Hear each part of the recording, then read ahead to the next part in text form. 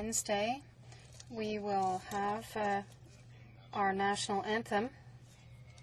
The Honourable Member for Brassard-La Prairie will begin. Canada, terre de nos aïeux, ton front est saint, de fleurons glorieux, car ton bras sait porter l'épée, il sait porter la croix. Ton histoire est une épopée des plus brillants exploits. God keep our land glorious and free. O Canada, we stand on guard for thee. O Canada, we stand on guard for thee. Let the doors be opened. Order. Statements by members. Déclaration de député. The Honourable Member for Elgin, Middlesex, London. Mr. Speaker, I rise today to draw the members' attention to an industry that touches the lives of many of our constituents, direct selling. Direct selling provides flexible and convenient earnings and opportunities for over 900,000 of our constituents, 91% of whom are women. Direct selling in Canada generates $2.2 billion in sales, almost $800 million in personal income, and contributes almost $1 billion in taxes. Direct selling companies give back to their communities, contributing almost $8 million in charitable causes, and that does not include the millions in contributions that individual direct sellers make every year. I encourage members to learn more about this dynamic and important industry at a reception this evening with Direct Sellers Association of Canada at the Government Conference Centre. The Honourable Member for St. Paul's. Mr. Speaker, I'm pleased to rise today to ask the government to support my motion now before this House to declare November 17th as National Youth Homelessness Awareness Day. Mr. Speaker, Canada has an estimated 65,000 homeless youth, embarrassing for a country as rich as Canada. It is unacceptable to close our eyes and not act when we are talking about the well-being of future generations of Canada. Last month, I had the pleasure of joining Mr. Richard Branson and talk about raising the roof with a breakfast for young people in Toronto. I want to thank Virgin and Raising the Roof for everything they have done to draw attention to the problems of youth homelessness in Canada. I think that now is the time to give a voice to those who cannot otherwise be heard, because young homeless Canadians represents a fundamental issue that needs to be resolved. The Honourable Member for Rivière-des-Midi. Mr. Speaker, I would like today to pay tribute to 3 citizens in my riding. On October 20th, during an awards ceremony, 3 citizens were awarded the exclusive medal of the Order of Saint-Eustache, which is the highest honour given by the city of Saint-Eustache to its citizens. For the past 24 years, Ms. Jeanette Bordelot has been putting her heart and soul into services for seniors, and Ms. Jean-Saint-Connet, a pianist and singer, founded the Ensemble Choral, a choir in Saint-Eustache, and Mr. Pierre Terrien has headed the PRISM organization for the past 20 years. This organization works in the area of drug addiction prevention. My colleagues in the Bloc Québécois join me in extending our congratulations and best wishes for their future endeavours. Thank you, Mr. Speaker. Honourable Member for Western Arctic. Mr. Speaker, this week mayors and councillors from across Canada are here in the Hill bringing the concerns of their residents to the members of this House. Tomorrow morning, just down the hall in 238S, I'm hosting a reception of Northern mayors and councillors and invite members to come by. The Federation of Canadian Municipalities has seen increased cooperation between municipalities and the federal government. One of the best examples is the gas tax transfer. Originated by the FCM and after continuous new democratic pressure, was made permanent in the 2008 budget. The NDP called for a permanent gas tax transfer in both the 2004 and 2006 elections, and secured $900 million in gas tax transfers to municipalities in its amendments to the 2005 budget. Now municipalities face the March 31st deadline for ending the infrastructure stimulus funding, which will create problems for some. As well, there still exists a major infrastructure deficit across Canada. We need more cooperation between municipalities and Ottawa so Canadians are better served. I hope... Order. The honourable member for Calgary East. Thank you, Mr. Speaker. On behalf of the Government of Canada and all Canadians, I wish to express my indignation at the news of unlawful detention of Saeed Malkapour, who is an Iranian citizen and a permanent resident in Canada. He returned to Iran in October 2008 to see his terminally ill father and was arrested. Currently in jail, he faces several allegations, including agitation against the Iranian government, and has not had access to a lawyer. Mr. Speaker, Mr. Makwar's case is but one of the many cases in which someone in Iran is facing a death sentence after a highly questionable process. The Canadian government, along with the international community, is committed to holding Iran to account for this and other violations of human rights. We continue to call on Iran to respect its domestic and international obligations and ensure fairness and due process to all its citizens and others. Thank you, Mr. Speaker. Honourable member for Sydney, Victoria. Mr. Speaker, I want to take a few moments to talk about a great Canadian educational institution. Holy Angels High School in Sydney has been educating young women for over 126 years. It has produced community leaders and national leaders, including Nova Scotia Senator Jane Cordy and the Honourable Minister of Labour. The only public girls' school east of Montreal, Holy Angels has educated young women from all parts of my riding. Their experience gives them the confidence to do whatever they want in life, from working to build their own communities to becoming a senator or a federal cabinet minister. Unfortunately, the school is in danger of closing. The school board is looking for solutions, and I support their efforts. I therefore call upon all members of the House to recognize Holy Angels High School as a great Canadian institution of learning that is deserving to remain open so it can educate young women for another 126 years. The honourable member for Fleetwood, Port Kells. Mr. Speaker, Canada is on the threshold of a new partnership with India. Yesterday, the Minister of International Trade launched free trade negotiations with India, one of the world's fastest growing markets.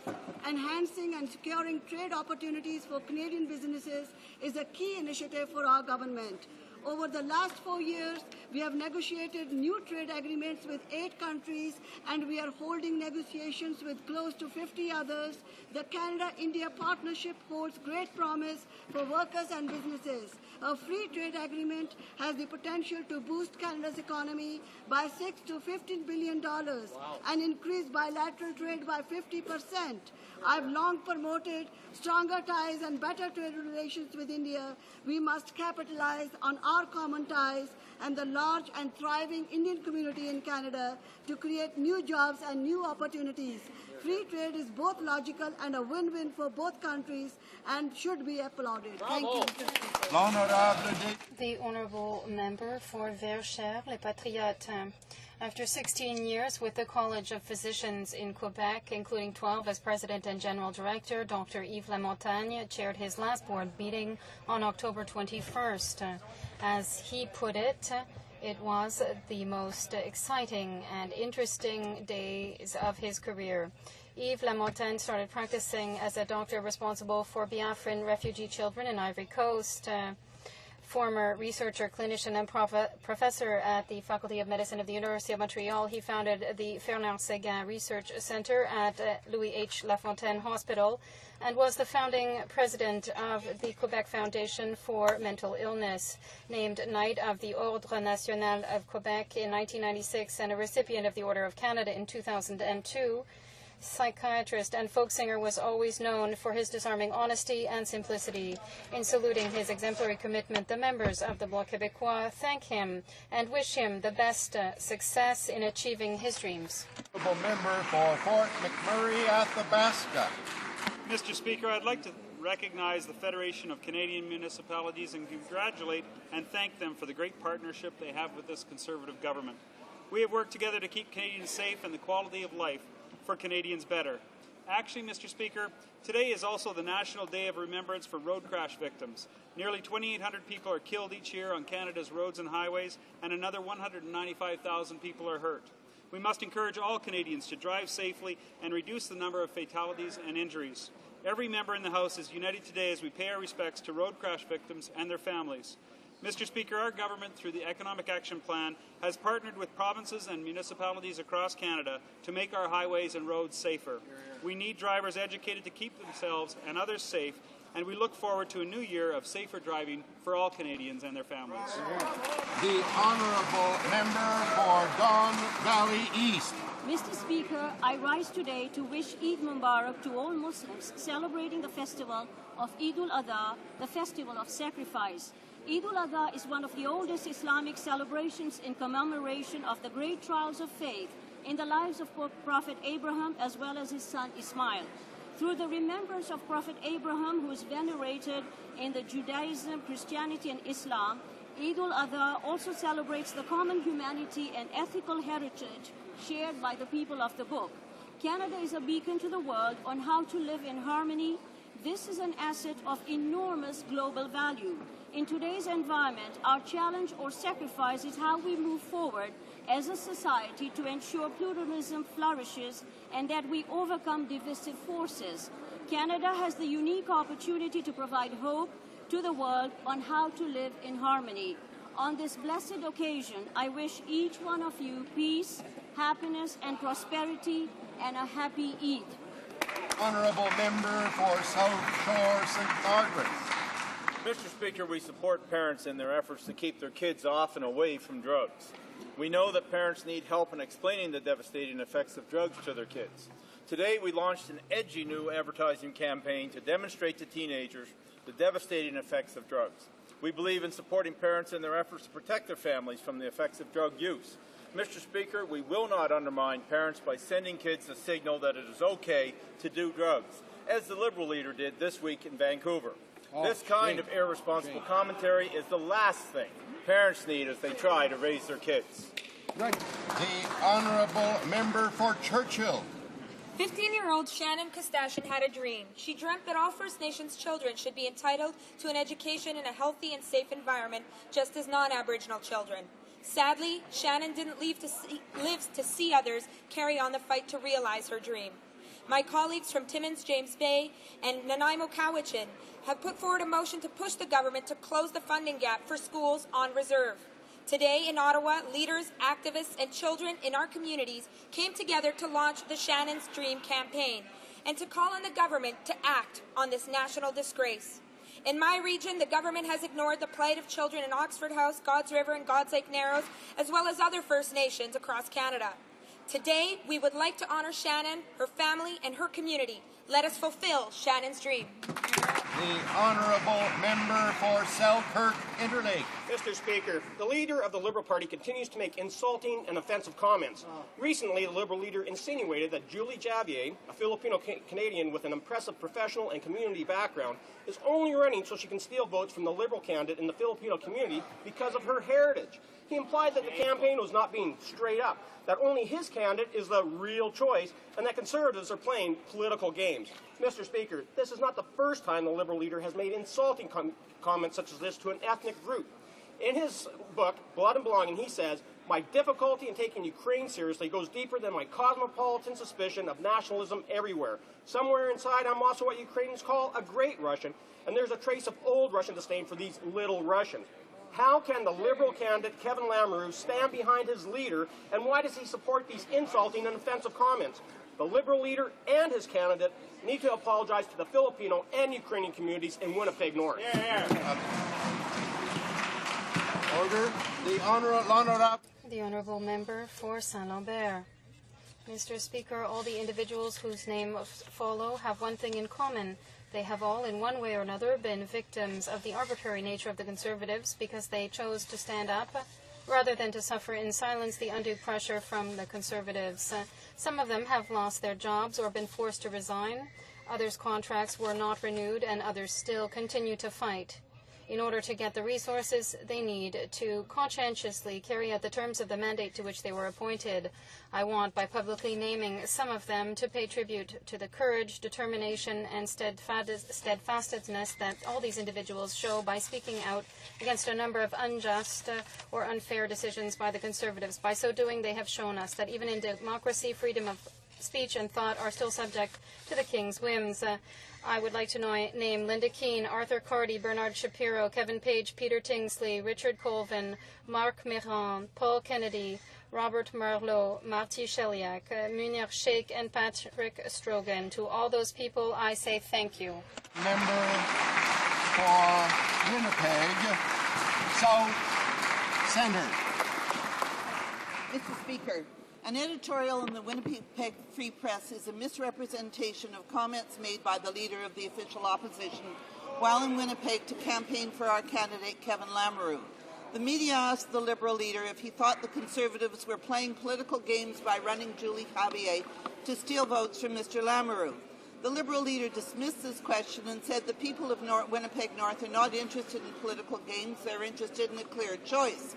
The newspaper, without question, swallowed the Conservative spin on the leader's comments. Their editorial wrongly claimed that he was criticizing the Conservatives' choice of candidate for the riding. They have since promised a retraction of the editorial and an apology. The Conservatives followed their usual practice of twisting the words of their political opponents and trying to divide Canadians. Mr. Speaker, we want to give the voters a clear choice. And with Kevin Lamoureux's 18 years of experience serving the people of Winnipeg North, we believe he is just what the House of Commons needs. The honourable member for Saskatoon, Wanuskewin. Mr. Speaker, yesterday the Liberal Bloc NDP coalition proved once again that they are soft on crime and care more about criminals and victims than law-abiding Canadians. The Liberals Bloc and NDP banded together yesterday at HoC Committee and supported and passed Bloc Bill C-343 that would reward youth criminals. Bill C-343 would provide thousands of dollars from EI for parents to stay home and take care of youth criminals who are injured while committing a crime such as robbery, arson, gang activity, or other criminal acts. This bill would result in increased EI premiums for law-abiding Canadian families and business owners who would be forced to pay even more money to these criminals. Shocking. This bill is offensive to victims and to law-abiding Canadians. Mr. Speaker, our Conservative government will never support a bill that rewards criminals. Unlike the coalition, our government will continue to stand up for victims and for hard-working Canadian families. Oral questions, questions orales. The Honourable Leader of the Opposition. Here.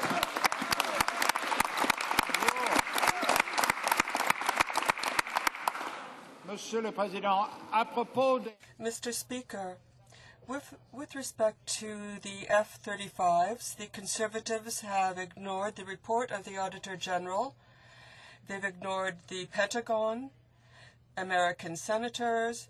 They're ignoring everyone, especially Canadians, who want to know how can we buy $16 billion worth of planes without tenders? Why is the Prime Minister ignoring everyone? Why won't he listen to Canadians and put out a real call for tenders? The Right Honourable Prime Minister. Mr. Speaker, this aircraft was chosen through a competitive process, which began with the former Liberal government. They know very well that experts in the sector want it, and I would encourage the Leader of the Opposition to listen to our Air Force and also the aerospace industry. Well, exactly, Mr. Speaker. We are listening to the aerospace sector, and they say that there will be more spin-offs. There would have been more spin-offs if there had been a call for tenders. The Prime Minister doesn't hold open town halls, but if he did, he would listen to Canadians, and what Canadians are saying is this doesn't make sense. You can't persuade a small business person across the country that it makes sense to buy $16 billion worth of equipment without a competitive bid. You wouldn't run a small business like that, so you can't run the Department of National Defence that way. How can the Prime Minister stand and assure business people across the Ordering the Right Honourable Prime Minister. Well, of course, once again, Mr. Speaker, there was a competitive process held under the previous government to choose this plane. In fact, Mr. Speaker, the Government of Canada, under the previous government, has funded the development of this aircraft. Now, Mr. Speaker, what are we to do when the CF-18 reaches the end of its useful life? Simply ground the Air Force or spend more money on a second set of planes? Mr. Speaker, the government's position is clear, it is straightforward. The opposition is simply playing politics with the lives of the Air Force and with jobs in the Canadian aerospace industry. The Honourable Leader of the Opposition. Mr. Speaker, the Prime Minister should get out around the country and listen to what Canadians are saying. He should open town hall. He should listen. Because they think this is a $16 billion mistake. Nobody wants to ground the Air Force. The issue is getting value for money, getting our priorities straight, digging us out of a $56 billion deficit, attaching our priorities to what matters to Canadians. We could have a competitive bid, save the money, and use it to help families take care of their loved ones. Why not? Order the Right Honourable Prime Minister. Mr. Speaker, of course, the Liberal Party always tries to play these political games with military purchases. We saw what they did with the helicopters, and we're still paying for that. Mr. Speaker, if the Leader of the Opposition is serious about talking to Canadians, he can go to Montreal or he can go to Winnipeg like I did. He can go to the shop floors of the aerospace industry and tell those people he's going to tear up their jobs by tearing up the contracts because he doesn't care about them.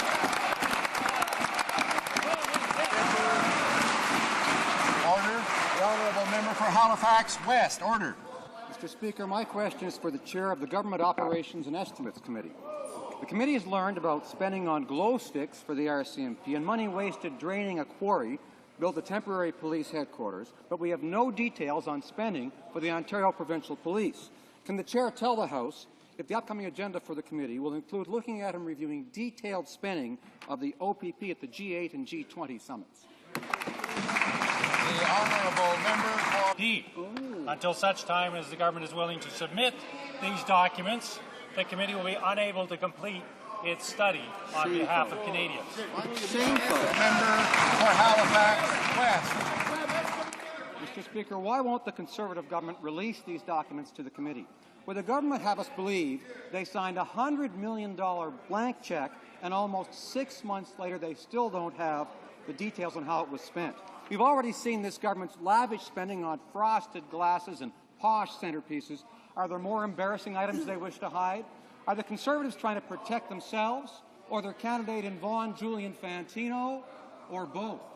Honourable Minister of Public Safety. Mr. Speaker, the arrangement with the OPP is that they have until December 1st of this year to submit all of their G8, G20 expenses. This is significantly shorter than the deadline for other security events, indeed years shorter. Mr. Speaker, the member opposite knows that the deadline has been in place from the beginning of our agreement with the OPP. That said, we understand from public statements by the OPP that their costs are expected to come in well under budget. The Honourable Member for Laurier-Sainte-Marie. Mr. Speaker, in his 2005 election platform, as well as in the 2007 throne speech, the PM clearly committed to holding a vote on any foreign military operation. In January 2010, the Prime Minister went even farther and said there would be no military presence in Afghanistan beyond 2011 other than ensuring the security of the Canadian Embassy by extending our military presence in Afghanistan. Does the Prime Minister not realize he's going back on his word? The Right Honourable Prime Minister. Mr. Speaker, I said on several occasions that we would not have a vote on a non-combat mission. The extension of the mission in Afghanistan will be a non-combat mission. The Honourable Member for Laurier-Sainte-Marie. Mr. Speaker, This is not the opinion of former General Rick Hillier, who said that it was impossible to train soldiers without a follow-up on the ground, that is, in theater. Does the Prime Minister realize that this new Afghan mission will not be a humanitarian one, as he's trying to make us believe, but rather a military one, because Canadian soldiers will have to go outside the wire to do their job? The Right Honourable Prime Minister. Mr. Speaker, the government has been very clear. There will be training on military bases. The government is very clear on the limits of this mission. The Honourable Member for Laurentides-Labelle. Mr. Speaker, without a debate or a vote in the House, the government wants to extend our mission to the tune of $500 million a year while cutting by half development aid. For every dollar in aid, $5 will go to the military. This makes no sense. Is the government aware that with this kind of imbalance between military and development aid, it makes the mission in Afghanistan a combat mission? Coopération internationale. The Honourable Minister of International Cooperation. It is a significant difference to the lives of the people in Afghanistan, and we will be building on our successes by focusing on children and youth in the future, primarily by focusing on education and child. In fact, Mr. Speaker, our signature projects have improved the lives of children. We now have more than 2 million girls in school. We've educated and trained over 3,000 female teachers. We have 7 million children with polio vaccinations, and we will be building on that kind of a difference. The Honourable Member for Laurentides-Labelle. The government wants to extend the military mission in Afghanistan. 950 soldiers will still be there, and the military component will take 5 times more resources than development aid. A real debate is necessary in order to make sure that the Afghan mission is a real civilian mission. Discussions between the Conservatives and Liberals behind closed doors are not enough. Why has the government refused to have a real debate and a vote in the House on this question? The Honourable Minister of International Cooperation. Mr. Speaker, our plans going forward is to ensure that the Afghan people and the world is more secure by not enabling Afghanistan to be a home for terrorists. But also, at the same time as we are supporting their increased security efforts, we will be building on the successes we've reached. In fact, Mr. Speaker, these are accomplishments that do make a difference. In fact, Mr. Speaker, 66% of the population now have access to primary health care, and Canada's efforts for mothers and children will... The Honourable Member for Toronto Danforth. Mr. Speaker, the Prime Minister's refusal to allow a vote on the extension of our military mission in Afghanistan is unacceptable. Their election platform says, and I quote, the Conservative government will make Parliament responsible for exercising oversight over how our foreign policy is carried out and the commitment of Canadian forces to foreign operations. Why is the Prime Minister breaking his promise? The Right Honourable Prime Minister. Mr. Speaker, the government did not and has never had a vote on non-combat missions. The mission in Afghanistan will be a non-combat mission. The Honourable Member for Toronto Danforth. The Prime Minister did what he promised he would never do, which is to use unelected senators to block the will of the House of Commons. He said he'd never do that. Canadians are asking for action on climate change, and we adopted a Climate Change Accountability Act right here last spring. Every Prime Minister has a moral obligation to respect the will of the House. That's what he said. So why did he order his senators in the other place to kill the climate change bill that was adopted by the majority of the MPs in this House? Order the Right Honourable Prime Minister. Speaker, Conservatives have been very consistent and very clear in their opposition the Bill C-311, a completely irresponsible bill, which sets irresponsible targets, doesn't lay out any measure of achieving them, other than, Mr. Speaker, by shutting down sections of the Canadian economy and throwing hundreds of thousands and possibly millions of people out of work. Of course, we will never support such legislation. Honourable member. Ordered. The honourable member for Toronto Danforth. No right to use his unelected senator friends to kill the will of this House. He's lost his moral centre. He's fundamentally undemocratic, Mr. Speaker. Let's be clear about it. That's the truth. He broke his promise to bring our troops home, which this House asked for. He broke his promise to have votes on the use of our troops in foreign wars. He broke his promise never to appoint unelected senators, and now he's using them to subvert the will of this House. It's never happened before. It should not be permitted. And where is his democratic impulse? Has it gone? Has he lost any sense of his responsibilities? The Right Honourable Prime Minister. Well, Mr. Speaker, of course, as I've been very clear, we have a responsibility to the Canadian public, to Canadian workers, to protect their jobs. At the same time, Mr. Speaker, when we talk about democracy, the leader of the NDP, this is a man who, after the election, set out to form a coalition to overturn the results of that election so he could appoint members to the Senate. Now, Mr. Speaker, if the leader of the NDP is serious about Senate reform, he can support the government's Senate reform bills that are before this House.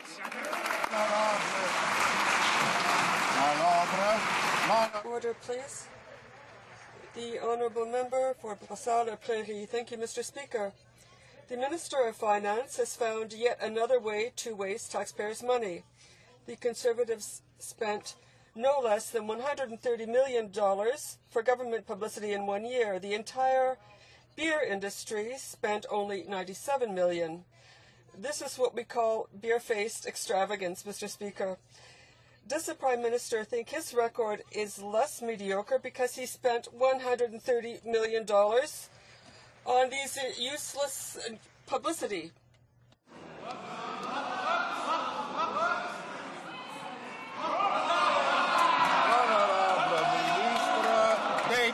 The Honourable Minister of State. Mr. Speaker. Mr. Speaker, it's important for us to tell Canadians about all the good we're doing. So we use the tools available. We have created all kinds of jobs, Mr. Speaker, and we want the public to know, the honourable member. Mr. Speaker, we're talking about public money. $130 million squandered on Tory publicity. The Conservatives have sent 25% more on supporting victims and on the programs themselves, on the publicity rather than for the victims. How is it that the Prime Minister has spent so much money on publicity and promotion but less for the Aboriginal women who are missing, for these women and their families? The Right Honourable Minister. There has been unprecedented pressure and incidents over the last year and 2 years, whether we're talking about the H1N1 crisis, whether we're talking about communicating on vast amounts of infrastructure projects, on and on it goes, Mr. Speaker. There have been increased pressures. What the opposition fails to point out every single time when they raise this issue, and we give the very clear accounting that's provided for by the Auditor General, is that this year there's not only a freeze, there's an $11 million reduction, Mr. Speaker, on advertising pertaining to these ministers' offices. Honourable member for St. John's South, Mount Pearl. In a time of economic restraint, when Canadians are losing their jobs and are hard hit by recession, this Conservative government spent the highest amount in Canadian history on advertising. To put it in perspective, the amount was more than all the beer companies combined last year. That's an outrageous amount of spending on advertisements that, when surveyed, many Canadians associated with Conservative Party propaganda. When will the Conservatives stop wasting the money of taxpayers and start doing something about the $56 billion deficit? Honourable President of the Prison Board. Well, Well, Mr. Speaker, I really think most Canadians think it's a valid expenditure when we have something like a pandemic of H1N1, informing Canadians about that. Mr. Speaker, when we have a variety of tax measures which involve not only tax reductions but also credits to families for a variety of programs, we think we should be informing Canadians about this. We can understand the Liberals are sensitive, especially when we're talking about reducing the tax load on people and providing credits for families. We understand that so far from their policy they're sensitive about that, but we think we should be informing Canadians about these issues. The honourable member for St. John's South Mount Pearl. The Conservatives spent $33 million more on advertising last year than the entire Canadian beer industry combined. That's over $130 million on billboards and TV ads during a recession. Is the government under the influence? While Canadian families were tightening their belts, this government were spending, quote, like it was Christmas. The Conservatives' advertising budget last year was so big that the same amount of money could have helped 100,000 Canadian caregivers. How is it that the Conservatives could so easily waste taxpayers' money? President of the Treasury Board. Well, Mr. Speaker, I don't know what the Liberal fascination with is about raising the bar related to the beer industry. These are private sector decisions, Mr. Speaker. I know it's of some concern. There are ways where they can find out about the availability of those products and where they're sold. I don't know why they're upset about that expenditure, but we're concerned about Canadians, Mr. Speaker, being informed about issues that are of great importance to them. We don't apologize to that. And, Mr. Speaker, we're actually quite pleased with the way that we've put a freeze now for the next 3 years on government operational spending, including on ministerial offices, $11 million reduction this year. L'honorable député. The honourable member for Rosemont-la-Petite-Patrie. Mr. Speaker, we know that the government and Environment Minister lack interest and determination in fighting climate change. In the past, the Minister has been far more eager to torpedo the work at these conferences than to work to make them a success. Given the lack of interest on the part of Conservatives for environmental issues, can the Prime Minister guarantee that his Environment Minister will at least be at the 16th Conference of the Parties in Cancun? The Honourable Parliamentary Secretary. At COP16, Canada seeks an outcome that includes commitments from all the major emitters and reflects the balance achieved with the Copenhagen Accord. Copenhagen has support of 139 signatory countries, representing 85%, Mr. Speaker, 85% of greenhouse gas emissions. Canada is on the right track. The honourable member, l'honourable député de Rosemont. The honourable member. Mr. Speaker, I don't think the Parliamentary Secretary understood my question.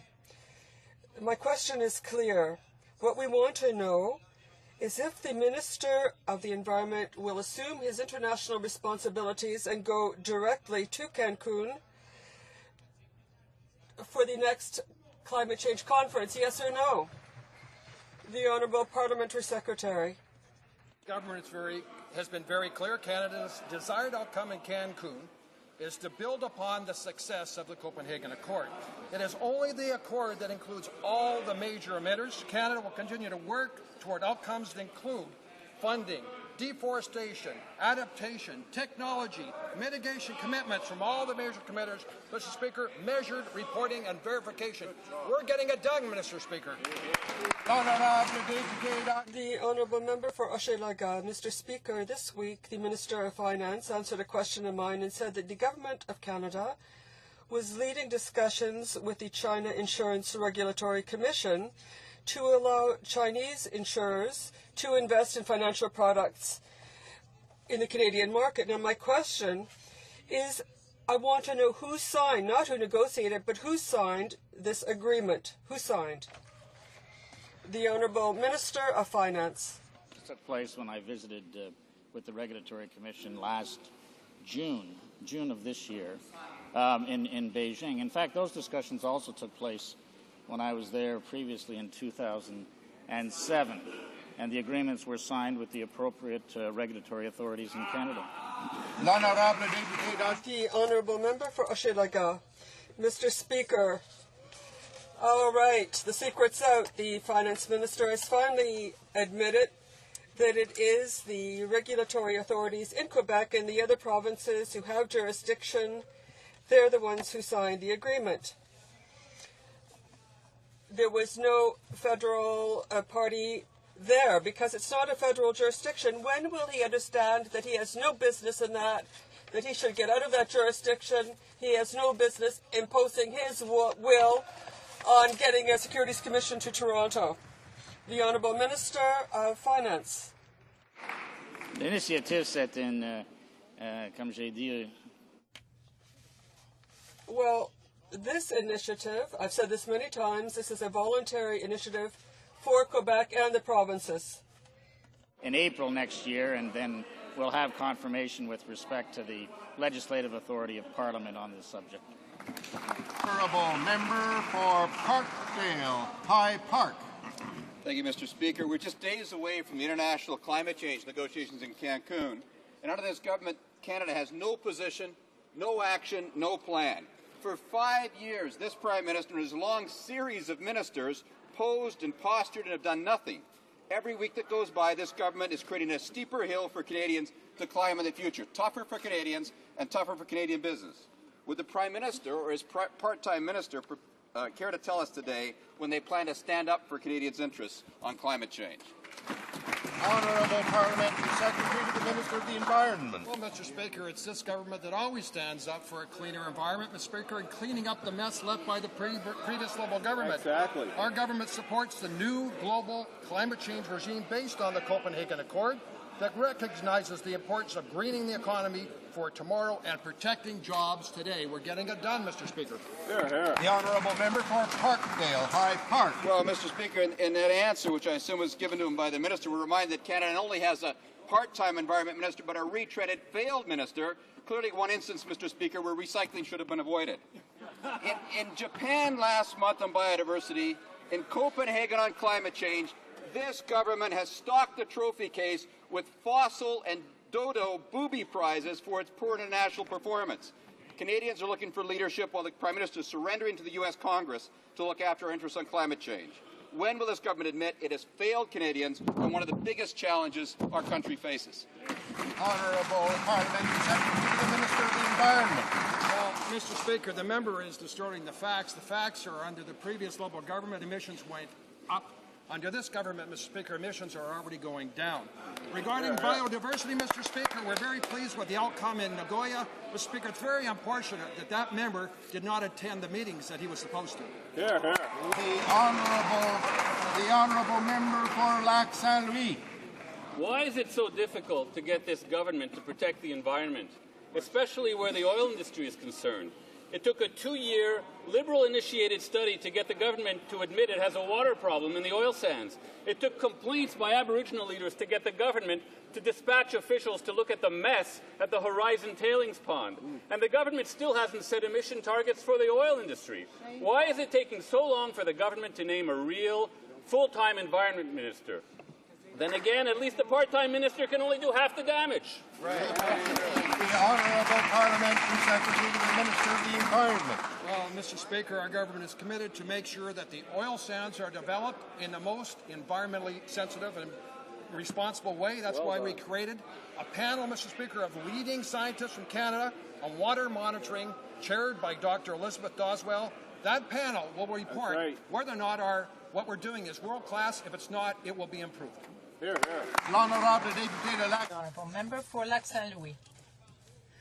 We are talking about water, and so we would like to know when the government will protect the Athabasca River and the native people that depended on it, and when will there be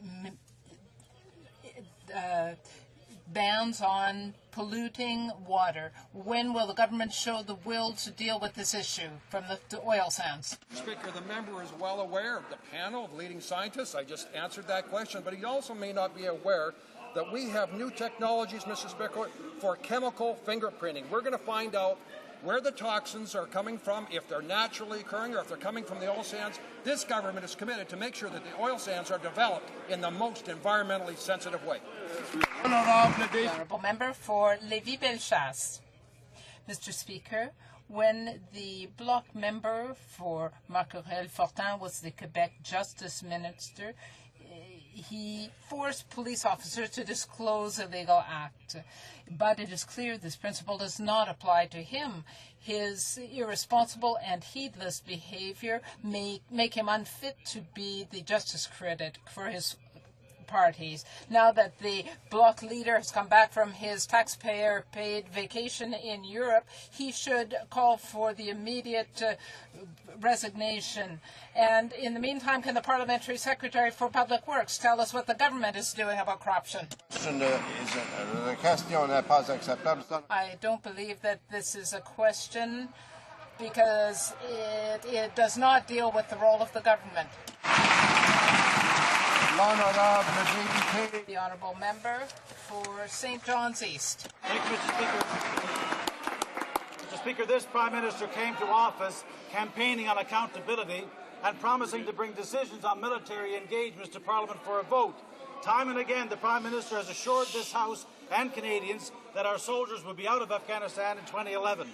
These promises and principles are now out the window. Mr. Speaker, why is this government breaking its promise to bring our soldiers home in 2011, and why are they breaking their promise to put such important matters to a vote?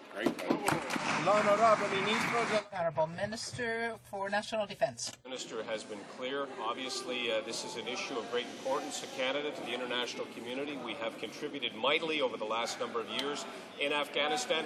Now we will move to a new phase that involves training. We will continue with the reconstruction and development. We will continue to invest in all of the good programs there, such as immunizing children, educating children, democracy building, Mr. Speaker, infrastructure. But the reality is this is now a non-combat role, thus not requiring the same type of resolution that we saw in the previous Parliament, Mr. Speaker.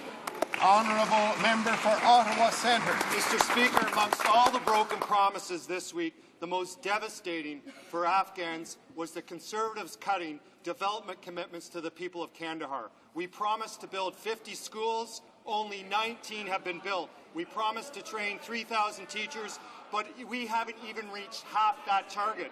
We committed to be partners in Afghan reconciliation, but the government has no progress to show there. Mr. Speaker, can the Conservatives explain why they broke their word to the people of Canada, and most importantly, why they broke their word to the people of Afghanistan? Honourable Minister of International Cooperation.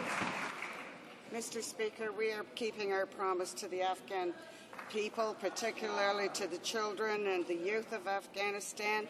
In fact, Mr. Speaker, we have now completed 26 schools, and the remaining are currently under construction. 7 million children will receive polio vaccinations. Where there were no schools for girls before, there are now schools for girls, and 2 million girls are attending schools. 158 teachers have been trained with better curriculums that Canada is supporting to improve. This is a great... The honourable member for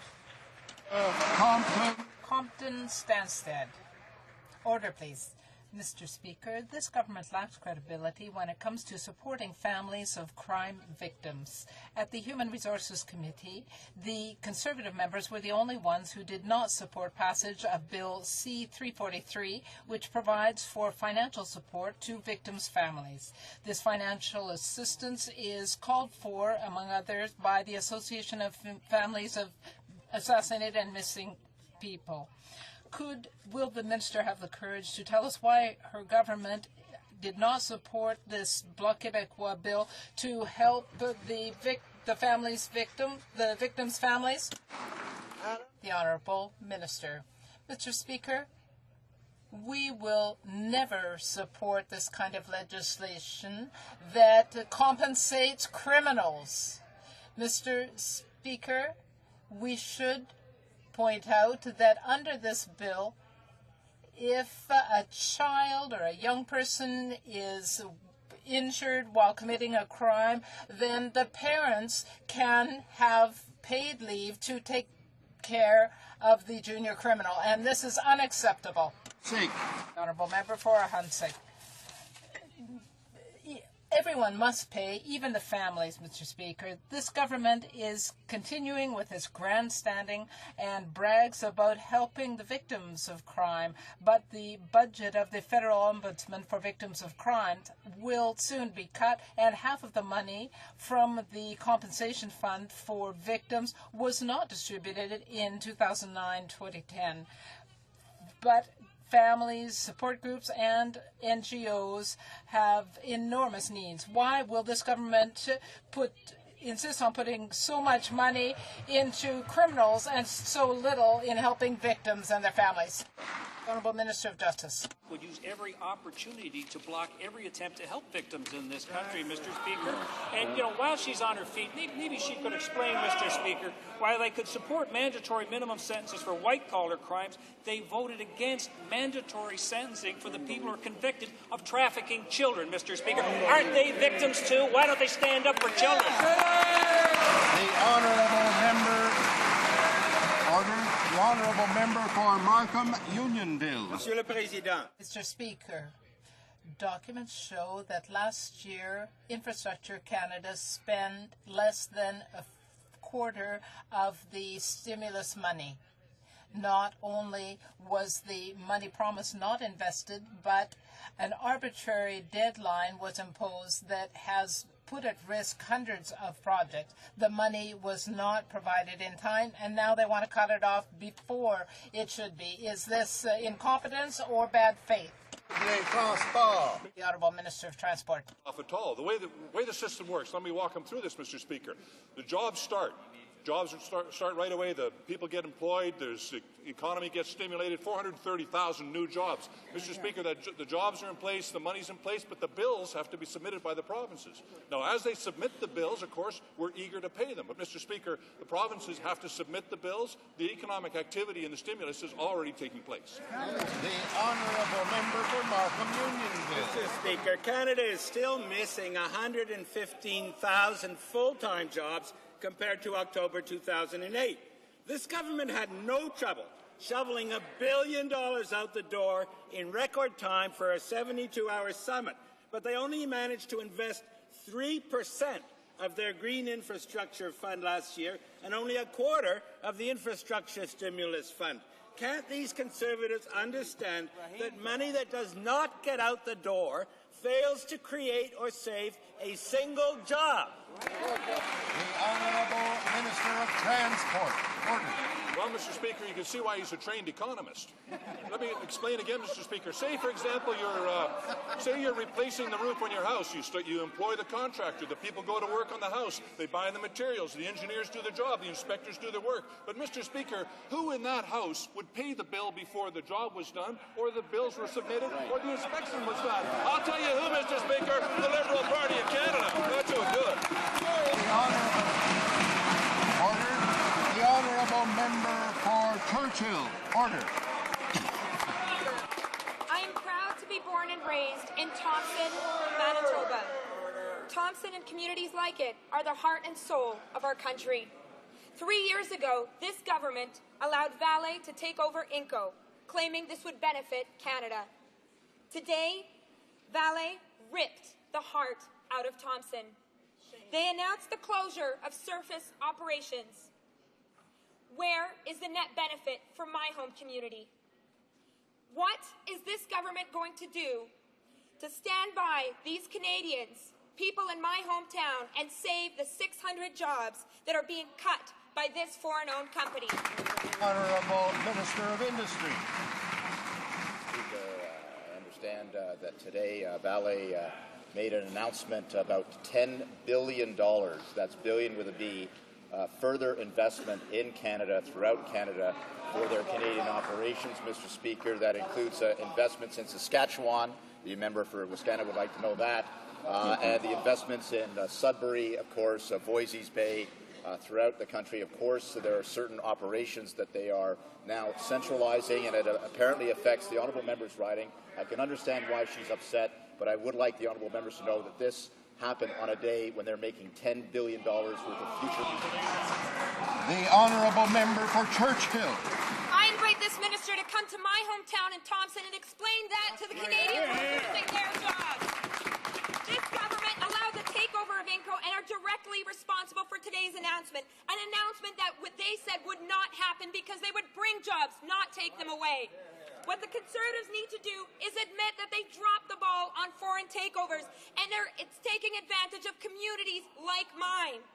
When will this government commit to a meeting with the people of Thompson, the city of Thompson, the steelworkers, and the stakeholders to be part of the solution so we don't lose our jobs? The Honourable Minister of Industry. Order.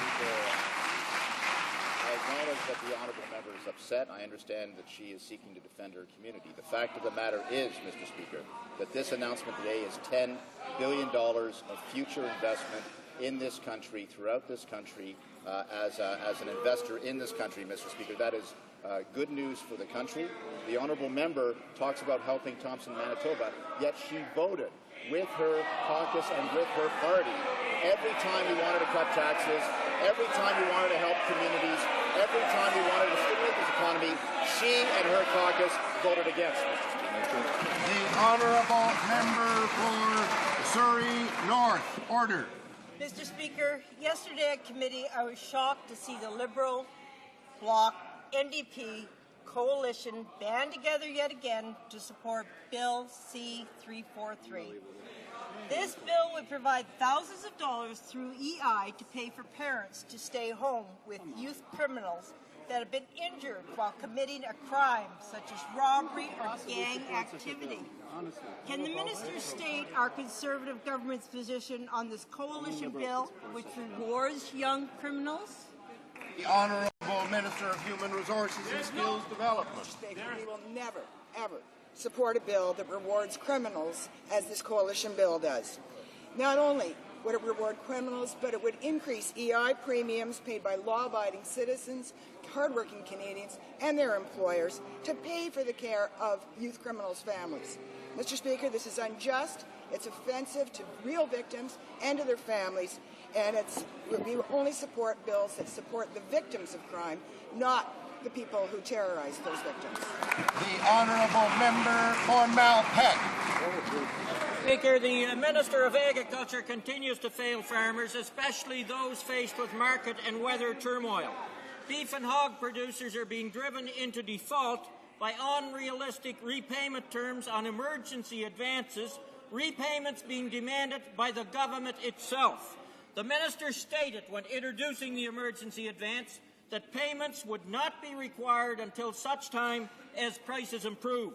Well, prices have not improved substantially. Farmers cannot afford the government's demand. Why is this government breaking trust with farmers? The Honourable Minister of Agriculture and Agri-Food. Well, Mr. Speaker, nothing could be further from the truth. I had a great meeting this afternoon with the Canadian Cattlemen's Association, and I'm meeting with the pork farmers later today. They're both excited about the extensions we've given them on the cash advances, Mr. Speaker. Of course, I have some tremendous quotes here that if the member opposite should get a second question, I'd be happy to read them to him. The Honourable Member, The Honourable Member for Vaudreuil-Soulanges.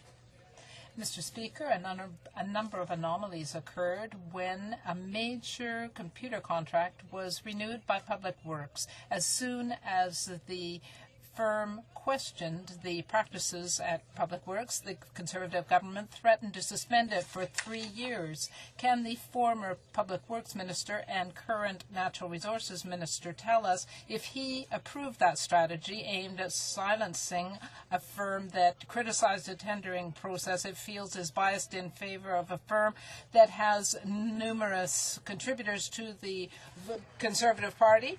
Will there be an impartial and public inquiry? Thank you, Mr. Speaker.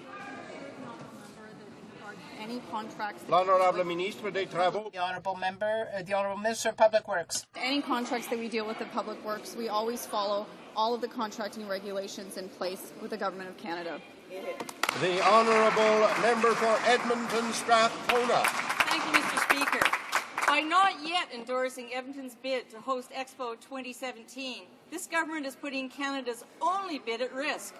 Edmonton Expo theme is Energy and Our Planet, and would showcase innovations in clean energy technology and sustainability, initiatives this government claims are among its priorities. Supporting this bid would help deliver on the government's stated clean energy policy direction. Where are the Edmonton Conservative MPs? Will this government immediately endorse Edmonton's bid to host Expo 2017 for Canada? Honourable Minister of Canadian Heritage. Thank you, Mr. Speaker. Yes, of course, we are aware that the City of Edmonton has put together a proposal to host the Expo in 2017. As a matter of fact, Mayor Mendel was in Ottawa last week, and the Minister of Finance and I met with him. I should let the member know, though, of course, that we are doing our due diligence on this project. We are, of course, concerned about the very large price tag associated with this. We are doing our due diligence, and we will give our response to the City very soon. The Honourable Member for Renfrew, Nipissing, Pembroke. Mr. Speaker, Canadians have clearly shown a desire for reform of the Senate. Our government has taken steps to bring forth the Senate legislation to modernize the Senate so it can better reflect a 21st century democracy. Today, Bill C-10, the Senate Term Limits Bill, will resume debate. Can the Minister of State for Democratic Reform tell this House the importance of passing this bill? Honourable Minister of State. Thank you, Mr. Speaker, and I'd like to thank the honourable member for her question. Canadians feel that term limits of up to 45 years are just too long, and since forming government, we have pursued Senate term limits. And today, the Senate term limit legislation is up for debate. And if the opposition was keen on Senate reform, they would support our motion. So I ask the opposition to support the will of Canadians, to support democracy, and to support our Senate term legislation. The Honourable Member for Malpeque. Mr. Speaker, the minister's previous answer makes a mockery of a so-called putting farmers first. Not only are livestock producers of Canada in serious trouble, but there are added problems in the Interlake area of Manitoba and Saskatchewan, for both cash crop and livestock producers facing lost crops, ruined pasture land, and swamped feedlots. The minister has turned his back on farmers in trouble. Those farmers require assistance. Will he act today with dollars today? Farmers need it today, not excuses by the organization's bureaucrats in Ottawa. The Honourable Minister of Agriculture and Agri-Food. He thinks he can decry the bureaucrats by putting on their ridiculous disguise, but he can't get away with that, Mr. Speaker. Here's some great quotes. Jürgen Kreutzes from the Canadian Pork Council. This will strengthen our industry by providing producers the opportunity and time to review their cash flow, manage their financial obligations, and focus on farming. Here's Travis Caves, president of Canadian Cattlemen's. This flexibility strikes a good balance of working to clear up outstanding amounts while allowing producers to focus on the future, Mr. Speaker. We're helping them out, Mr. Speaker. That will bring to a conclusion question period for today. Tabling of documents, dépôt de documents. The Honourable Minister of Foreign Affairs. Mr. Speaker, with the permission of the House, and under Standing Order 31 of the House, I would like to table in both official languages 3 treaties entitled Youth Mobility Agreement with Slovakia in Bratislava in 2010, a protocol between the Swiss and Canada, 2 treaties regarding the Canada-Swiss Double Taxation Convention in Bern on May 5th and October 2010, and finally the protocol to amend the protocol between the federal Swiss federal state and Canada in Bern in May 1997 and in October 2010. Thank you, Mr. Speaker. The Honourable Parliamentary Secretary to the Government House Leader. Thank you, Mr. Speaker. Mr. Speaker, pursuant to Standing Order 36.8, I have the honour to table in both official languages the government's responses to 6 petitions. You didn't introduce them in it.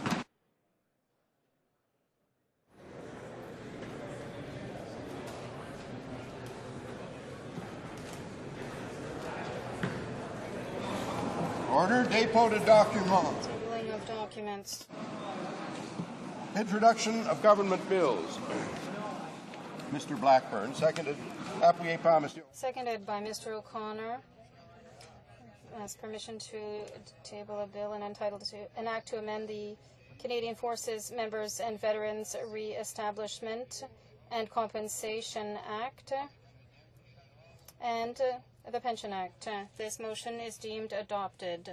Blackburn, appuyé par Mr. Blackburn, seconded by Mr. O'Connor, moves that this bill be now read a first time and printed. This motion is deemed adopted. When shall the bill be read a second time? À la prochaine séance. At the next sitting of the House. Projet de loi émanant du gouvernement. Introduction of government bills. Ministers. Rapport de délégation. Reports from interparliamentary delegations. Le député d'Ottawa. The Honourable Member for Ottawa-Vanier. Mr. Speaker, pursuant to Standing Order 34.1, I have the honour to introduce in the House in both official languages the Canada-Africa Parliamentary Association report concerning its bilateral visits to Cotobanan and Ouagadougou in Burkina Faso from September 5th to 12th, 2010. Rapport de délégation. Reports from interparliamentary delegations.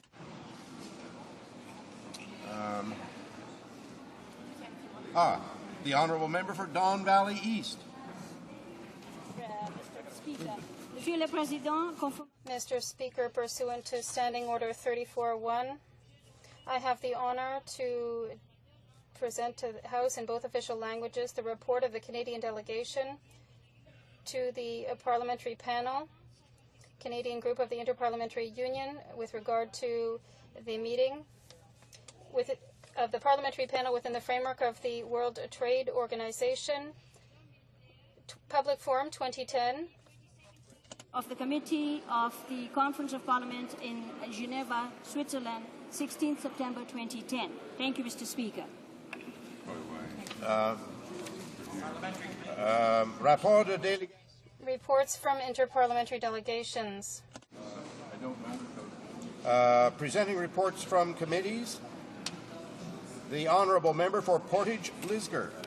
Thank you, Mr. Speaker. I have the honour to present in both official languages the 8th report of the Standing Committee on Human Resources, Skills and Social Development and the Status of Persons with Disabilities in relation to 343 and Bill C-343, an act to amend the Canada Labour Code and the Employment Insurance Act. The committee has studied the bill and has decided to report the bill back to the House without amendments. I also have the honour to present in both official languages the 7th report of the Standing Committee on Human Resources, Skills and Social Development and the Status of Persons with Disabilities in relation to the committee's study of the federal contribution to reducing poverty in Canada. This study started during the second session of the 39th Parliament. The committee over the years have held numerous meetings across the country and has finally completed its work. Pursuant to Standing Order 109, the committee is requesting that the government table a comprehensive response to this report. I wish to thank all the members of the committee, past and present, from both sides of the House, for their hard work, contribution, support, and collaboration during this long study. Also, I want to thank the committee staff, past and present, for its professional and excellent support. Thank you, Mr. Speaker. Presenting reports from committees. Dépôt de projet de loi émanant des députés. Introduction of private members' bills. Etobicoke North, seconded by Mr. Szabo, moves for leave to introduce a bill entitled An Act Respecting a National Brain Health Education and Awareness Month. This motion is deemed adopted. The Honourable Member for Etobicoke North. Thank you, Mr. Speaker. 5 million Canadians are living with a neurological condition today. This bill would designate the month of March National Brain Awareness Month in order to help raise awareness about neurological disease and injuries. Designating the month of March National Brain Awareness Month will educate the people of Canada to enhance their understanding of brain health, including brain diseases, disorders, and injuries. Ensure that brain health research is fully funded and that preventive measures, treatment, and support are universally accessible. And confirm the government's commitment to improving the quality of life of all persons who live with a brain condition and of their families and informal caregivers. It is my hope that honourable members will support this bill, and it is my hope that the introduction of this bill will help raise awareness about brain health and the need for a national brain strategy, and lay the foundation for that national brain strategy to which our party has already committed. Thank you, Mr. Speaker. Ms. Duncan, Etobicoke North, seconded by Mr. Szabo, moves that the bill be now read a first time and be printed. Cette motion est répétée. This motion is deemed adopted. Première lecture de ce projet de loi. Quand ce projet de loi When shall the bill be read a second time? à la prochaine séance? At the next sitting of the House. Dépôt de projet de loi émanant des députés. First, introduction of private members' bills. Motion. Motions. Presenting petitions. The Honourable Member for Elmwood, Transcona. Thank you, Mr. Speaker. My petition is signed by dozens of Canadians and calls on the Canadian government to negotiate with the United States government to reduce the United States and Canadian passport fees. The number of American tourists, Mr. Speaker, visiting Canada is at its lowest level now since 1972. It's fallen by 5 million visits in the last 7 years alone, from 16 million in 2002 to only 11 million in 2009. Passport fees for an American family of four can be over $500 US, and in fact, 50% of Canadians have passports, but only 25% of Americans actually have passports. At a recent Midwest Legislative Conference of the Council of State Governments, which comprises the 11 states from border states from North Dakota to Illinois and 3 Canadian provinces, the following resolution was passed unanimously. Mr. Speaker, resolved that the conference calls on President Barack Obama and the Canadian Prime Minister to immediately examine a reduced fee for passports to facilitate cross-border tourism, and be it further resolved that the conference encourage the governments to examine the idea of a limited time 2-for-1 passport renewal or new application. Now, Mr. Speaker, to be a fair process, the passport fees must be reduced on both sides of the border. Therefore, the petitioners call on the government to work with the American government to examine a mutual reduction in passport fees to facilitate tourism, and finally, to promote a limited time 2-for-1 passport renewal or new application fee on a mutual basis with the United States. The Honourable Member for Bonavista, Gander, Grand Falls, Windsor. Thank you, sir. Thank you, Mr. Speaker. Very well done.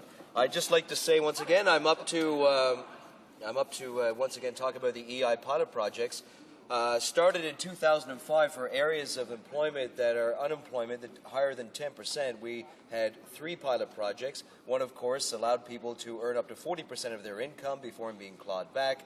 The extension of 5 weeks, and the third one, which is going to affect most of the people in not just my area, but all areas of this country affected by areas of high unemployment, and that would be the best 14 weeks option. Now, in that option, of course, they can use their best 14 weeks to get their benefits from their employment insurance, and as opposed to using their last 14 weeks, which basically means that people can now work 2 or 3 days a week when asked, without being penalized when it comes to their benefits, because it actually ruins their average. So by using the best 14, it means that over that longer period of the winter, especially for those seasonal workers, it is a benefit for them because they get to achieve more benefits, and therefore the system can eliminate, finally, disincentives for work. This is for the employees of many areas in Bonavista, Gander, Grand Falls, Windsor, as well as the entire province of Newfoundland and Labrador, and I thank you so much for your time. Honorable Député de Beauce. The Honourable Member for Beauce. Thank you, Mr. Speaker. I'd like to take this opportunity to table a petition by my constituents in Beauce who are asking the Canadian government to maintain the moratorium on the closure of rural post offices. Obviously, the government is allowing Canadian post services to maintain and improve postal services. Mr. Speaker, it is a pleasure for me to table this position. The Honourable Member for Manicouagan. Mr. Speaker, pursuant to Standing Order 36, I tabled today in the House a petition supporting Bill 549, which I tabled. This bill will allow immediate aid to be provided to forestry industries, but also to reduce greenhouse gas emissions. The use of wood in federal office buildings will allow businesses to develop new second and third processing values for their wood and products. Wood is a substitute for high energy using products and is a greener alternative in construction and ensures good energy efficiency. The petition is asking the government to adopt this bill, which states that wood should be used in construction and repair of federal buildings. The honourable member for Hamilton Mountain. Thank you very much, Mr. Speaker. I'm pleased to be tabling a petition today that's signed by people from all over the greater Hamilton area in support of my bill C-527. You can imagine how outraged people were when they discovered that it's possible for someone convicted of killing their spouse to collect both CPP and CPPD survivor benefits and or the death benefit. They believed, like I did, that it was a long-established principle in law that no one should be able to benefit from the commission of a crime, and that principle must be enshrined in the eligibility criteria for government benefit programs. So the petitioners, Mr. Speaker, are calling on Parliament to immediately pass our Bill C-527, which amends the Canada Pension Plan to prohibit the payment of a survivor's pension, orphan's benefit, or death benefit to a survivor or orphan of a deceased contributor if the survivor or orphan has been convicted of the murder or manslaughter of the deceased contributor. Thank you very much, Mr. Speaker. The honourable member for Pierrefonds-Dollard. Mr. Speaker, I have the honour to present a petition signed by the citizens in my riding of Pierrefonds-Dollard concerning the protection of children. The petitioners are asking the Canadian Parliament to take all necessary measures in order to stop the exploitation of children on the Internet, which distributes child pornography. I fully share their opinion, just as I am totally opposed to the exploitation of child labourers. Thank you, Mr. Speaker. Honourable member for Souris Moose Mountain. Thank you, Mr. Speaker. The undersigned residents of the province of Saskatchewan draw attention to the government of the following: that the Canadian port of entry Big Beaver at the southernmost point of Highway 34 along the Saskatchewan-Montana-USA border is scheduled for closure in April 2011. This historic cross-border commerce corridor is still intrinsic to the economic health of the Big Money District and southern Saskatchewan in general.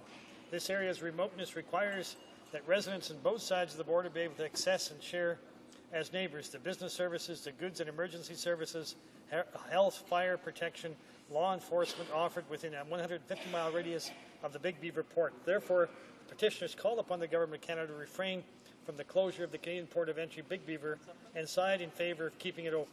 Thank you, Mr. Speaker. Well, member for Vancouver East. Thank you, Mr. Speaker. I'm pleased to rise in the House today to present three petitions. The first petition is signed by residents in Vancouver and the Metro Vancouver area, and they're calling on the federal government and Parliament to work with all levels of government to ensure secure, adequate and accessible and affordable housing for all Canadians. And they're also asking that the new monies go beyond the 2009 budget, and that Parliament ensure the swift passage of my private member's bill, Bill C-304, which is an act to ensure secure, adequate, accessible and affordable housing for Canadians. Mr. Speaker, the second petition is also from folks in Vancouver and Burnaby in the Lower Mainland. They're very concerned about the harmful and anti-democratic actions of the government and the police during the G20 summit that took place in June. They're calling for a public inquiry. They're very concerned about the mass detention and mass arrests of people in Toronto, people who were legitimately protesting. They're also calling for law reform to ensure that the criminal code provisions relating to the breach of the peace, unlawful assemblies and riots are brought in line with constitutional standards.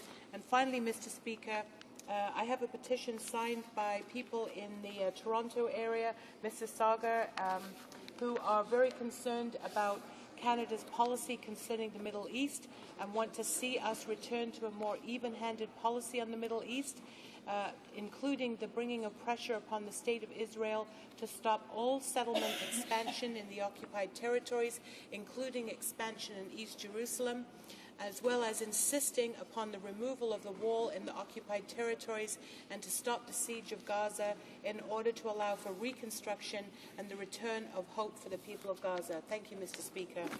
The honourable member for Parkdale High Park. Thank you very much, Mr. Speaker. I have the honour of presenting three petitions today.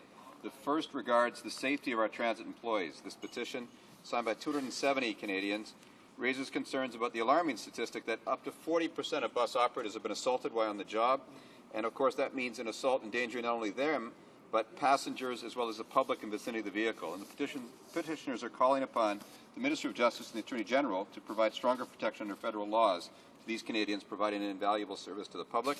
I submit this petition in their name and in agreement. The second petition is to the House of Commons, signed by more than 200 students and faculty of the Bishop Allen School. They want to draw attention to the House some staggering facts about the cost of biofuels and the connection with food shortages and the risk of millions of families going hungry. A World Bank report shows a 75% increase a few years ago in world food prices were in some way connected to biofuels development and their related consequences. The petitioners call on the House of Commons and the Government of Canada to take a leading role in the principle of food sovereignty, a right to adequate food for all. Finally, Mr. Speaker, the third petition submitted is in regards to the closure of public post offices. The petitioners are concerned that far too often post offices are closed with little notice, leaving local business without the necessary infrastructure to grow, and the surrounding communities are left in limbo. And the petitioners call on the Government of Canada to instruct Canada Post to maintain and improve its network of post offices and develop a uniform and democratic way of deciding what changes to be made to this network. And, Mr. Speaker, I have the recent experience of helping this outlet to stay open in my riding, and I would say some instruction from the government would be in order. Thank you very much, Mr. Speaker. Présentation de pétition. Presenting petitions. Paper, the Honourable Parliamentary Secretary to the Government House Leader. Thank you, Mr. Speaker. Mr. Speaker, question number 403, Q403, will be answered today. Furthermore, Mr. Speaker, if questions number Q 397, 398, 399, 400, 401, 402, and 404 could be made orders for returns, these returns would be tabled immediately. Is it agreed that questions 397, 398, 399, 400, 401, 402, and 404 be made orders for return? Agreed, and so ordered. The Honourable Parliamentary Secretary. Thank you. Lastly, Mr. Speaker, I ask that the remaining questions be allowed to stand. Is it agreed? Agreed, and so ordered. Notices of motion for the production of papers. Thank you, Mr. Speaker. I ask that all notices of motions for the production of papers be allowed to stand. Agreed, and so ordered. Order. The Honourables, the Chair has received a request from the Honourable Member for Thunder Bay, Superior North, for an emergency debate. I'll hear the Honourable Member now. Thank you, Mr. Speaker. I was dismayed to learn last night that just days before Canada attends international climate change negotiations in Cancun, Mexico, the government's unelected appointees in the other place have ambushed this country's only federal climate change legislation and killed it without hearing evidence or giving it any due consideration. I'm asking for an emergency debate of this urgent situation for two reasons. First, Canada will show up at United Nations negotiations without any laws on the books, or now any legislation before Parliament to control our rising greenhouse gas pollution. In fact, the government will arrive there on the international stage having just killed the country's only federal climate change legislation in the most undemocratic way possible. Second, this sets a deeply disturbing precedent for our entire democratic system. When members in this House elected by the people of Canada work diligently to pass good legislation, they at least expect the other place to study it carefully and give it due consideration. Unaccountable appointees killing legislation outright without even hearing evidence puts our entire parliamentary system into question. Canadians are wondering what just happened to their democracy. Mr. Speaker, these are fundamental and urgent questions that must be considered without delay. Hear, hear. Thank you, Mr. Speaker. I thank the Honourable Member for his diligence in pursuing these matters. The Chair has considered what he's had to say and, of course, the contents of his letter on this subject, indicating he wished to raise it this afternoon. While I'm sure the question of the rejection of a bill in the other place is something that might provoke some discussion, it's not unprecedented, and it is part of the legislative process, however much one may disagree with what may happen, but I don't believe it constitutes an emergency within the meaning of the standing order, and accordingly I do not feel that I can accept the Honourable Member's request at this time. Orders of the day, order du jour.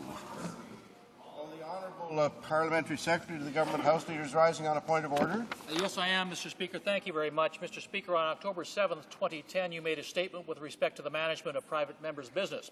In particular, you raised concerns about 4 bills which, in your view, appear to impinge on the financial prerogative of the Crown. One of the bills you mentioned was Bill C-449. I'm therefore rising on a point of order regarding Bill C-449, an act regarding free public transit for seniors. Without commenting on the merits of the bill, I submit that Bill C-449 affects an appropriation by spending or authorizing spending of public funds in a manner not currently authorized in legislation and therefore requires a royal recommendation.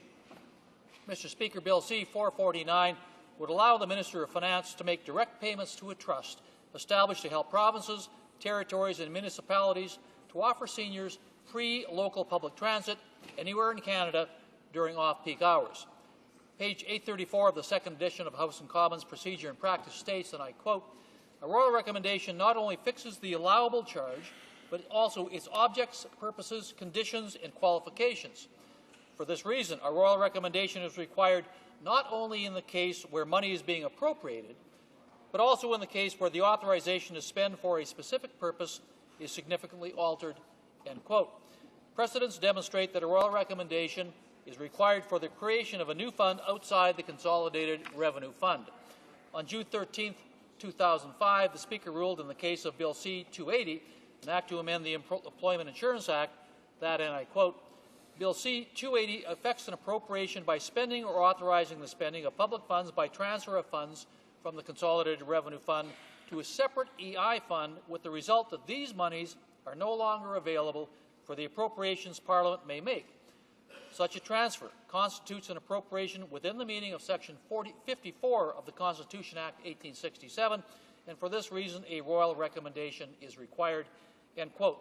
Mr. Speaker, Bill C-449 seeks to accomplish by similar means proposed in Bill C-280, which was found to require a royal recommendation. Therefore, I submit Bill C-449 must also be accompanied by a royal recommendation. Thank you, Mr. Speaker. I thank the Honourable Parliamentary Secretary for his submissions on this matter, and will return to the House in due course with a ruling. Orders of the day. Order du jour. Government orders, Government Bills Commons. Resuming debate at second reading of Bill C-10, the Constitution Act 2010, Senate term limits. Quand le projet de loi était... When this bill was before the House the last time, it was the Honourable Member for Sherbrooke who had the floor. He has 6 minutes for his remarks, so the Honourable Member for Sherbrooke. Thank you, Mr. Speaker. You are extremely generous, 6 minutes, with 10 minutes for questions. Well, Mr. Speaker, on May 25th, I rose to speak about Bill C-10, which is a bill that would limit to 8 years Senate terms.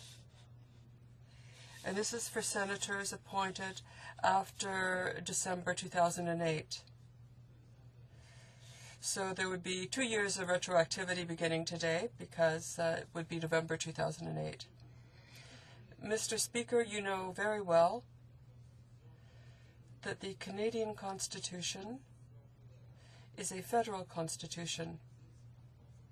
So there exist reasons for which the transformation of the essential characteristics of the Senate is something which would bring into play a constitutional process involving the federal government and the provinces. We see that the government wants to change the Constitution while ignoring the provinces and Quebec. At the end of the 70s, Mr. Speaker, the Supreme Court of Canada looked into Parliament's ability to amend on its own the Constitution with respect to the Senate, according to a ruling, to a decision having to do with any major change to the essential character of the Senate, cannot be undertaken unilaterally. And if we refer to 2007, to the motion that was adopted unanimously by the National Assembly of Quebec. It stated, and I quote, "The National Assembly of Quebec states to the federal government that any change to the Canadian Senate can only be carried out with the consent of the Quebec government and the National Assembly." End of quote. So, Mr. Speaker, we know that we would have to reopen the Constitution to make this kind of change to the Senate. And it's clear that whoever's talking about a potential opening of the Constitution to change the Senate, we're talking about all kinds of other things, because Quebec would like to perhaps make the debate broader. But now we wonder if it wouldn't be simpler to move the abolition of the Senate, because we know full well that the Senate serves only one object, and that is the interests of the party in power, in this case the Conservative Party. People who are appointed are not elected, and if we're doomed to keep the Senate forever, well, I would advise that at least the people be elected, and preferably that there be representation from all parties in the House of Commons. So it's only the government only wants to serve its own interests when it appoints senators. In Sherbrooke, Mr. Speaker, in my riding, there is a senator who is not the senator for Sherbrooke, but who lives in Sherbrooke. But the senator who represents Sherbrooke is a senator who does not live in Sherbrooke. So there's already a problem to begin with, because you know, in 1967, we talked about Senate regions. Now they're called Senate divisions. In Sherbrooke, it's the Wellington Division. And it's Mr. Leo Usakos, who is the senator of this particular Senate division. And it's Mr. Pierre-Hugues Boisvenu, who lives in Sherbrooke, and he actually represents the division of LaSalle. So right away, right away, beginning the debate, we see that these are links with the government. Oh, only a minute, Mr. Speaker? Okay, two very quick examples. The first example has to do with Mr. Husakos, who is one of the people who raises money for the government. One of their major fundraisers, and we know through the newspapers of what kind of things went on with in this respect. Now, Mr. Boisvenu is someone who had to undergo great tragedy, who became a victim advocate, and now defends law and order and the whole tough on crime agenda that the government preaches.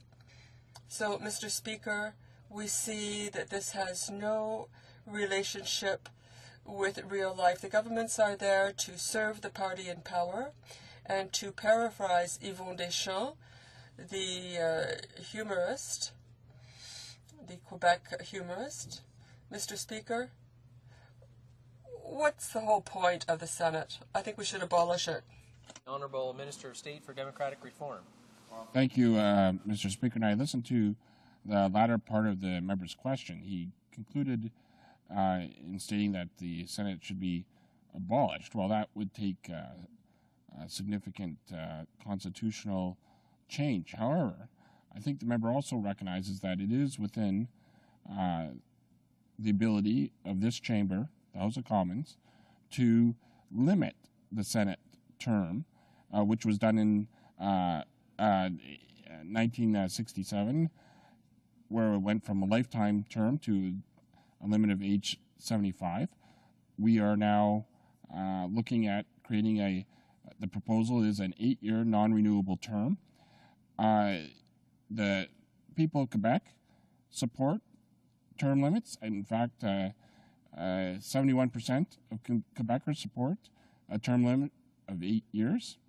And if the member would take this 8-year term limit in conjunction with our other Senate reform legislation, Bill S-8, the Senatorial Selection Act, which empowers provinces to select senators any way they want, as long as it's a direct consultation with the citizens of that province, we could have a democratically elected Senate with 8-year terms. I think it's pretty reasonable. The people of Quebec seem to support it. Will this member support it? The Honourable Member for Sherbrooke. Well, Mr. Speaker, the member said yes, 75 years of age, that would be the limit.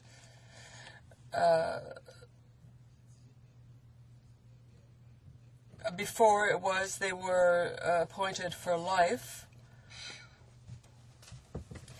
And there were all kinds of caricatures of senators over the years, and it's been only recently that we've changed and made the limit of a term 75 years of age.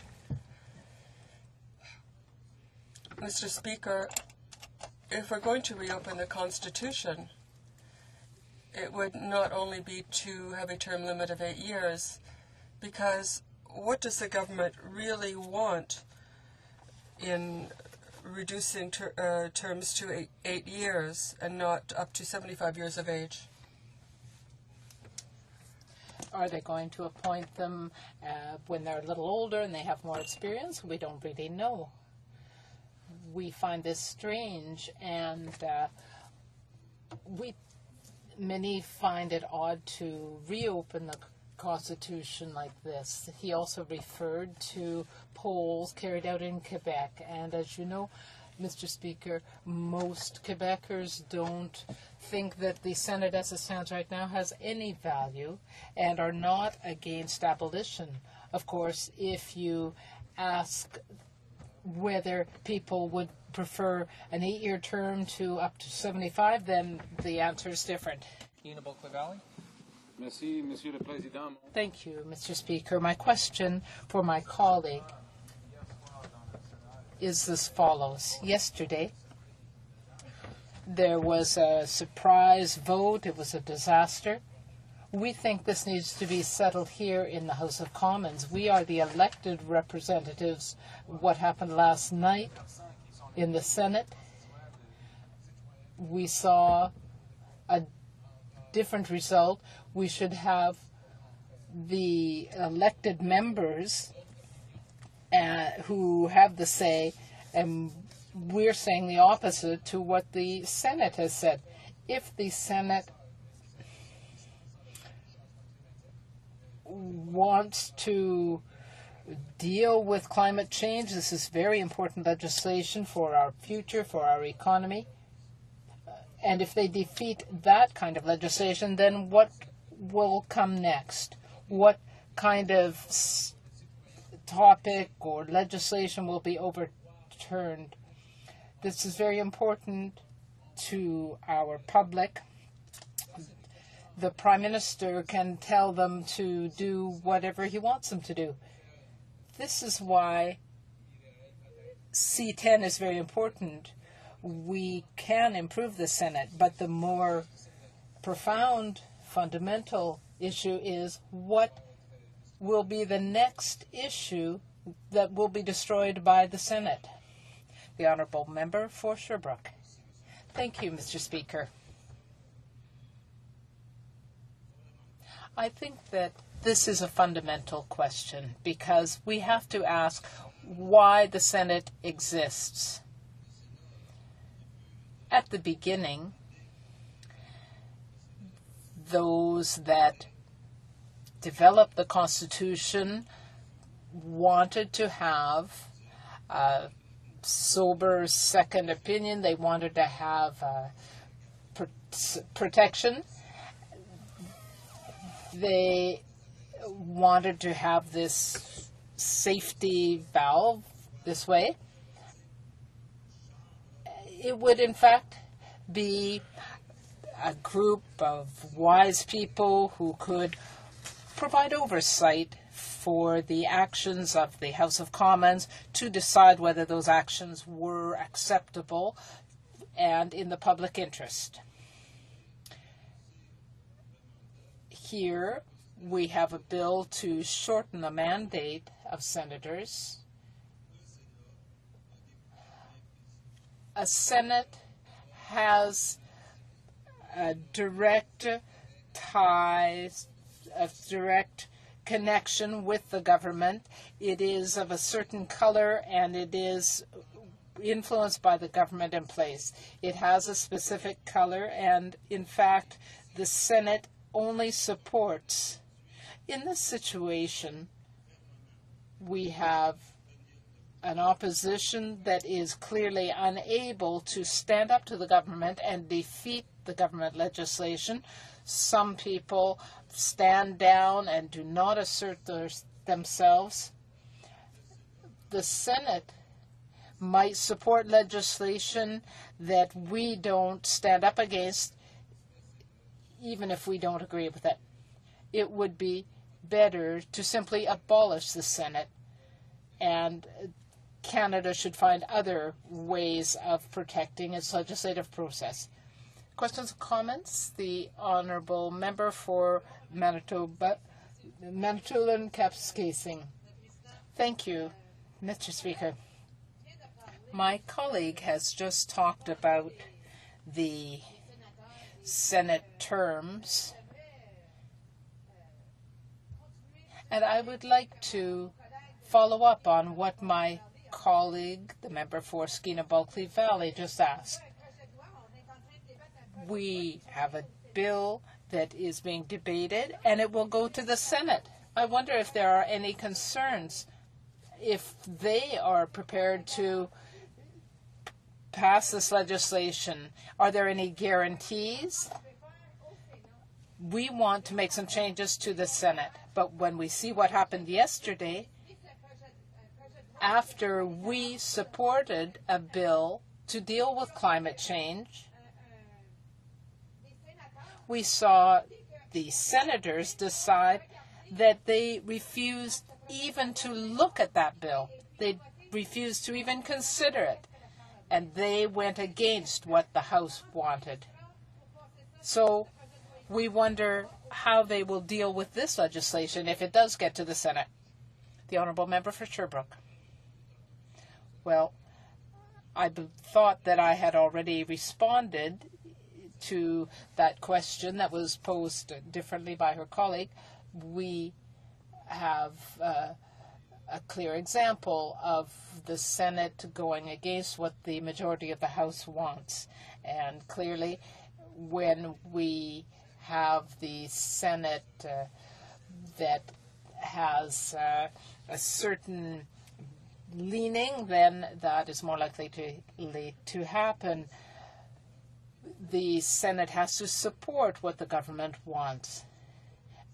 If the Senate is not doing what the House wants, there is a problem. The majority, and I mean that in an ideal sense, the majority of the 308 members here make decisions, and I think there is a very basic problem if that decision is not followed up by the Senate. Obviously, the Senate has the right to make amendments, but when a decision is made here, it should be supported and the legislation adopted in the Senate. Clearly, there are possibilities for things to go wrong. There may be a need for oversight, and I think Canada might want to find it another way. For Random Burren, St. George's. Thank you, Mr. Speaker, and thank you for the opportunity to speak on the legislation that's before the House today.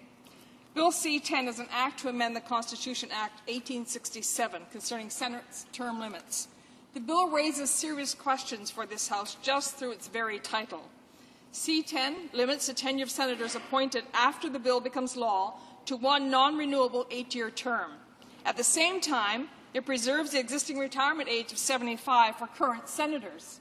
It further allows a senator whose term has been interrupted to return to the Senate and complete his or her term. The bill also contains a provision for senators summoned to Senate after 14th of October 2008, but before the coming into force of the Act. They remain a senator for one term, which expires 8 years after the coming into force of this Act. Just a little bit of history there, Mr. Speaker, a little bit of background. The Liberal Party has repeatedly made it clear to Canadians that we support and have a continued interest in Senate reform.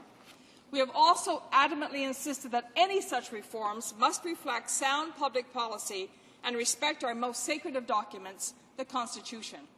It is our hope that the committee will study and amend this bill before us today and return something to this House that respects the Constitution and the role of the provinces in democratic reform.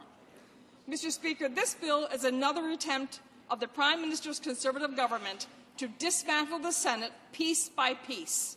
What has to be clear to all of my colleagues in the House, in the Senate, and to all Canadians is that this is not simply a cosmetic tweak of an old but venerable institution. This legislation before us today amounts to parliamentary reform, reform that arrives at us today without consultation with provincial or territorial governments. Make no mistake, Mr. Speaker, this is nothing short of another attempt by the Conservative government to unilaterally transform our system of parliamentary democracy. This government has shown a blatant contempt for the Constitution and the Federation to which it speaks. This is not the first time, Mr. Speaker, that this government has targeted the Senate, and by extension, Parliament, by its so-called plans for reform. This bill has come before the House on 2 previous occasions. We have it today in its 3rd incarnation. Perhaps the Prime Minister and the Conservatives were thinking that 3 is a lucky number, or that the 3rd time is a charm. But, Mr. Speaker, it's widely accepted that 3 strikes also means you're out. This bill was originally introduced in the first session of the 30th Parliament as S4. At that time, the Standing Committee of Legal and Constitutional Affairs proposed several amendments to the bill. Specifically, the committee proposed that the duration of a Senate term be extended from an 8-year term to a 15-year term. And the reason for this is important to the principles of parliamentary democracy within our Constitution.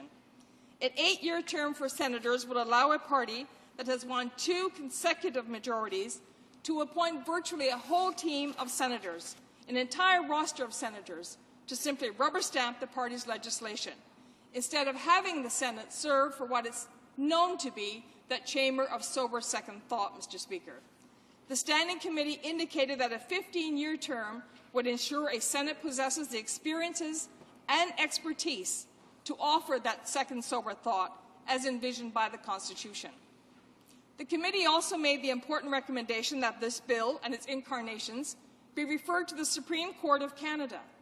The Liberal Senate caucus echoed this recommendation, asking the government to refer this bill to the Supreme Court to determine whether or not this legislation requires a constitutional amendment approved by 7 of the 10 provinces, representing 15% of Canada's population, rather than a simple act of Parliament. Mr. Speaker, this legislation's history underscores the serious nature of the issue that is now before this House. With this 3rd attempt at parliamentary reform, the Prime Minister and the Conservative government once more betrayed their true feelings toward the Senate. It seems the Prime Minister either doesn't care or simply doesn't understand the character of the institutions he purports to be steward of. It's easy enough for this Prime Minister to flippantly say, "I make the rules," when he feels like saying that, but we rarely see evidence that indicates he is in fact committed to bringing forward those so-called rules in the form of sound public policy. Mr. Speaker, the Senate was established to protect and defend regional and provincial interests and rights. This was necessary to protect the regions against majority governments in the House of Commons, and now the Prime Minister is attempting to circumvent the provinces completely. Another example of the Prime Minister ignoring the spirit of our federation. Let it be known, Mr. Speaker, that contrary to Conservative spin and ideology, it is the provinces themselves that have expressed passionate concern about Senate reform. This Prime Minister prefers to forget that the provinces are indeed our constitutional partners.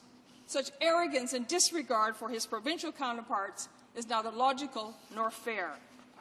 Also, let it be known, Mr. Speaker, it is not only Liberal senators who have voiced concerns on the issue of Senate reform. Liberal senators and Liberal members of Parliament alike are committed to sensible and rational reforms that reflect the principles and spirit of our constitutions and fully include all provinces as equal partners with equal voices at the table. No less than 4 provincial governments have publicly come forward to express their strong objection to the Prime Minister's unilateral interpretation of the Constitution and his unilateral attempt to reform our institutions. Ontario, Quebec, New Brunswick, and Newfoundland and Labrador have all made it clear that if they are not to be included in this discussion, they will have no recourse but to go to the Supreme Court. If the Prime Minister insists on creating such discord through his unwillingness to hear opposing views, whether from Parliament, its committees, or other provinces, how can he say he is engaged in democratic reform? How can the Prime Minister and this government stand in this House and claim in good faith to be undertaking these reforms in the name of democracy when the government of the 2 largest provinces in Canada and the 2 smallest, representing more than 50% of the population of the country, and 3 of the 4 regions described in our Constitution have been flatly dismissed and ignored in their objections to these reforms? The matter is clear, Mr. Speaker. The Prime Minister and this government cannot constitutionally proceed unilaterally now as then.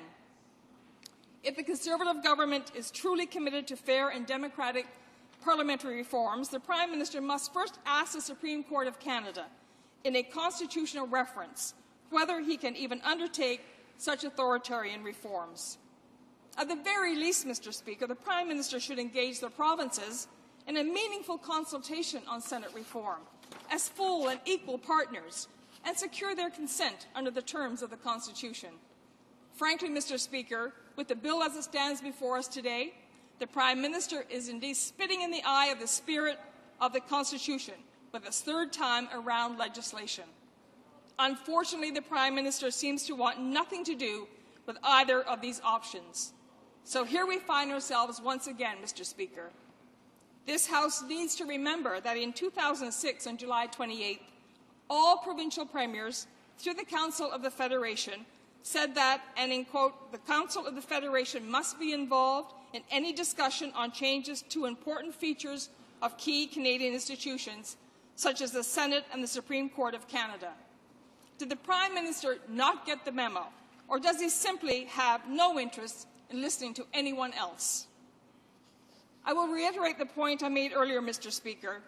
What is being proposed here is nothing less than a full reform of our system of parliamentary democracy. Does the Prime Minister think that no one cares, or perhaps no one is paying attention? He made that mistake the last time he prorogued Parliament, and we heard loud and clear what Canadians thought about that. The Liberal Party cares, Mr. Speaker. We care about the Senate because it speaks to the very core of our democracy and the principles of fairness, balance, and common sense. Let me draw your attention to Section 42(1)(b) of our Constitution. It says, such constitutional amendments may not be made by acts of Parliament alone, but also require resolutions of the legislatures of at least 2/3 of the provinces that have, in the aggregate, at least 50% of the population. As such, this proposed legislation represents nothing less than an attempt to change significantly the powers and the function of the Senate. It would appear, Mr. Speaker, that this government has not even read the Constitution. The changes that this bill proposes are far beyond the powers granted to the Parliament of Canada. The changes proposed require a coordinated constitutional amendment, which in turn must adhere to a specific formula as set out in the Constitution. Mr. Speaker, we could have a Supreme Court ruling long ago and advance Senate reform in a meaningful constitutional way. Instead, the Prime Minister has elected to simply reintroduce the same bills, the same thing over and over. And instead of listening to his constitutional partners, instead of listening to the provinces or even the Supreme Court, Prime Minister Harper is choosing to fill the Senate with enough of his own supporters to force his preferred Senate reforms through. The Prime Minister has tried to present his proposed reforms, such as a change of an 8-year, 10-year terms for senators, as modest changes that would afford no trouble to no one. However, as numerous witnesses have testified, this change could allow a two-term Prime Minister to appoint every senator in the chamber, wiping out any opposition voices to any initiative, as the Government of Ontario wrote. And we know that that's a common event in this country, Mr. Speaker. We know that we had 2 Liberal governments who had more than 8-year terms. We know that we had a progressive Conservative government that had more than 8-year terms. So again, the probability exists that, in fact, every senator could be of that political party persuasion. Bill S4 on its own would dramatically alter the real functioning of the Senate, detracting from its traditional role as an independent chamber of sober second thought. The Prime Minister's new power to appoint every member of the Senate over 8 years would significantly expand his appointment power and impair the independent functioning of the upper chamber. The result will be indeed a partisan institution with nearly co-equal powers to the House of Commons, and an institution that would be more likely to exercise those powers in order to please or obstruct a government, creating an untenable situation. The Government of Quebec was unequivocal in its assessment of the impact of the reforms to the Senate proposed by the current federal government. Then Minister Benoit Pelletier, acknowledged constitutional law expert, wrote that, in quotes, "The transformation of the Senate raises some fundamental issues for Quebec and the Canadian Federation in general. The federal bills on the Senate do not represent a limited change." The Premier of my home province in Newfoundland and Labrador, Danny Williams, wrote to the Prime Minister to express his government's view that the proposed Senate reform bills represent attempts to alter the Constitution of Canada so as to significantly change the powers of the Senate and the method of selecting senators within the meaning of Section 42(1)(b) of the Constitution Act 1982. Such constitutional amendments may not be made by acts of Parliament alone, but also require resolutions of the legislatures of at least 2/3 of the provinces that have, in the aggregate, at least 50% of the population. And that's what democracy is all about, Mr. Speaker. It's involving our constitutional partners. It's making sure that we all have a say in how this country is run, so that we don't just have a House of Commons with our elected representatives, but we also have the Senate, where people are appointed. But people are appointed on the basis that they're there to serve as a sober second thought to decisions that are made in the House of Commons. The former Premier of New Brunswick, Sean Graham, wrote, "The Government of New Brunswick has carefully considered the proposed amendment and is not able to support this amendment in its current form. Our review of jurisprudence on this issue, contained in the attached position paper, supports the view that the provinces must give consent to any changes that affects representation in the Senate." Mr. Speaker, let it be clear, the Liberal Party favours Senate reform. We have said so time and time again. But it's reform that must come through a consultation process. It's consultation with our partners in a democracy. It's reform that reflects sound public policy and respects the Constitution. The Conservative government continues to try and change the channel from spending scandals, by cutting back on social programs, by having a deficit of $55.6 billion, by spending money unnecessarily on G8, G20, and by doing things that we all know is really unnecessary. And when I look at an organization like Kairos and look at the money that they need and the fact that this government has ignored them, in fact has said no to them, when it's an organization that has worked so well on behalf of so many people, both in this country and throughout the world. There's a problem here, Mr. Speaker, when you have a government who doesn't recognize the importance of doing what's right, but instead focuses on doing away with the Senate or making sure that there's 8-year terms that will serve no one's interest in terms of the democracy of this country. Liberals will continue, Mr. Speaker, to demand that the government conduct meaningful conversations with the provinces on this issue. Provinces have been heard loud and clear. They have made their concerns known. What is wrong with listening to our partners? What is wrong with acknowledging that they have a part to play?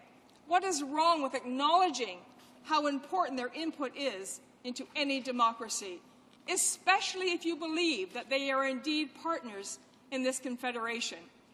And I'm afraid, Mr. Speaker, that what we have today is a Prime Minister who is anti-democratic, in fact, who doesn't believe that the provinces and the territories have a part to play. In fact, as he said, he makes the rules. And in making the rules, he is deciding that he wants 8-year terms for our Senate. 8-year terms, and if he had a majority government, he would stock that Senate with people of the same political persuasion to the point where that sober second thought that is so important to any legislation, any decisions that we are making in the House of Commons as elected representatives would not exist anymore. So there's a real serious issue here, Mr. Speaker, and the issue is that we need to listen. The government needs to listen, not just assume that they have all the answers. There are people who can make a contribution. There are people whose experiences and expertise are invaluable, both in the House of Commons and, Mr. Speaker, in the Senate. It is true that Canadians' views of democracy have evolved since 1867. And as Liberals, we are committed to ensuring that our institutions reflect those changes where appropriate. The Senate, Mr. Speaker, is an essential component of Canada's constitutional democracy.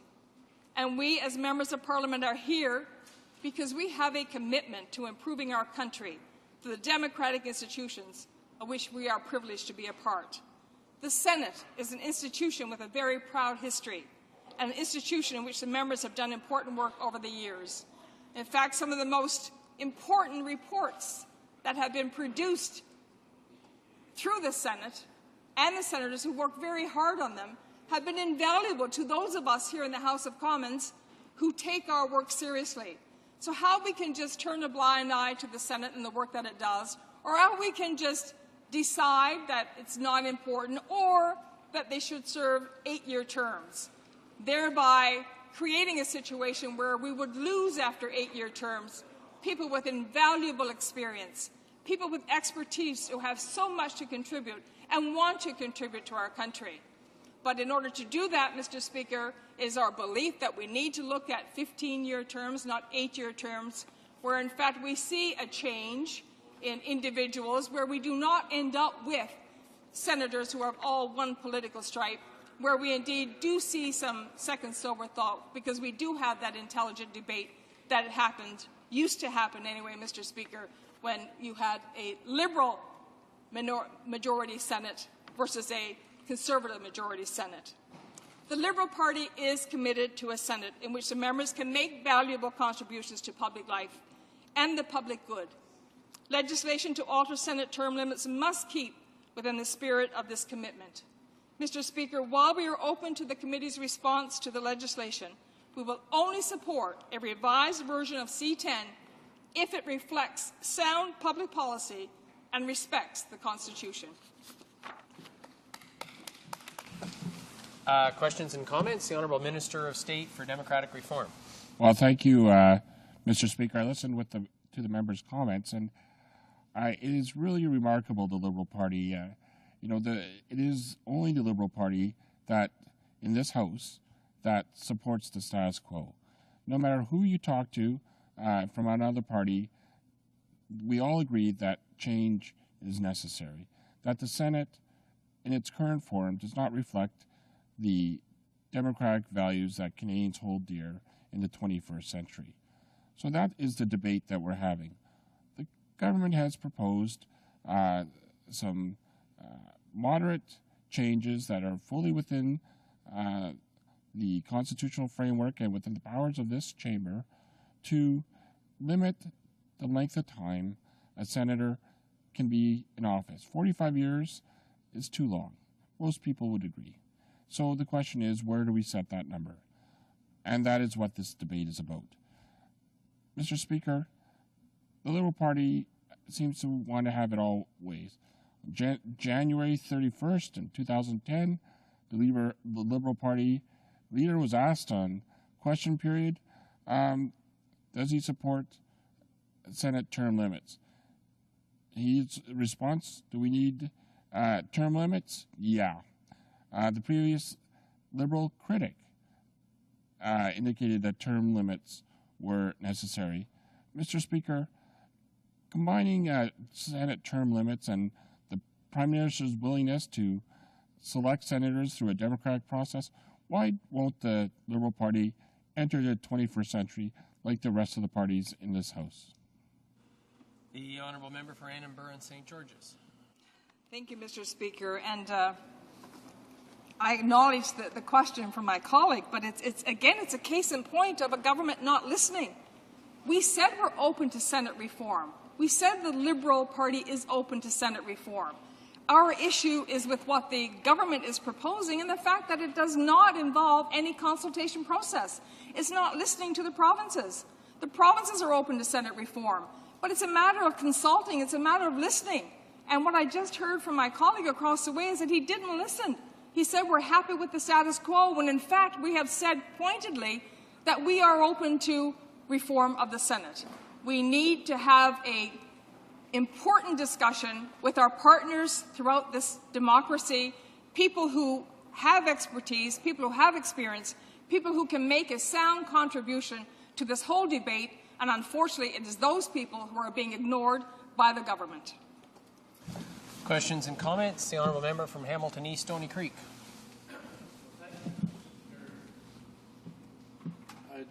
I now have a light.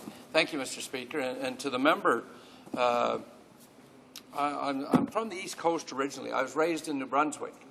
And one of the things I'm proud of is in 1892, New Brunswick was the first province in this country to abolish their Senate, followed closely thereafter by PEI in 1893, and Nova Scotia in 1928, Quebec in 1968.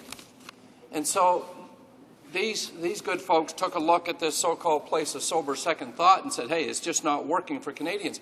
But my point beyond that is, in regards to the Senate that we have to deal with, that for 13 years you had a Liberal government that was okay to have a stacked Senate as long as they got to do the stacking.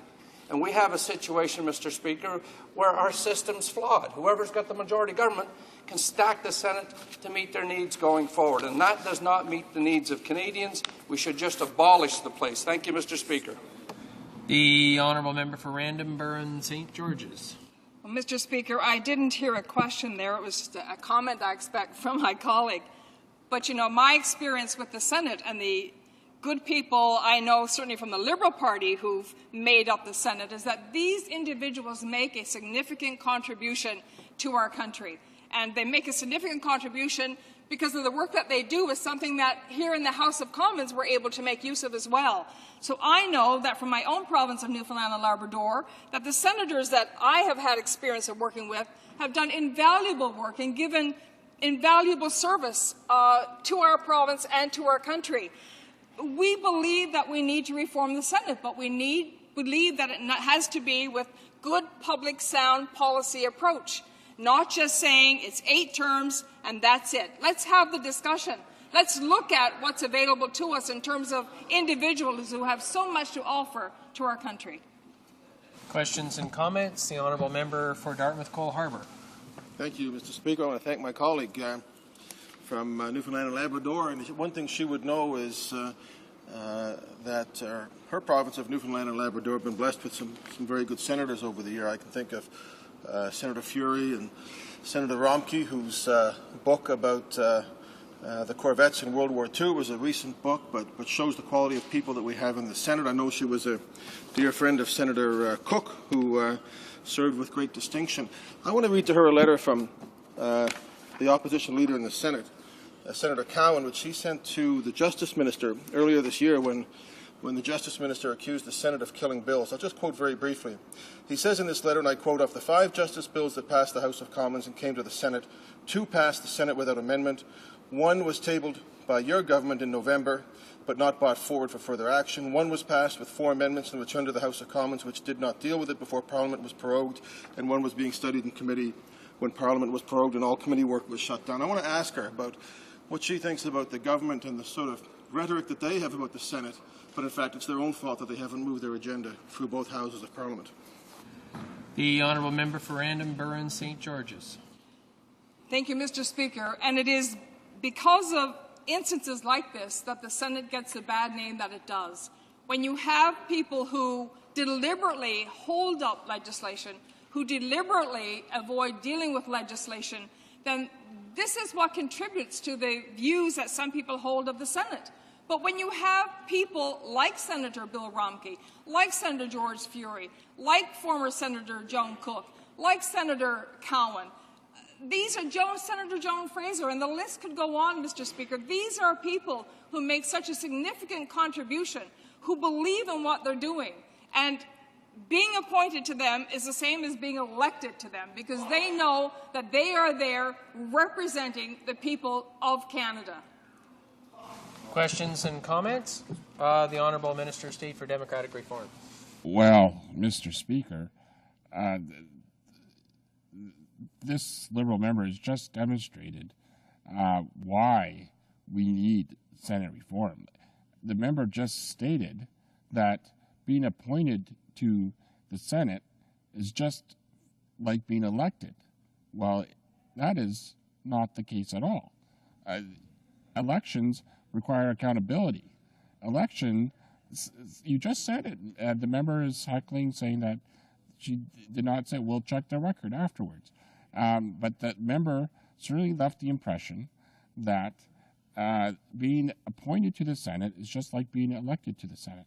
Now, Mr. Speaker, I understand the Liberal Party's zest in protecting the Senate and the status quo, and they know very well that wholesale change of the Senate would require endless constitutional negotiations, which would never end, and hence you would end up with the status quo. But what we are proposing are incremental changes, and the Conservative Prime Minister has said that he will select whoever the people of a province selected in an election. That will be a Conservative Prime Minister's selection for the Senate. So even if if the people elect an NDP member, a Liberal member, or a Conservative, or a Green Party, that's who the Prime Minister will select. So the stacking argument that the member presents is completely undermined. But what is really astonishing during this debate is the fact that the Liberal member does not acknowledge what her previous critics have said, that there are term limits that are needed, and yet she goes on about Senate reform. Mr. Speaker, there's only one party that... Order. Must go to the answer. The Honourable Member for Random Burren St. George's. Thank you, Mr. Speaker.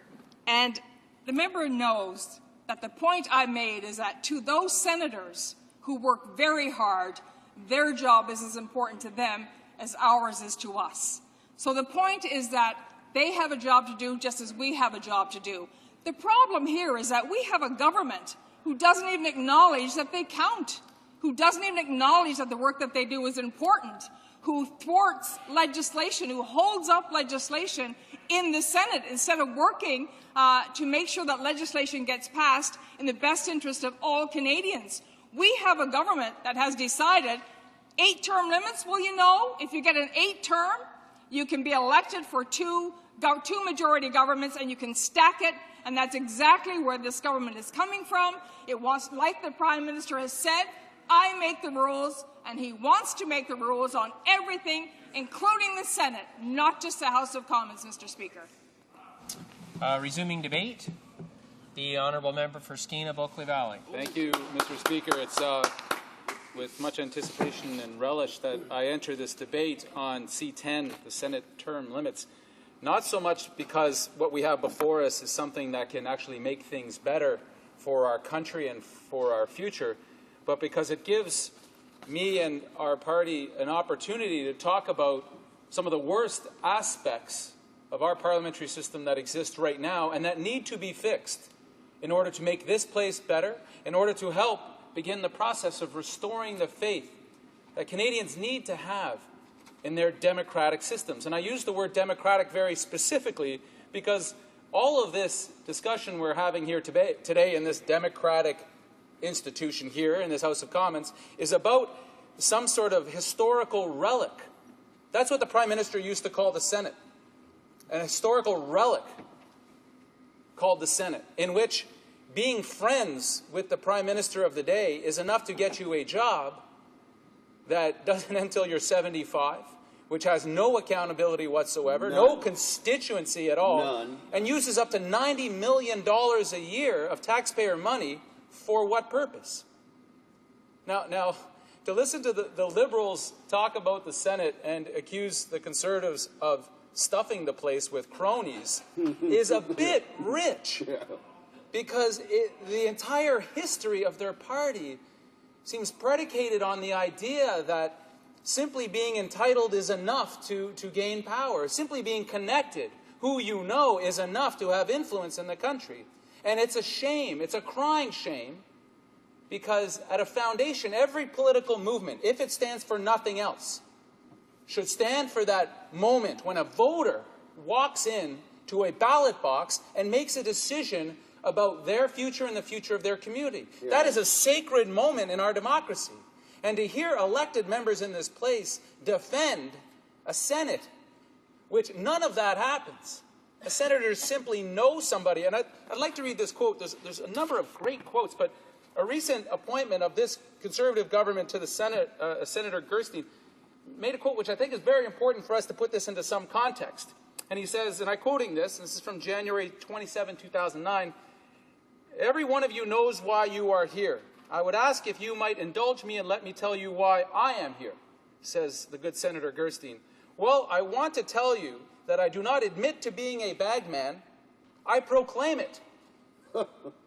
He doesn't want to admit that he's been a bagman for the Conservatives, a fundraiser, and a good fundraiser, apparently. Yeah. He proclaims it. And he says, "This is why I am here, is because I help the government of the day raise money." That's why. Not because of my ability to look over legislation or to think about the affairs of state, where our country needs to go. It's because I can shake money out of the pockets of Conservative supporters better than the next guy.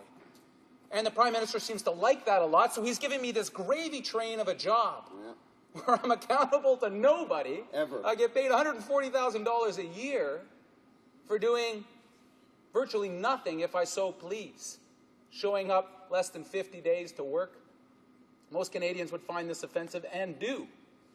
Now, the reason that we support and ridicule this particular piece of legislation is because it's tinkering around the edges of the fundamental problem, which is tinkering with the idea that we can somehow write on to an unaccountable place some level of accountability. And we know it can't be done this way. We're certain that when witnesses come forward and say, well, the Constitution dictates this and dictates that, that the tinkering around this $90 million slush fund that happens down the hallway is not going to enable any sort of democratic enhancement of the country. Sober second thought, there is no sobriety test when senators go into that place. There's no sobriety test last night when they took a piece of legislation that was voted on democratically here and decided without any debate, without any discussion at all, no questions about a piece of legislation passed democratically, that they were just going to simply kill it. And to my honourable colleagues that say, well, so what? That's just one bill, and maybe some of the Conservatives that didn't particularly like the bill, so what? Let's follow this through a little bit and talk about the future where an unelected, appointed body is able to override the democratic will of the chamber, override the democratic will. We all come here with a bond between ourselves and our constituents that we seek through elections. We seek a mandate. Parties seek it. Individuals seek it. A mandate to do things that we hope will improve the lives of ordinary Canadians.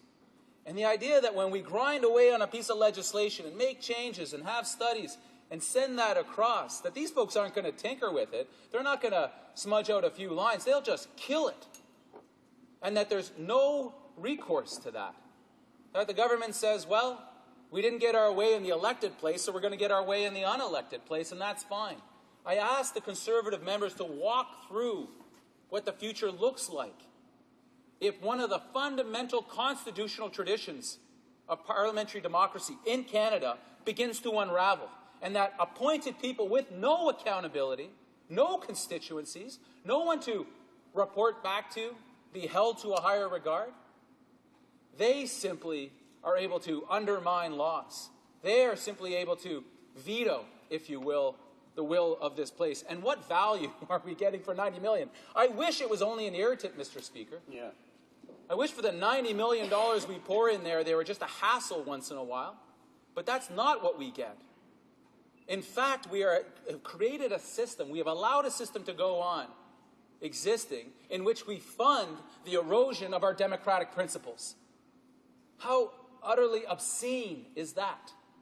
When Canadians say, we're paying people to go to work and undercut the work of elected members. Now, this allows direct control for the Prime Minister of the day. We know this. And there's an interesting quote from a Conservative spin doctor that came out just after the Prime Minister broke the record on appointments. Yeah. Canada is a relatively young country, but is of many years and many prime ministers and circumstances. This prime minister, in appointing 27 senators in 1 year, broke the record. And a Conservative spin doctor said, we need Conservatives in the Senate who are loyal to the party, to the cause, and to the Prime Minister. Notice in that list of loyalties, the country wasn't mentioned. Because that's in fact what these folks are there for. That's why they got there, as Senator Gerstein has so eloquently pointed out. I am a bagman, he says, and I'm proud of it. That's how I got here. And he wasn't just talking about himself. There's others, of course, that are there for their fundraising abilities, nothing to do with their intellectual capacities, devotion to this country. Now, a Prime Minister that we as Canadians are, I think, quite a forgiving people. We allow our politicians to make mistakes from time to time. There can be redemption. We can do something that we later regret and then correct the error. But what Canadians don't tolerate is outright hypocrisy. Now, I'll read a couple more important quotes into the record, Mr. Speaker, because they're important and they're not that old, which I think is also significant. January 15th, 2004. Despite the fine work of many individual senators, the upper house remains a dumping ground for the favored cronies of the Prime Minister. Who said it? The current Prime Minister. We can only take him at his word that in breaking the record of dumping ground cronies, he is ensuring that the system continues. Another quote, a little later on, 2006. A Conservative government will not appoint to the Senate anyone who does not have a mandate from the people. Yeah. We will not. It wasn't we may not or will consider. We will not. That is as broken a promise as you can get. And I think the thing that frustrates people who voted Conservative in the previous elections is they believed these quotes because they were so clear. They weren't nuanced. They weren't subtle. I know my Conservative colleagues sitting in the House today, when the topic came up for them, when they were in elections, and they were at all candidates debates, and the issue of the Senate came up, they said similar things. Because they had seen the Liberal Senate up close. They remembered the Mulroney years of stacking the Senate year after year, and they thought it was an abuse of power. I believe them. I think their constituents believe them. Certainly the people who voted for them believe them. But how can they believe them now? How can they believe them now after this many years in power, having broken the record of cronyism? A last quote here.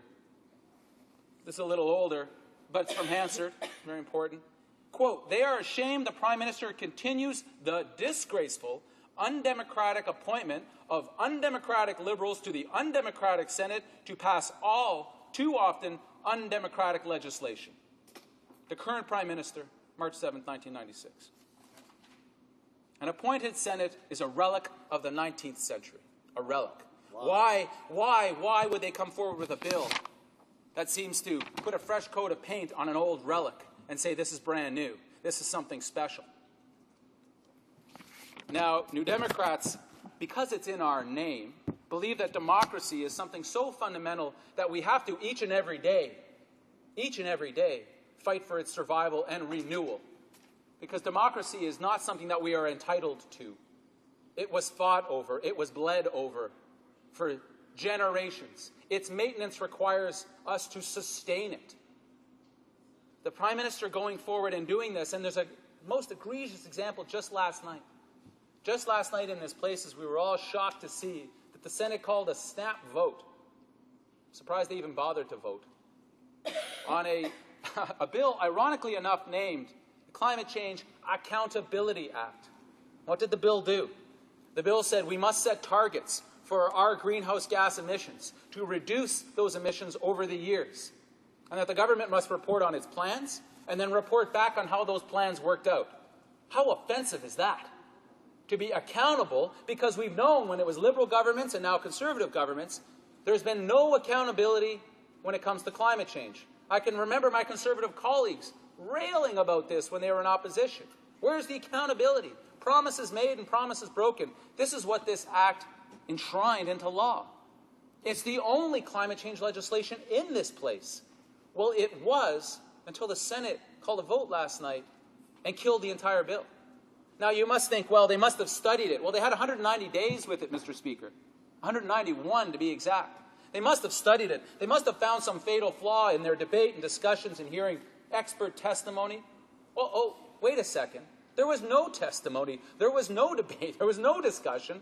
They just simply killed the bill outright for no reason given. A bunch of Liberals stayed away. A bunch of Conservatives voted to kill it undemocratically, and they feel fine with this. It undermines all of our work. It undermines our principle of being here. It undermines the last election, the one before that, and the next one. The Senate needs to be abolished. Now, some will say this can't be done, but yet we know that there aren't any Senates at any of the provincial or territorial levels. But there were many. Well, New Brunswick in 1892 said no more Senate. Nova Scotia in 1928. Quebec 1968, recent memory, living memory, decided that the so-called sober second thought place wasn't worth the money or time, that we could actually be sober and have thoughts here. We can do this. We do it all the time. PEI 1893, Manitoba 1876. They tried Senates.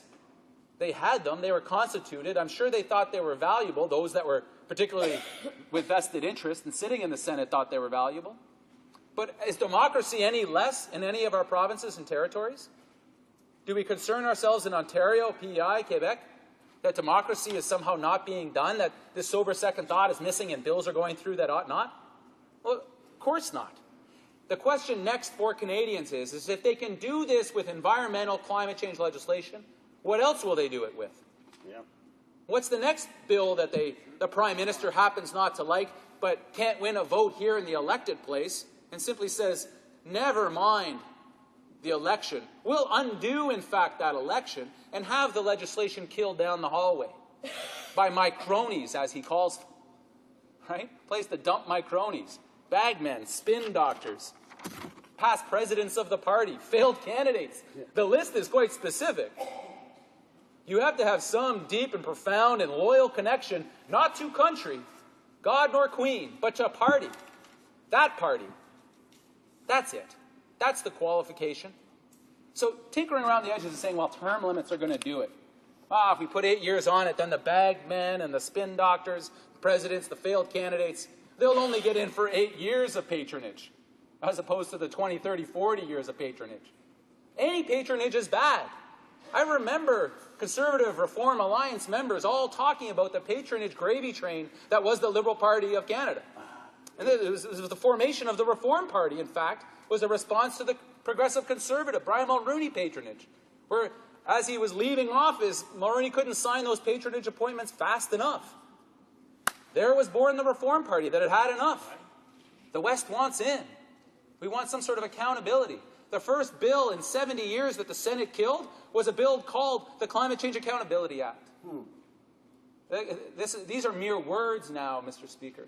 The promises that the Prime Minister can make in the next election mean so much less. And I guess the concern, the sadness that I have over this entire issue is it erodes the faith, what little faith is remaining in the Canadian public over what this place is meant to do. Why they bother to vote. We all lament the lower voter turnout. We all lament that young people aren't getting involved enough and their voter rates are... Well, how can we expect any different if we allow this fundamentally hypocritical action of a government to go untested and unchallenged?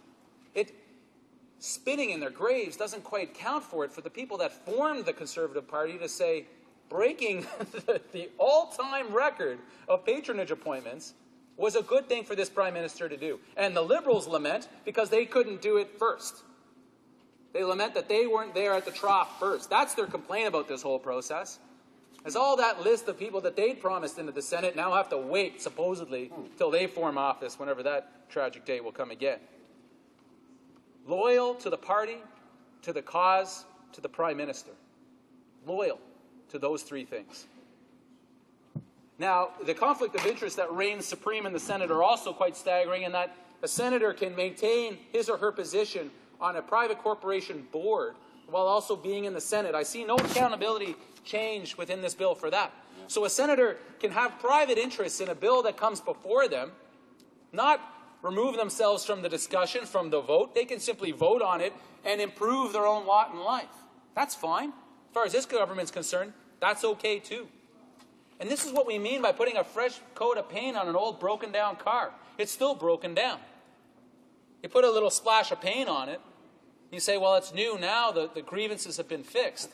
But allowing for inherent conflicts of interest to exist within the body and not changing those seems to me and to everybody else that it's tokenism. Mere tokenism. And again, Canadians can suffer much and have been asked to suffer much from their elected governments. Switches, flip-flops, governments changing their mind. A government like this one currently who won't allow a free and fair debate on extending a dangerous mission in Afghanistan for another 3 years. Canadians have been asked to suffer a lot. But when a party campaigns explicitly on accountability, transparency, reform of the place, and then comes in and does this and says, trust us for another mandate, Canadians can be forgiven for doubting. They will doubt, and they must doubt, because the evidence is before us.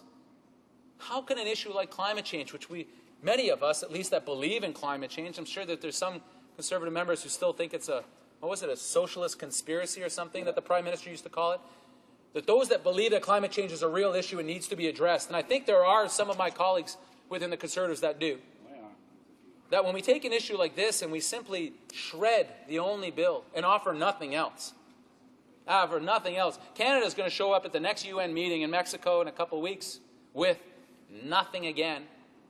With nothing again. We are spending right now on green energy at a rate of $22 to 1 versus the Americans. The Americans spend 22 per capita, we spend 1. And green energy and technology companies are coming to us and saying, we must have certainty when it comes to the pricing of carbon. We must do something about cap and trade. And the government's response is just, well, wait for Washington. Imagine that abrogation of sovereignty at such a fundamental level as our environment and economy. And Mr. Speaker, and finally, I wish to propose the following amendment, seconded by the member from Hamilton Centre, that the motion be amended by striking out all the words after the word that and substituting the following. The House declines to give second reading to Bill C-10, an act to amend the Constitution Act 1867, Senate term limits, because the term limits do not go far enough in addressing the problems with the Senate of Canada and do not lead quickly enough to the abolition of the upper chamber as recent events have shown to be necessary. Hear, hear. Thank you very much, Mr. Speaker. Hear, hear. It's fine procedurally, but you may want to get some...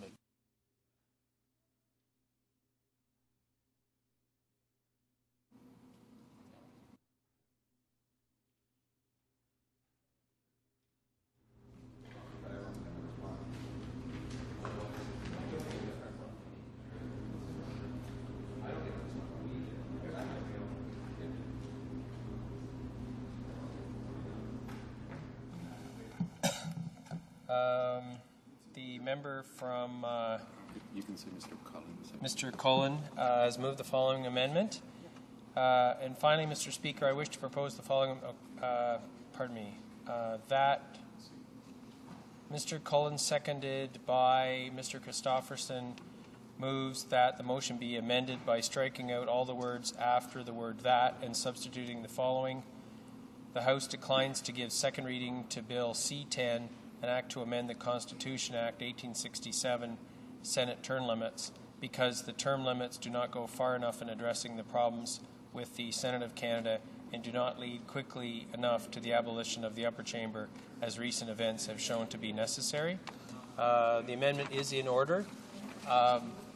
Questions and comments? The Honourable Minister of State for Democratic Reform. Well, thank you, Mr. Speaker. And what we are proposing as a government is something that is within the purview of this chamber. I am concerned that the amendment that was just proposed would go beyond what would normally be expected of this chamber. Having said that, Mr. Speaker, I also like to reflect on some of the comments that were suggested before. The Prime Minister has actually said that he will appoint whomever the people of a said province would elect. He's willing to give up that power to ensure that people of the province are represented in the Senate through elections. So in that way, we are moving the yardsticks forward. Mr. Speaker, the member talked a lot about how the Senate has benefited one party, particularly the Liberal Party, in the past. And I wonder if the member could speak to how the Senate, as an unelected body, has benefited the Liberal Party, and what other methods does the member, outside of abolishment, because that's simply too difficult, does the member suggest that we move forward with Senate reform? We got the elections going with Bill S-8, and we have term limits. This is a democracy, and I'm open to hearing the member's suggestions. The Honourable Member for Skeena-Bulkley Valley. Thank you, and I thank my colleagues for my colleague for his question, his comment. He said that it's going beyond what is expected of us. I think we need to go much further beyond simply what is expected of us and challenge the very notion that is in front of us. To accept the existence of this place is a good thing. Now, it's to be noted, and the Minister can correct later, that by doing it this way, the Prime Minister remains under no legal obligation to do this. And the reason I point this out, if let's say a province actually holds an election for a Senate, which are barely valid, as you can see in the provinces that have tried this so far, to call them elections is a bit of a stretch, and the Minister knows it. But the Prime Minister is not legally obligated to do any of these things. And the reason I raise this is because this Prime Minister has chosen to break promises before. The very last election that we had was not meant to be, because he had made a promise in law, his law, which he broke, that said we will have fixed election dates, which we supported. And Democrats supported this initiative and this effort. Well, the Prime Minister no longer, as soon as he saw the ink drying on that law, broke it. So to say, well, now we have this new bill and we're going to appoint only after an election, that's simply good enough. Trust me, the credibility of this Prime Minister, after having just broken the record by appointing 27 of his cronies and pals, doesn't carry water. It doesn't. And how has it benefited the Liberals to have this situation for so many decades? Well, it's benefited them a lot. And now it's benefiting the Conservatives. That's the problem. Crony after crony after crony sitting in there, loyal to who? Not to this place, not to this country, but to the party. That's what's wrong. That's why it needs to be abolished. Questions and comments? The Honourable Member for the Western Arctic. Speaker, and I want to thank my colleague because, of course, we in this party are right now at a point with this Senate that we can't envision how we can continue with a body like that can pull off an action like it did today. And if this House accepts this action that occurred within the Senate, then we're accepting that the powers of members of Parliament, duly elected members of Parliament, are diminished enormously. And so how can we move forward from this point is it not? Is that not the reason why we must have an amendment to this bill at this time, is to actually confront the affront to our democracy that occurred last night? Honourable Member for Skeena-Bulkley Valley. Well, the idea that an unelected place can simply undo what the elected body has chosen to do should be an offense to all of us. And I remind my Conservative colleagues that while they so-called won on this issue and got a bill killed that they didn't like, the other shoe drops in politics. What works for you in one day, if it's fundamentally flawed, may not work for you another day. And that should cause deep concern, because we all diminished by this. This is not simply about one bill or one party's ambitions or one idea. This is about the very fundamental idea under which we operate. Is there anything that we cannot agree on but that? That we come here with the powers that we do as legislators because people voted for us. That is from where we draw our power, not from the party, not from the Prime Minister, not from the leaders of the parties, but from the people who sent us here. That is our authority to guide and craft laws, to spend taxpayer money. That is not the case in the Senate. It is the opposite. Their loyalties, as was quoted, draw directly from one source, and that's the Prime Minister who appointed them. So yes, we are all diminished by this. And yes, today the Conservatives might celebrate because there is still no action on climate change, which is a shame in and of itself, but the other shoe drops. That is the nature and work of politics.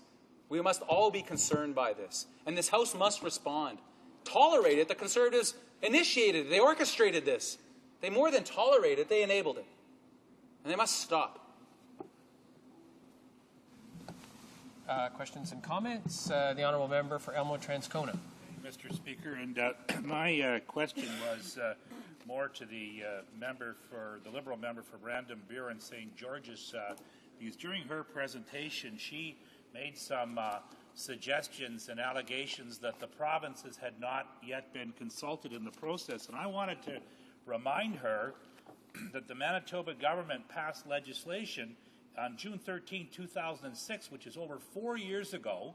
The legislation came about as a result of an all-party committee in Manitoba, which is a tradition in Manitoba. And on that committee was Liberal representation. In fact, the Liberal member is their candidate in the Winnipeg North by-election. I guess he's not informing his leader when his leader's been out there last four visits. I guess he hasn't told him what has happened in Manitoba. But this committee met. It had a number of meetings. It had representation, 51 presentations. It had 32 written submissions, including from Senator Terry Stratton himself. It even had a sitting senator give a written presentation. And what this committee did was it came up with a number of recommendations. And by the way, on the term limits, it tended to agree with what the government wants to do. But in terms of its recommendations, supported by Liberal, Conservative, and NDP members, they decided that they would have first-past-the-post elections, that they would in fact have 3 seats in Winnipeg, 2 seats in southern Manitoba, 1 in the north, and that is how they proceeded with this all-party committee. So where does this member get off saying that the provinces haven't been consulted in the process? That's totally untrue. The Honourable Member for Skeena-Bulkley Valley. Thank you, Mr. Speaker. I thank my colleague from Elmwood-Transcona. Well, the Liberals don't like to hear consultation that disagrees with what they want. And the consultation that's come back, if you ask their constituents, an unelected appointed Senate is a good thing. It serves democracy. This was the point that one of the Liberals making a speech earlier today said, the Senate enables democracy and encourages democracy. I don't know how you write those words down on a speech, then say them out loud and keep a straight face.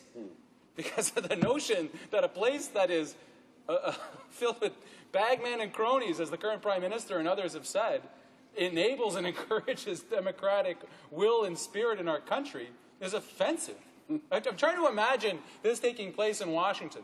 That they had simply just a room filled with people who could strike down legislation that were appointed by the president. Can you imagine? Can you imagine the Americans, the Germans, the French going for something? They have done away with these things. Modern democracies face this challenge, be they constitutional or otherwise, and say, enough's enough. This is from an old age. The Prime Minister was right when he said, this is a relic. It is a relic. It cannot be fixed this way. It must be done away with. And the reason members oppose this notion of abolishment is because they hope they might be next in line. Yeah, exactly. That's why. Come on. Vested interest? Give me a break. Enough's enough. $90 million a year down the toilet every year, funding a Senate that does nothing for accountability, transparency, or the benefit of this country. Thank you, Mr. Speaker. It is my duty, pursuant to Standing Order 38, to inform the House that the questions to be raised tonight at the time of adjournment are as follows. L'honorable député de Saint- The Honourable Member for Saint-Bruno-Saint-Hubert, copyright. The Honourable Member for Laurentine-Labelle, Mont-Tremblant International Airport. At this point, resuming debate, we've passed the 5-hour mark, which means speeches will now be 10 minutes instead of 20. The Honourable Member for Dartmouth-Cole Harbour. Thank you very much, Mr. Speaker. I'm happy to have the opportunity to talk to this bill today. This bill that talks about certain type of reform of the Senate, of our second chamber of this Parliament. You know, Mr. Speaker, I've always been somebody who expected that we should reform the Senate, that the Senate has served a very useful purpose over the history of time since Confederation, but that there were ways that it should be reformed, and I still believe that the Senate needs to be reformed. I don't think that this bill will solve that or does affect it in a very significant way. I think we need sensible reform of the Senate. I've always felt that. I continue to feel that now, but I must say that one of the things that I found as a member of Parliament being elected that surprised me a little bit was just how important I found the work of the Senate to be. I don't have to go through chapter and verse on that. People in this chamber know the work that was done by Senator Mike Kirby, his work on health, and then his very significant work on mental health and his report Out of the Shadows, which led to the Mental Health Commission and his appointment there. There's been some very significant work done by individual senators collectively, and in some ways it has traditionally taken a little bit of the bite out of the partisanship of the House of Commons. The Senate has, although it's become more partisan in recent days and months. But that work was important, and more recently we've seen some fabulous work done by a Senate Committee on Poverty, co-chaired by a Liberal and a Conservative senator, co-chaired by Senator Art Eggleton and by Senator Hugh Siegel. And it shows the kind of bipartisan work that can exist in the Senate and quality work that is produced. Today I'm delighted that in this chamber, the chair of the Human Resources Standing Committee tabled a report that our committee has done on poverty and developing an anti-poverty plan for Canada. Some of the recommendations will be similar to those in the Senate report. Some aren't. I think both studies are well worth looking at. But there has been some significant work that's been done in the Senate that I think has added to the public discourse and led to better policy in this country. Senator Siegel, Senator Eggleton, Senator Kirby. I come from a province that has a rich tradition of senators providing valuable input. It's a good friend of mine, Senator Cowan, is the leader of the opposition in the Senate. We have Senator Mercer, Senator Moore, both of whom do fabulous work on many issues, one of which being post-secondary education.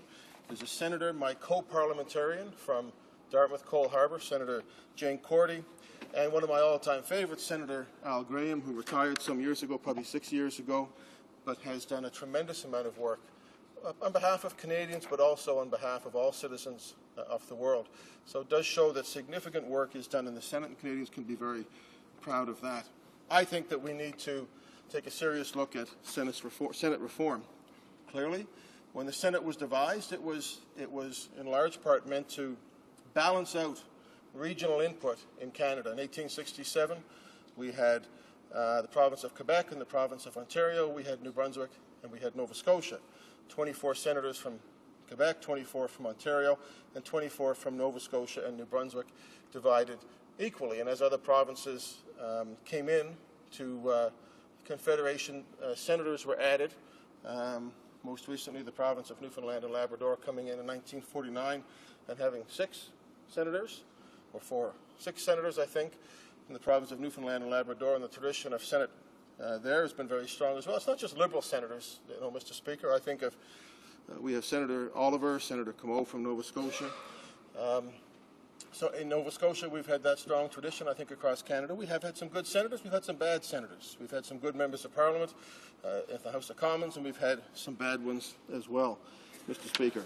So, you know, I think when we look at Senate reform, we need to look at it sensibly. And what the government of the day has done is turn the Senate into sort of the bad guy on everything. And I think that they've done it in a way that's very disingenuous. I want to quote the Leader of the Opposition in the Senate, Senator Cowan, when he spoke about the idea of Senate reform being introduced by this government. I'm going to quote him directly from his speech in the Senate. He says, "I begin by stating the obvious, that real democratic reform cannot be imposed, not even by a Prime Minister. The result of a unilateral action can never be enhanced democracy.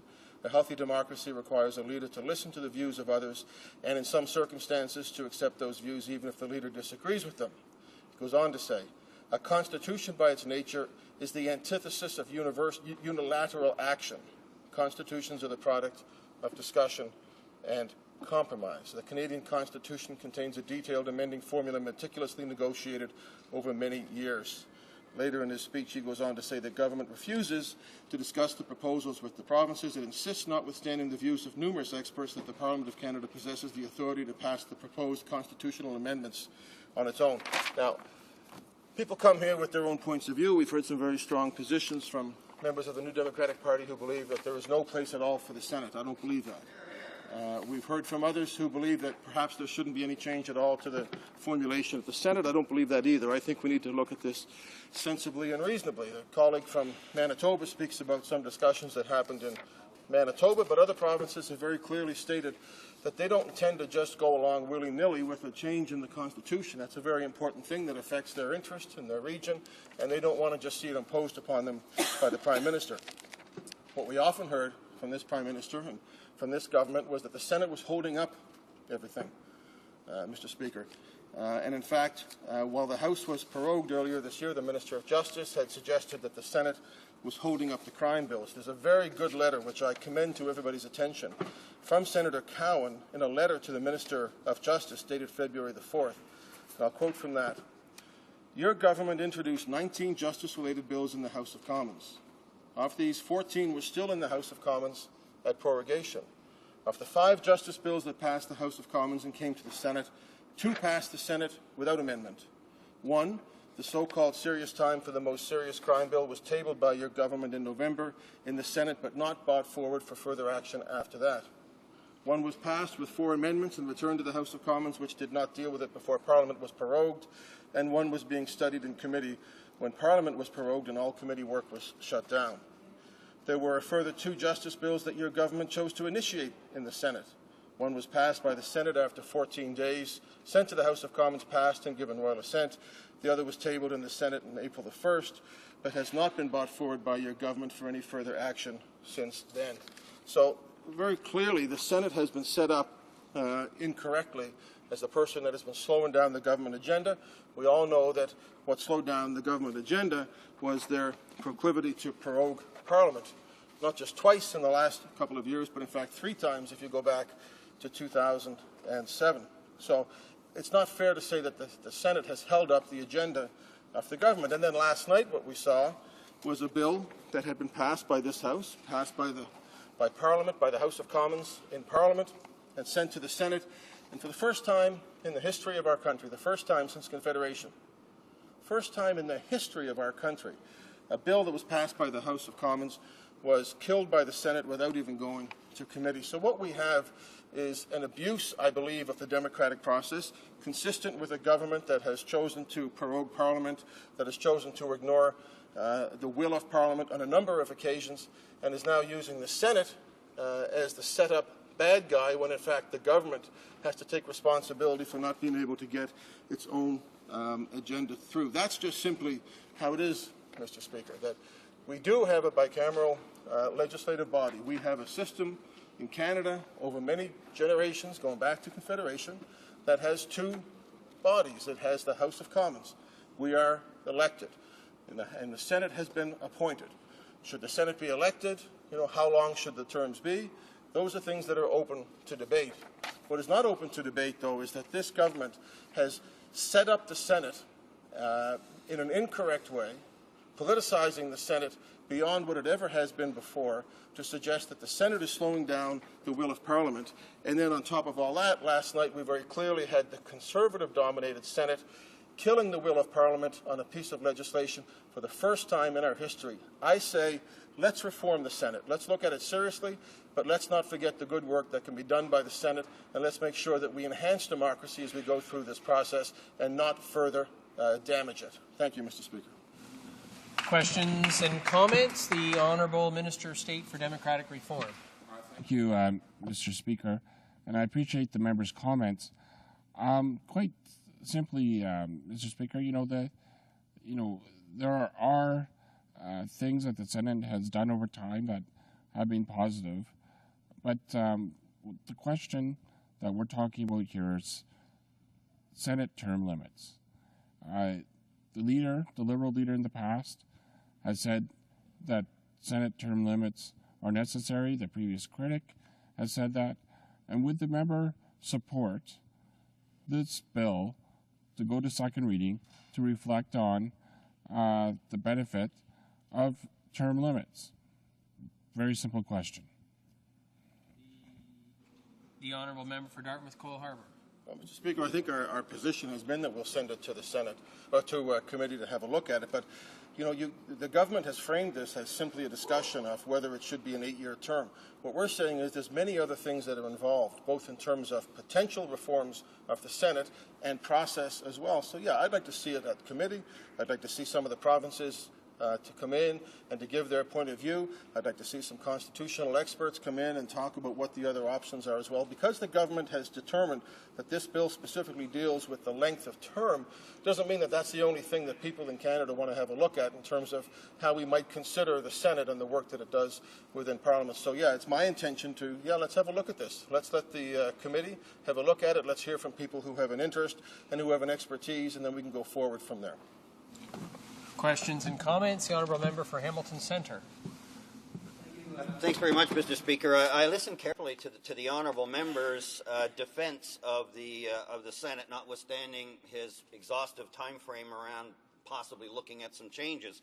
But I just want to, I'm curious, in the defence of the appointed, unelected, undemocratic Senate, the member mentioned that there are good MPs and bad MPs, and there are good senators and bad senators. When there are bad MPs, the Canadian people, as is the source of all power and democracy, have the right to turf them out of office and go and find themselves an MP that's one of the good ones. What I'd like the member to tell me is, in his defense of the unappointed Senate, how on earth do Canadians get rid of the bad ones? The Honourable Member for Dartmouth Cole Harbour. Well, Mr. Speaker, there are good MPs and bad MPs, and I would remind my colleague that not all the bad ones have been defeated. Many of the bad ones don't get defeated, Mr. Speaker. Many of the senators that we have are good. There may be some that are bad. We appoint an awful lot of people in the process. And one thing that does happen is that the Senate run properly doesn't have the kind of excessive and foolish partisanship that my colleague from Hamilton exhibits, who seems to believe that by elevating his voice, he elevates his argument. And, Mr. Speaker, that clearly is not the case. Questions and comments? The Honourable Minister of State for Democratic Reform. Quick question. Thank you. I appreciate the member's comments. So, and I also appreciate that he has stated that his party is willing to allow this bill to go through second reading to committee in order to allow an opportunity to reflect on the benefits or not of this bill as per the democratic process. And can the member doubly confirm that? The Honourable Member for Dartmouth Cole Harbour. Well, Mr. Speaker, it's hard to keep track. I mean, this this bill has come back more often than Muhammad Ali or Brett Favre. I mean, every time you turn around, they're reintroducing this bill. So, but I think our position as a party has been, my own personal inclination would be to say, yeah, let's send it to committee and see if we can fix it. So from my own point of view, I think doubly or triply or quadruply, I expect that would be the view I have, subject to change, but that's where I sit now. Let's have a more serious look at it. Reprise du débat. Resuming debate, the Honourable Member for St. Bruno, St. Hubert. Thank you very much, Mr. Speaker. The Conservative government is now proposing again today a bill, C-10, on Senate reform, which seeks to limit the duration of Senate terms to 8 years. The government's bill is unacceptable because such a change represents a major amendment to the Senate system, which can only be done through amending the Constitution, requiring the approval of 7 provinces representing 50% of the Canadian population. By seeking to unilaterally amend one of the major elements of the Senate regime, the Conservative government is trying to ignore the power of the provinces by acting unilaterally. This proves once again that this government, if it needed to be proved, that this government, which was elected, among other things, on its promise to have a less centralizing approach to governance and to show greater respect for the province's jurisdiction and their hopes, particularly, is showing great contempt for them, particularly for Quebec. There is increasing evidence. Already the Conservative government had opposed any proposal seeking to meaningfully enact recognition of the Quebec nation. It's never turned rhetoric into actions. On the contrary, it has refused to recognize that the Quebec nation has a language. It's called French. It continues instead to try to make Quebec even more bilingual, making it difficult, among other things, for companies under Quebec's jurisdiction to be subject to the Charter of French language. It's refusing to consider the existence of our national culture, be it in the application of our legislation or in the operation of its institutions with a cultural or other mandate concerning identity. It refuses to recognize that our nation has needs and dreams that are different from those in the rest of Canada. It continues instead to promote a type of multiculturalism that makes the French fact a minority among other minorities and encourage newcomers to conserve their culture of origin, which is done at the expense of our national culture, which is directly threatened. It refuses to even consider that Quebec might create its own Broadcasting and Telecommunications Commission, which could thereby regulate the interests and challenges specific to Quebec. Also, with regard to the centralizing policies of this government, we see its will to create a single Pan-Canadian Securities Commission in Canada when the current system is working well. And there is also, of course, the refusal that will come to limit federal spending power. This speaks long and hard, unfortunately, about the values of the commitments made by this government to show greater respect for the provinces, their areas of jurisdiction, and their dreams. Now the federal government is starting to show its centralist leanings once again, by going over the heads of Quebec and the provinces to unilaterally amend one of the major elements of our Canadian democratic system. A change, as we said earlier, that would mean amending the Constitution would require the support of the provinces. The Canadian Constitution is a federal constitution. This should come as no surprise to anyone, but unfortunately it seems to be the case. All reforms with regard to the Senate powers, the method of selecting senators, the number of senators to which each province is entitled, and the residency requirements for senators can only be made in consultation with Quebec and the provinces. Such changes affect the essential characteristics of our federal democratic system and therefore must not be within the sole purview of a single central parliament, but should fall out of an agreement with the provinces. This is a reality that the government clearly chooses to ignore. The government of Quebec, headed by a Federalist party, I should mention, has made its opinion clear. In November 2007, the Minister of Intergovernmental Affairs, Benoit Pelletier, said, in reiterating Quebec's traditional position, that the government of Quebec feels that this institution does not fall exclusively under federal jurisdiction, since the Senate is at the heart of the Canadian federative compromise. It's clear that for us, Senate reform and the abolition of the Senate cannot occur without Quebec's consent. All this under the Constitution Act 1982 and the Act concerning regional vetoes. The same day, the National Assembly adopted unanimously the following motion, and I quote, that the National Assembly of Quebec reaffirms to the federal government and the Parliament of Canada that any amendment to the Canadian Senate cannot be done without the consent of the government of Quebec and the National Assembly. The government, therefore, officially demanded that work on Bill S4, now C10, be suspended.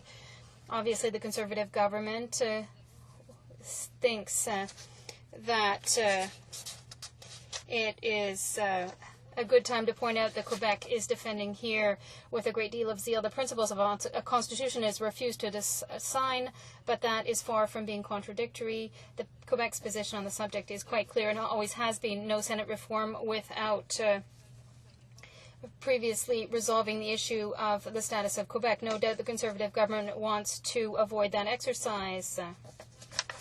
This shows even more clearly, Mr. Speaker, that Bill C-10, which is being put forward by the current federal government, directly opposes the hopes of Quebec and the other Canadian provinces. This is perhaps a way for it to create a precedent and to put a foot in the door. This does not mean that the Bloc Québécois is opposed in and of itself to a change to the Senate system, but it is clear that Senate reform in no case meets the desires of Quebec. Senate instead inspires a certain amount of indifference. According to a Léger poll in March 2010, only 8% of Quebecers believe that the Red Chamber plays an important role and that the current system of appointments is working well. 22% of Quebecers would like senators to be elected instead of appointed, and 43%, that is, the most Quebecers would be in favor of completely abolishing the Senate. 43% of Quebecers want the Senate to be abolished. It's clear that in the current situation, the Senate does not inspire the passions of the public. Senators, unfortunately, have acquired an fortunate reputation of not working very hard. We should note that the Senate only sat 83 days a year, and it doesn't have a very good reputation for doing its job. Unfortunately, the Senate is a master of its work, and it can make changes, such as increasing the number of sitting days and changing its committees around in order to make them more effective, adopting a more demanding schedule based on the House of Commons model. The government could also help to improve the image of that institution by improving the quality of those appointed, by picking more credible and competent candidates instead of playing the popular card, and instead of making appointments that are purely opportunistic. We can mention in passing that some senators are known for their absence. Senator Jacques Demers, for example, was only in attendance 21 days out of the 83 days that the Senate sat. 21 out of 83, that's less than 1 out of 4 days for such a little demanding schedule. Or we could talk about Senator Pierre-Hugues Boisvenu, who, while advocating for the cause of the loved ones of victims of crime, is in favor of abolishing the long gun registry. And I think that he has never taken the time to verify what type of weapon Marc Lépine used during the Polytechnic massacre in 1989. Pierre-Hugues Boisvenu has blamed the increasing presence in Quebec society of single-parent mothers for the disappearance of hunting as an activity that is handed down from father to son. Or again, says Senator Pierre-Hugues Boisvenu, the drop in popularity of hunting has a direct impact on the increased number of road accidents. This was published in the newspapers. All that says a lot about how not serious some of the senators are. And I don't see how this is going to improve the reputation of the Senate. It's nothing, in any case, to inspire Quebecers to take a new interest in the Senate, whatever the case may be. It's clear that limiting the terms of senators is far from being a priority for Quebecers. The government has a lot of work to do before it can get the public interested in this institution, because a number of people would be very happy if it were abolished. But it's unacceptable to let the federal government go beyond the limits of the powers that it has been confirmed by going around the constitutional process and stepping on the powers and dreams of Quebec and the provinces, and stepping on in passing its own commitment. Honourable Minister of State for Democratic Reform. Thank you, Madam Speaker. My question is short and simple. 71% of Quebecers support Senate term limits. If you take that along with the Prime Minister's willingness to allow the people of said province, including Quebec, select who will represent them through direct elections, why not support democracy, support the ability of the people of Quebec to directly select their senators, and support this legislation with the understanding that this Prime Minister is the first Prime Minister in Canadian history to offer to select whoever the people of Quebec want to be in the Senate. It's empowering the Quebecers. Would the members support that? The Honourable Member for Bruno St. Hubert. Madam Speaker, I am quite surprised, and I know that I am repeating myself when I say I'm very surprised to hear the question from the Honourable Minister of Democratic Reform. However, I'm very surprised because he's talking about democracy. How can he, in a very anti-democratic gesture, that is changing the other house by violating the current constitution, which requires the consultation, the official consultation of Quebec and the provinces. The democratic process is this, and you have to get 50% of the population or 70% of the provinces. This is the current democratic process. This is what's democratic. So I don't see how this minister can appeal to democracy by saying that he's proposing something that's even more democratic when he himself, by taking this action, is not respecting the democracy that's already written down. Questions and comments? Well, member for Hamilton East Stony Creek. Speaker, and to my friend from the bloc in this House today, we've listened to a number of Liberals talk about the good works of the Liberal senators who've been appointed by Mr. Chrétien and Mr. Martin over the years, and they lament the fact that if the Senate was abolished, that we would lose that expertise. Well, I would suggest that we wouldn't lose the expertise, because this House of Commons could set about any special committee they wanted and draw on the expertise of Canadians and former senators.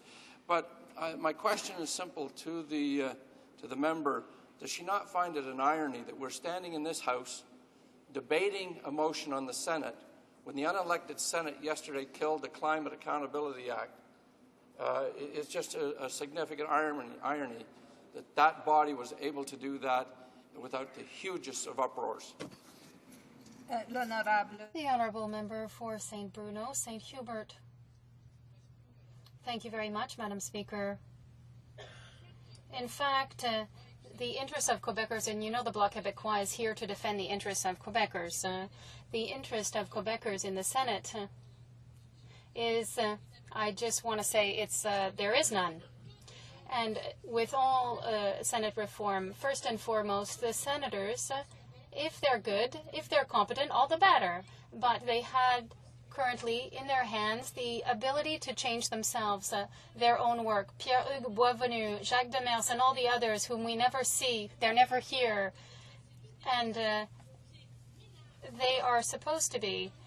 It's unfortunate that all these people can sit down together and decide to work, to be there when they are there, to come in the morning early, to make committees, to strike committees rather, and to take action in areas that are important in Canada's democratic process. So first and foremost, if those changes were made, perhaps after that we could be more interested in the fate of the Senate, and we could see, well, there could be constitutional amendments that could change their existence.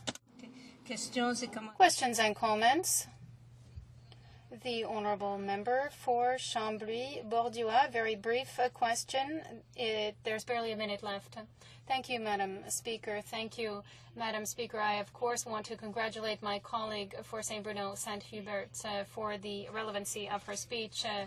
Since I have to quickly get to the question, she raised the facts that there is only 8% of Quebecers who think that the Senate has a useful purpose, 8%. So we have to think then that they're not very impressed by the work that they're doing. There is something, Madam Chair, that the member raised, and that is that this bill would interfere with the Constitution without the agreement of the provinces, and I'd like to hear her comments on this. The Honourable Member for St. Bruno Saint-Hubert, 20 seconds. In 25 seconds, I apologize, Madam Speaker, I don't have time to explain why the National Assembly of Quebec unanimously refused to sign the Constitution in 1982. I hope I'll have another opportunity to explain to the entire House or re-explain it, because we've explained it often, but obviously no one has understood. Resuming debate, the Minister of State for Democratic Reform. Thank you, Madam Speaker. Madam Speaker, we're talking about the amendment the NDP have brought forward that will essentially lead to the status quo. On one hand, the NDP has espoused the need to reform or abolish the Senate, and by this motion that they have brought forward, they are preventing any kind of reform, and it's disappointing. I see that the NDP don't necessarily appreciate the complexity that is necessary to abolish the Senate. So what the government is proposing to do is a step-by-step approach that falls within the Constitution, within the powers of this chamber, and that is to suggest term limits. Term limits are something the government has done before, when in the 60s, when the term of a senator used to be for life. Now it's until you reach 75. And that was done by this chamber. Mr. Speaker, what the NDP are suggesting in their motion is that the Senate should be completely abolished. Well, you know, some people would agree with that sentiment, but in practical terms, that is not an option. But what is an option are Senate term limits. What is an option is having elections for senators. What is an option is what the Conservatives are suggesting. The NDP, unfortunately, have proposed, again, as they often do, unrealistic solutions. We have some challenges in the Senate. We all agree. What the Conservative Party is proposing are steps that we can do to enhance the Senate so it better reflects the values that we have as Canadians in the 21st century. A term limit, non-renewable, is one of those items. Having senators selected directly by the population of the province in which they are to represent is another. These are steps that are within the Constitution and that we are pursuing. In fact, Madam Speaker, I'd like to make the point that our Prime Minister is the first Prime Minister in the history of Canada to say that he will select whomever the people of a province elect during a direct election process. That is a core conservative value. That brings accountability. The 8-year term limit, as proposed, would allow for a certain refreshment of the Senate over time. A lot of people feel that 45 years, which is now possible, is too long to serve in the Senate without any kind of accountability mechanism. So that's why we've selected a term limit. We've suggested 8 years. Perhaps other parties have other suggestions. But let's have that discussion. And this is why I hope that other parties will allow this motion, as originally presented, to proceed and defeat the NDP amendment. Now, the member from Nova Scotia, the Liberal member, to his credit, just spoke a few minutes ago and said that he would stand up and defeat this NDP amendment and allow for the bill C-10 to proceed to second reading, to allow people to give their points of view on the legislation. And I think that's the correct thing to do. Allow the bill to go to second reading, allow for feedback. That's why we have a process, a democratic process. And for the NDP or other parties to just say, forget it, let's not try anything, let's just go for elimination, which actually really means let's stick with the status quo, is not being intellectually honest. And I hope that other parties or individual members in this House will see that by voting to allow Bill C-10 to go to second reading will allow for a clear and more constructive debate about the length a senator should stay in the Senate. And Bill C-10 does that. It's within the power of Parliament, and it's something that we should proceed with. I think Canadians appreciate that. Canadians overwhelmingly support Senate term limits. Canadians believe that the Senate needs to be enhanced in order to be in line with 21st century principles, and this bill helps do that. Is it a complete fix? No. Is it a big step in the direction of improving the Senate? Yes. And a step-by-step approach is what we need. And I call upon all members of the House, their parties, or individual members to allow this bill to go to second reading, to provide an opportunity to debate some of the provisions. Maybe there's different views on the length of term or the nature of the term, but let's have that debate. And by expanding it too much will lead to nothing, no change. We know that. Everyone in this House knows that. So if you want to improve the Senate, if you want to make it more in line with Canadian values, we should, together, or individual members, support this bill. Madam Speaker, we live in the best country in the world at the best time in human history to be alive. We have an opportunity to include more people in the democratic process by electing senators. We are allowing more people to become parliamentarians by limiting the term of senators. Madam Speaker, why can't we move together and have this debate? And I appreciate the member from Dartmouth for saying that he'll stand up and support this bill going to second reading. And I call on all members of this House to do the same. Together we stand and we'll make our country better through this great institution we call the Parliament of Canada. Thank you, Madam Speaker.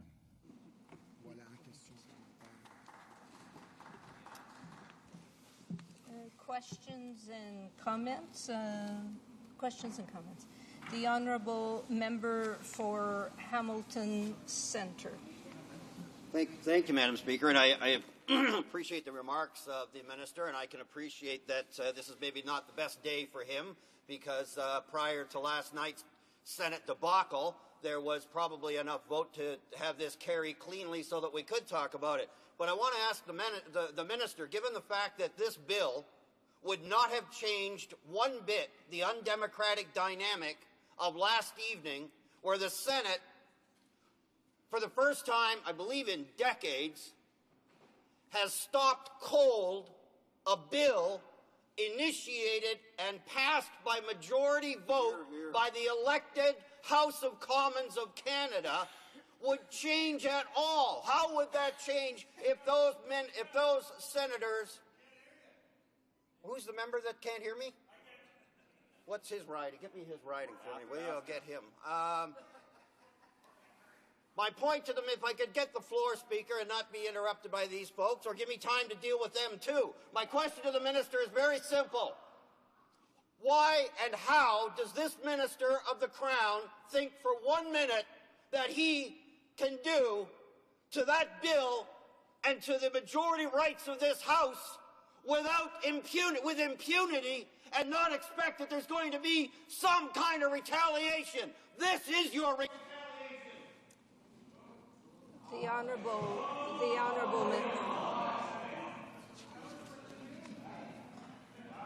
Honourable Minister of State for Democratic Reform. Order, please. Order. Order. Well, Madam Speaker, I hope Hansard got the member's last word, and that was retaliation. Retaliation for what? He didn't say specifically, but retaliation nonetheless. Madam Speaker, this is not what Canadians expect. What Canadians expect is that people will work together when possible to discuss these issues. The member talked about the Senate blocking legislation, and actually the Senate has blocked legislation, criminal justice legislation in the past, and that's very frustrating. But what we are trying to do here is improve the Senate to make it consistent with 21st century values. This bill does it. What the NDP have done here, out of spite or anger or viciousness or visceral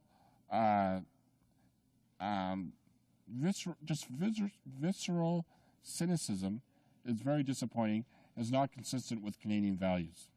I regret to interrupt the Honourable Member. He will have 2 minutes left when this debate resumes, but it being 5:30, the House will now proceed to consideration of private members' business as listed on today's order paper. Private members' business, beginning second reading of Bill C-449, an act regarding free public transit for seniors, standing in the name of Mr. Poe. Mr. Poe, seconded by Ms. Cody, moves that Bill C-449, an act regarding free public transit for seniors, be now read a second time and referred to the Standing Committee on Finance debate. The Honourable Member for Hull-Aylmer. Thank you, Madam Speaker.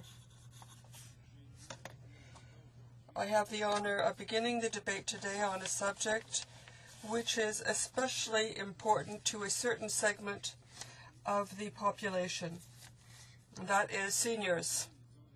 Often silent, they have needs that we should meet. We should bring in flexible and evolving measures.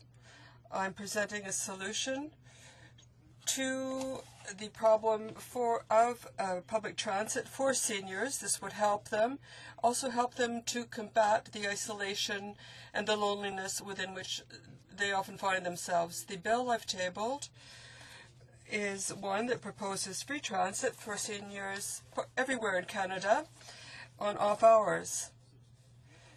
This bill would favor the active participation of seniors in social life.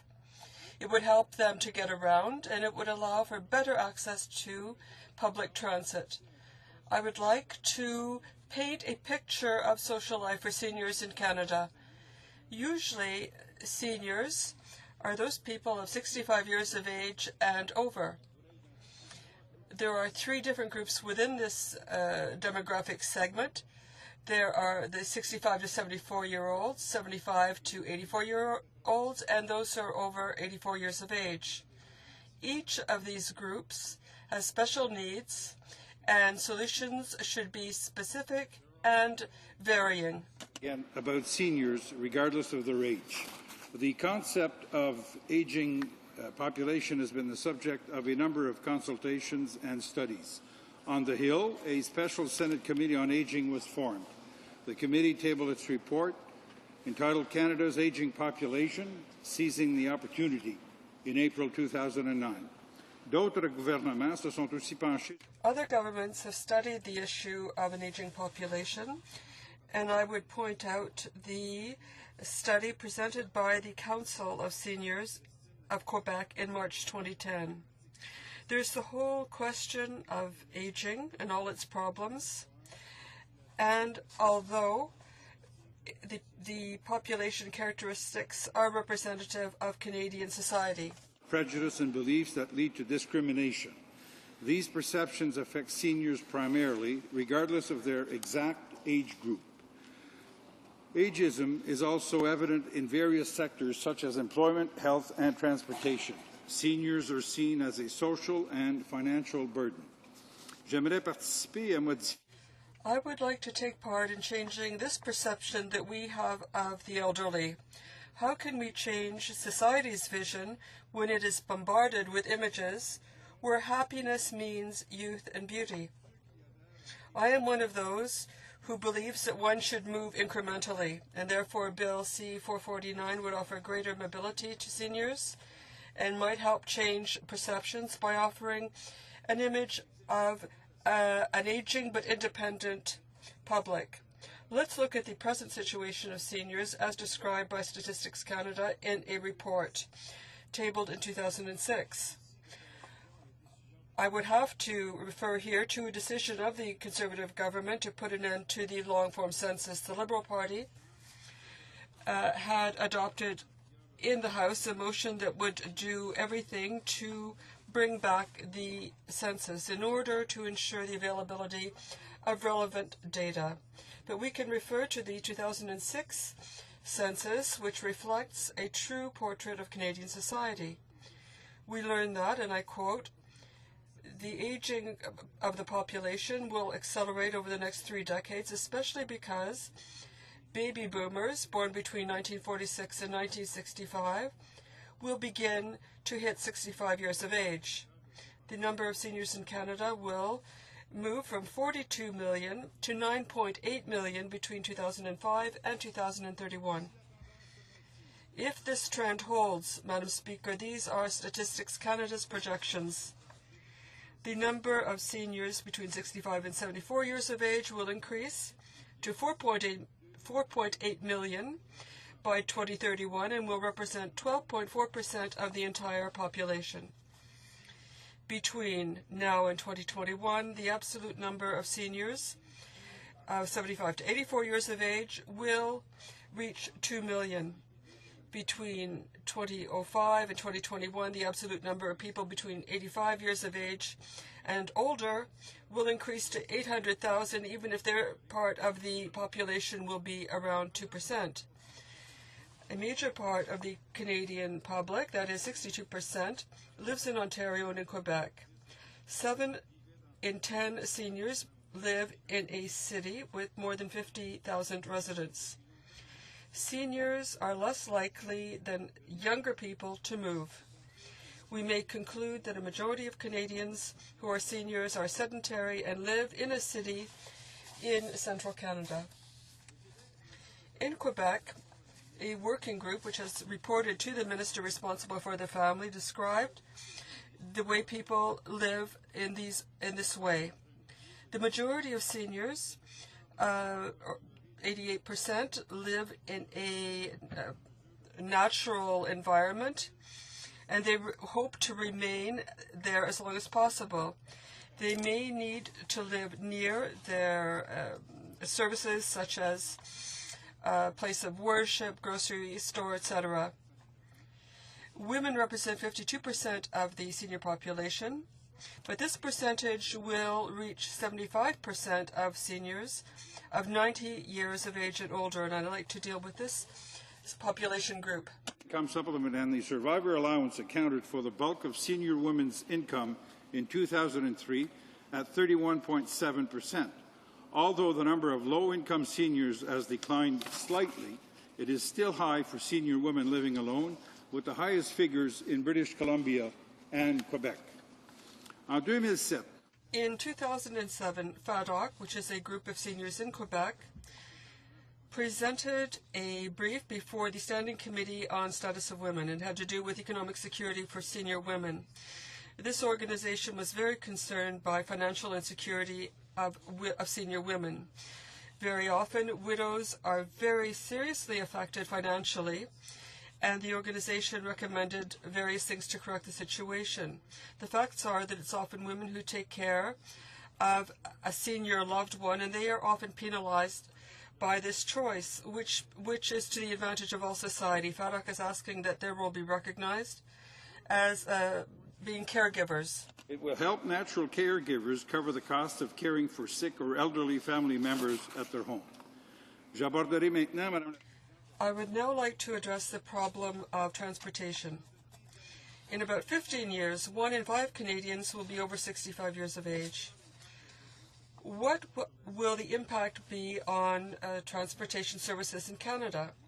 How can we ensure the transit of our seniors when these cannot safely drive their cars? How can we make sure that affordable transit is available to the senior population? How can we ensure that there is accessible transit for seniors to get to essential services such as health services and social services? And finally, how can we ensure a transit service, public transit service, that would allow them to continue to socialize, to maintain their independence, and to avoid isolation? Find solutions for Canadians. It is a complex problem and will require more than one solution. Today, I would like to present a solution that I hope the House will adopt. La mobilité est au cours de l'indépendance des... Mobility is at the very heart of independence for seniors, and cars have been the mode of transit used by most Canadians. But when it comes time to take away someone's driver's license, or when someone gives it up voluntarily, then that senior undergoes a period of mourning because he's lost his or her autonomy. This was the subject of a report by Statistics Canada. The data and analysis paint an excellent portrait. Most adults and seniors have access to private or public transport. In 2005, 98% of men between the ages of 65 and 74 and 95% of women the same age had access either to a vehicle owned by a member of their household or to public transit. But as seniors age and near 85, this percentage goes down. Only 86% of 85-year-olds had access to a vehicle in their household or to public transit. Only 80% had access to a vehicle, compared with 91% among those 55 to 74. More specifically, 71% of people over 65 had access to a household vehicle and had a driver's license. 86% of them were men and only 58% women. And that gap grows after the age of 85. 66% of men and 33% of women had a driver's license. The author asked the following question: would better access to public transit provide for a more active life? He said, and I quote, "Seniors who have a vehicle and a driver's license, or who have financial resources to be able to go often in a taxi, can move around more easily than someone who depends on a son or daughter." So mobility means the ability of someone to travel when he or she wants. A statistical model showed that those with access to transportation were limited, rather whose access to transportation was limited, either stayed at home, and then that accounted for 46%, or if they had a valid driver's license, then they were less likely to stay at home. The study also showed that rural residents without access to a vehicle in the household or public transit were less likely to get out of their house or to do volunteer work. According to some authors, the study found, this meant that seniors living in rural areas without a vehicle were very much at risk of social isolation and had found it more difficult to access medical and community supports. We know that there is a problem, therefore. In the West Quebec region, in the Lièvre Valley region, which is just next to West Quebec, seniors have gotten together to try to organize activities like going to the grocery store or the doctor, but they need transportation, and this is a clear obstacle. The working groups set up by the Family Department in Quebec, which was already mentioned, made a recommendation about transportation. That is, that people living outside areas with good public transit should be able to have better access to community life. So the question of transportation should be looked at through all sorts of methods. Special case and should be treated as such. Such positive discrimination is not only justified, it is also necessary. J'ajouterai que la gratuité. I would add that free transportation is something that we have begun to see. In Ottawa, for example, every Wednesday, public transit is free. Seniors often avoid the peak hours, and this helps. Public transit services already are available in most urban areas, but in rural areas, this is not necessarily the case. We therefore need to pay special attention to free transportation that could be offered in rural areas. Seniors in rural regions or outside major urban centers have the same needs as those in urban areas. In closing, I want to emphasize the following 2 points. Although transportation at the local level is under provincial jurisdiction, the need for resources should lead all governments and territories to work together to meet the needs of our seniors. Second, the bill could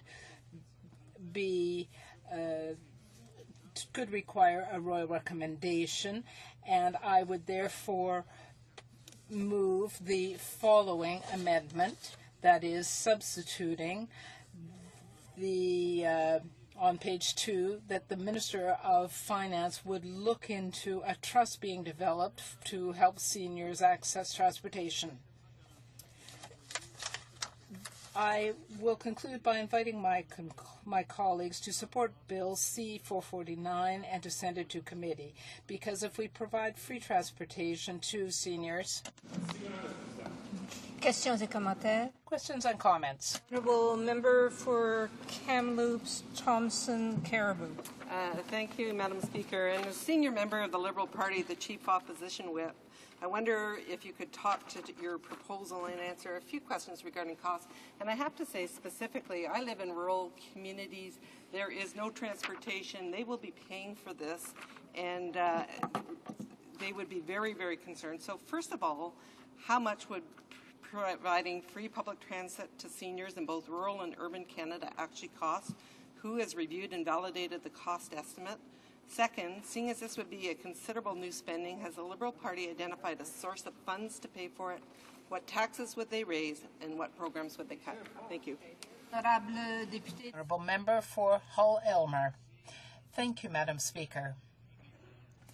The honourable member, rather, for the questions. I had addressed the situation that in rural areas it might be somewhat difficult, although we have to recognize that seniors are living not only in rural Canada but also in urban centres.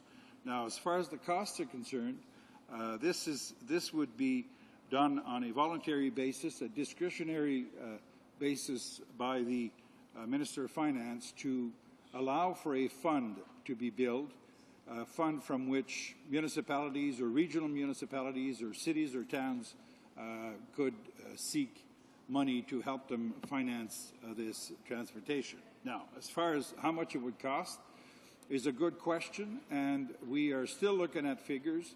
We know that some Transportation Commission have a certain clientele within seniors, but mostly these seniors are using the services at rush hour either to go to a part-time job, either to go and visit relatives. In this case, we would be offering the transportation service to seniors off-peak hours. So maybe we should think that these services would be offered from 10 o'clock in the morning till 2:30 in the afternoon.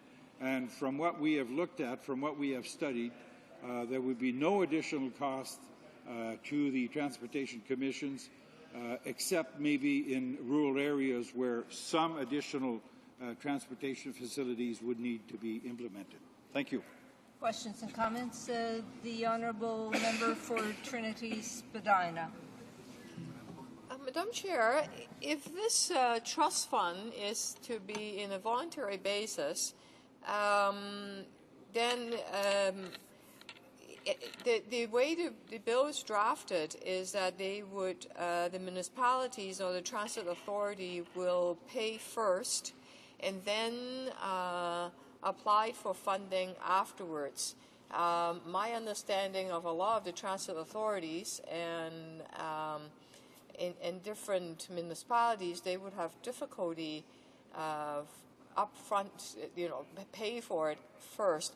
Why not define the trust fund to say that you access the trust fund and then you would be able to offer the service? If not, then we're setting up the municipalities and the seniors saying we want the service, they provide the service, or that they may not have the financial capacity to do so. Honourable Member for Hull-Elmer. Thank you, Madam Chair. Madam Speaker. Honourable colleague for making the suggestion.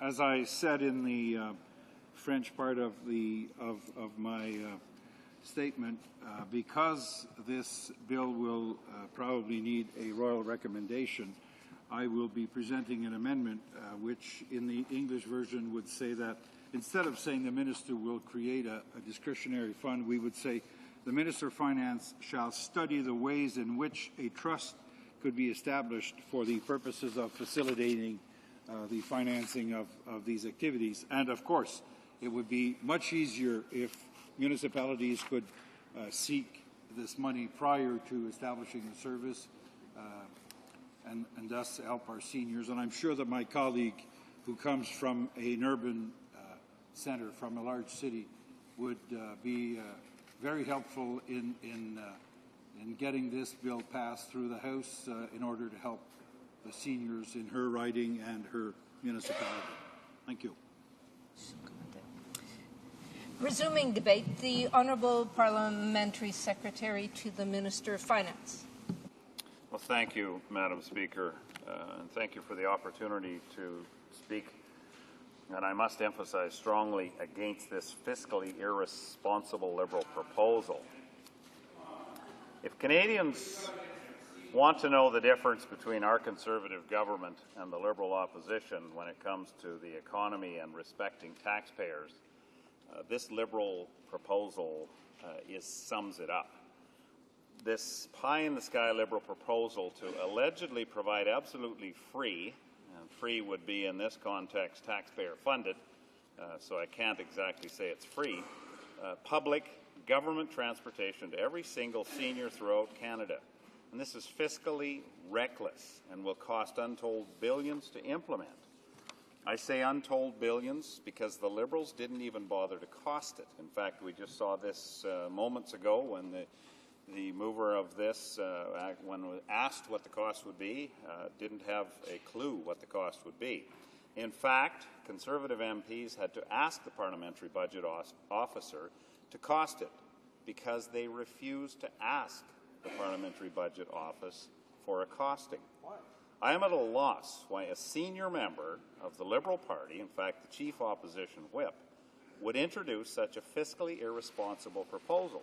And Madam Speaker, I heard in his speech talking about discrimination. Well, discrimination, Madam Speaker, his concern about discrimination would be lost because every constituent in my riding would be discriminated against, would have to contribute to public transit and would not have access to it. And so if that isn't discrimination, Madam Speaker, please tell me what is. The cost, Madam Speaker, especially when earlier this year the Liberal leader publicly proclaimed, and I quote, "One of the issues we have to confront is, how do we pay for this? We can't be a credible party until we have an answer for that question." We didn't hear this evening. We have to be courageous and we have to be clear on this subject. We will not identify any new spending unless we can clearly identify a source of funds, end quote, from the leader of the Liberal opposition. Likewise, the Canadian Taxpayers Federation has pleaded, and I quote, "Politicians who make announcements of future spending must tell Canadians how much those plans cost and where the money will come from," end quote. However, the Liberals have no such answers for this proposal. They have identified absolutely no way to pay for it. Accordingly, following the Liberal leader's own logic and in his own words, the Liberal Party, with uncosted proposals like today's, has no credibility. However, on matters of fiscal responsibility, the Liberal leader himself has questionable credibility, as he also earlier this year publicly proclaimed, and I quote, "I am not going to allow the deficit discussion to shut down the discussion in this country about social justice," end quote. I ask, Madam Speaker, absolutely free public transportation to every single senior is social justice? If so, it is only one of a laundry list of similar uncosted and unaffordable social justice commitments the Liberals have made over the past few years. The growing Liberal laundry list of unfunded spending commitments has included billions and billions for everything from a national government-run daycare scheme, a 45-day work year, a slew of new national strategies supported by permanent large bureaucracies, a supplementary Canada pension plan that provinces in fact, Madam Speaker, disagree with, Liberal provincial governments, subsidized overseas voyages for young Canadians, something called a Secretariat of Peace, Order and Good Governance, and the list goes on and on. All costly and reckless spending policies that carry hefty price tags that would send Canada into spiraling large and permanent deficits, erasing Canada's economic advantage. What's more, the Liberals clearly have no way to pay for the vast majority of their growing laundry list of commitments, merely pointing to the same limited funding source repeatedly, that being hiking taxes on job creators. That, Madam Speaker, doesn't cut it. Even the Globe and Mail has caught on, remarking, and I quote, "The Liberals cannot recycle their promise to cancel the tax cuts as a way to pay for other new social programs they may like to promise," end quote. But eventually someone is going to have to pay for those freewheeling Liberal spending plans. And make no mistake that someone is going to have to, and that would be hard-working Canadian taxpayers. Already, the Liberals happily admit Canadian job creators will have to foot the bill for the first wave of their endless laundry list. What will a Liberal attack on job creators mean for Canada's economy and your everyday Canadian? A weaker economy and hundreds of thousands of lost jobs. According to the University of Calgary's School of Public Policy, the Liberals would endanger $49 billion in capital investment, equivalent to 233,000 Canadian jobs, with their irresponsible tax plan hike. Already today, the Liberals demonizing the targeting of job creators with tax grabs is starting to harm Canada's fragile recovery. If the Liberals don't believe me, they should listen to the words of the Canadian manufacturers and exporters, and I quote again, "Canadian business investment needed to sustain an economic recovery is threatened by the Liberal leader's plan, a pledge to scrap planned corporate tax cuts because companies may find it difficult to plan. I don't think we can afford this uncertainty right now if you want companies to make big investments in Canada," end quote. Or listen to the Canadian Chamber of Commerce, representing 192,000 companies that employ millions throughout the country, who remarked when speaking of the Liberal tax hike plan, and I quote, "Business is going to hold back making investments if it is very damaging. It is very damaging," end quote. What about the rest of the Liberal laundry list included in this proposal? Who will pay for the big tax and spend Liberal government? We all know the answer. I repeat, hard-working, everyday Canadian taxpayers. The Liberal leader would reach deeper and deeper into their pockets and wreck their family budgets to bankroll his excessively costly proposals like this one.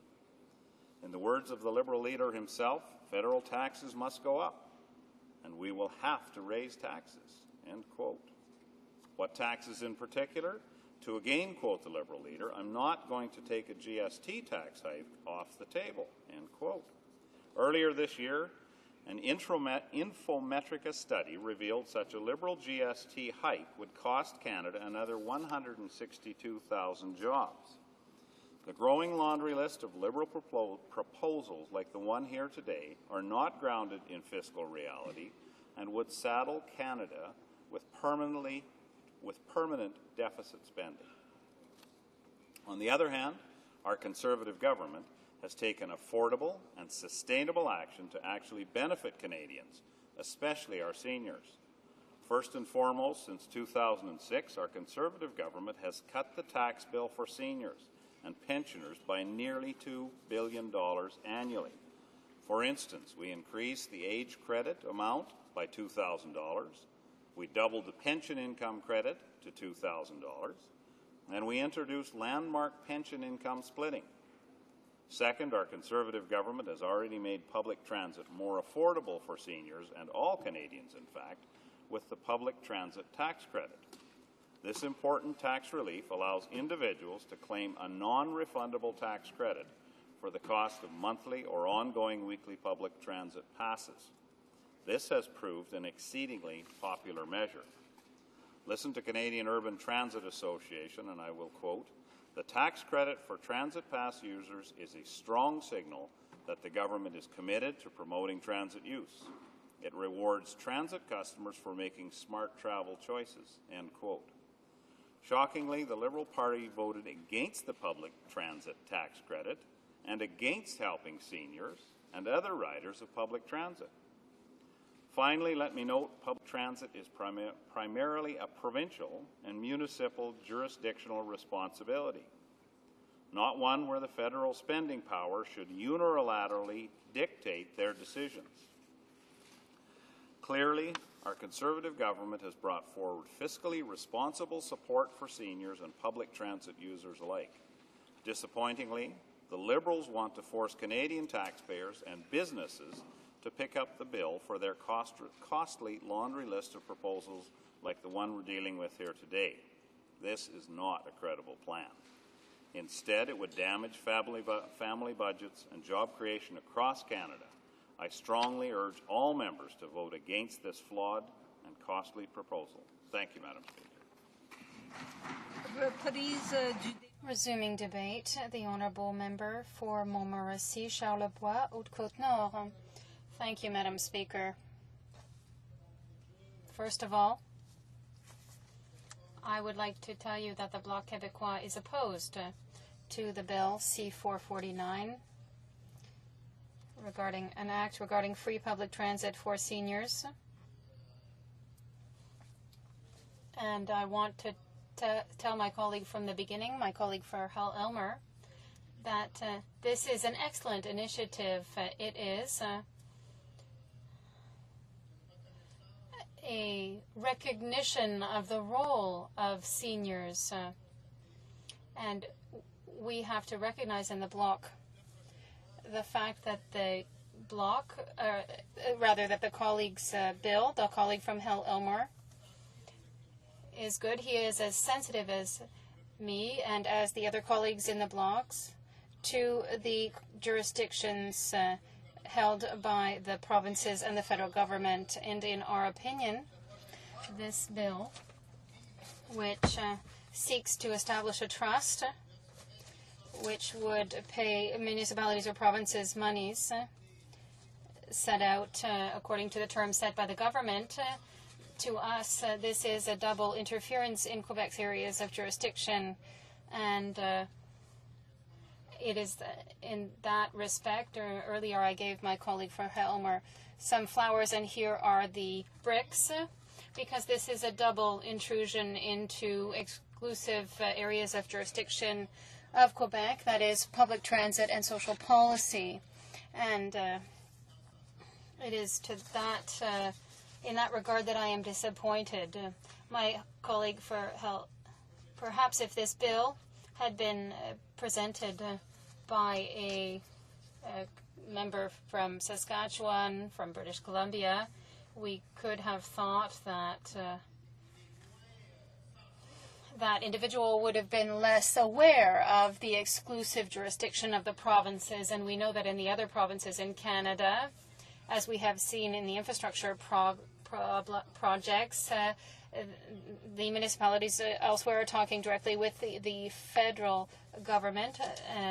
They're speaking with the federal government, while in Quebec, the amounts for infrastructure must go through the government of Quebec to ensure that the Department of Municipal Affairs of Quebec is master of this domain. And that is why, Madam Speaker, the Bloc will oppose this bill. And in passing, I would appeal to all members in the House not to use demagoguery. I think the member for Hull Elmer knows that the Conservatives often hand out this medicine when we're against their bill. They start saying all kinds of things about law and order without respecting the individual rights that are guaranteed by the Canadian Charter of Rights and Freedoms. And I'm convinced that my colleague from Hull Elmer is able to recognize that the Conservatives are often use demagoguery, and I think that my colleague will be able to comment and will be able to recognize that the Bloc Québécois is in agreement with the principle. However, we are opposed to this double interference, which means that the Bloc will not be able to support the bill. In fact, the municipalities and cities fall under the exclusive jurisdiction of Quebec and the provinces.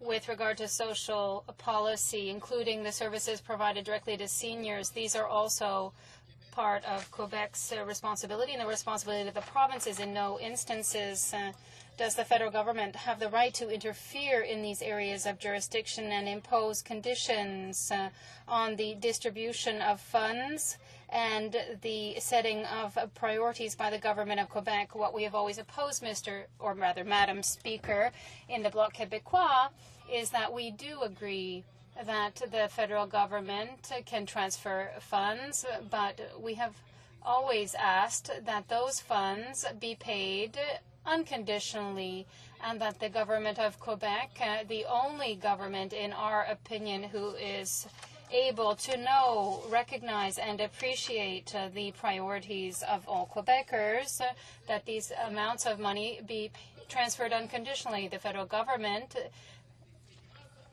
cannot impose its conditions and standards, its pan-Canadian standards, as they say here in Ottawa, coast to coast to coast, because this is a new terminology, because we have another coast, because they've discovered Nunavut.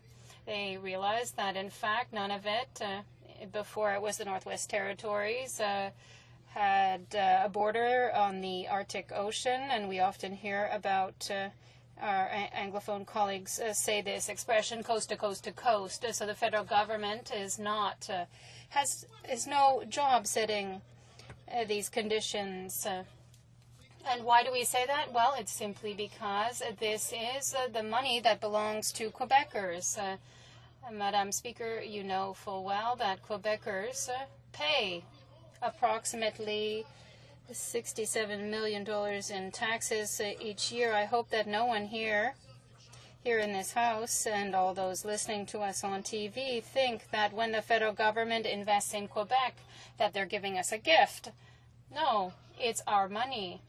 Quebecers, until we become a sovereign people, we will continue to pay taxes to Ottawa. And the federal government, when it invests in Quebec, it's simply returning a portion of the funds of the income tax that we pay and the taxes that we pay. And it is to that end, in that regard, that we believe in the Bloc Québécois that the federal government has no place imposing conditions. Imposing conditions, Madam Speaker, means, well, we want to transfer you funds, but on the condition that you meet such and such a principle that the rest of the country is also going to respect. And the Bloc Québécois cannot support this bill that has been introduced by our colleague from Elmer. It is only up to Quebec to set the priorities that will be the most beneficial for Quebecers. The Bloc Québécois continues to condemn the practice of imposing conditions when the federal government wants to make payments to Quebec. That said, if the federal government wants really to help seniors and the most vulnerable members of our society, the Bloc Québécois believes that there are other possibilities within its own areas of jurisdiction. And I'd like, Madam Speaker, to give you two examples. I think I have the time to give two examples. That if the federal government showed some empathy, some recognition to our seniors, which have meant that people of my generation, if we have what we do have today, it's because the seniors worked.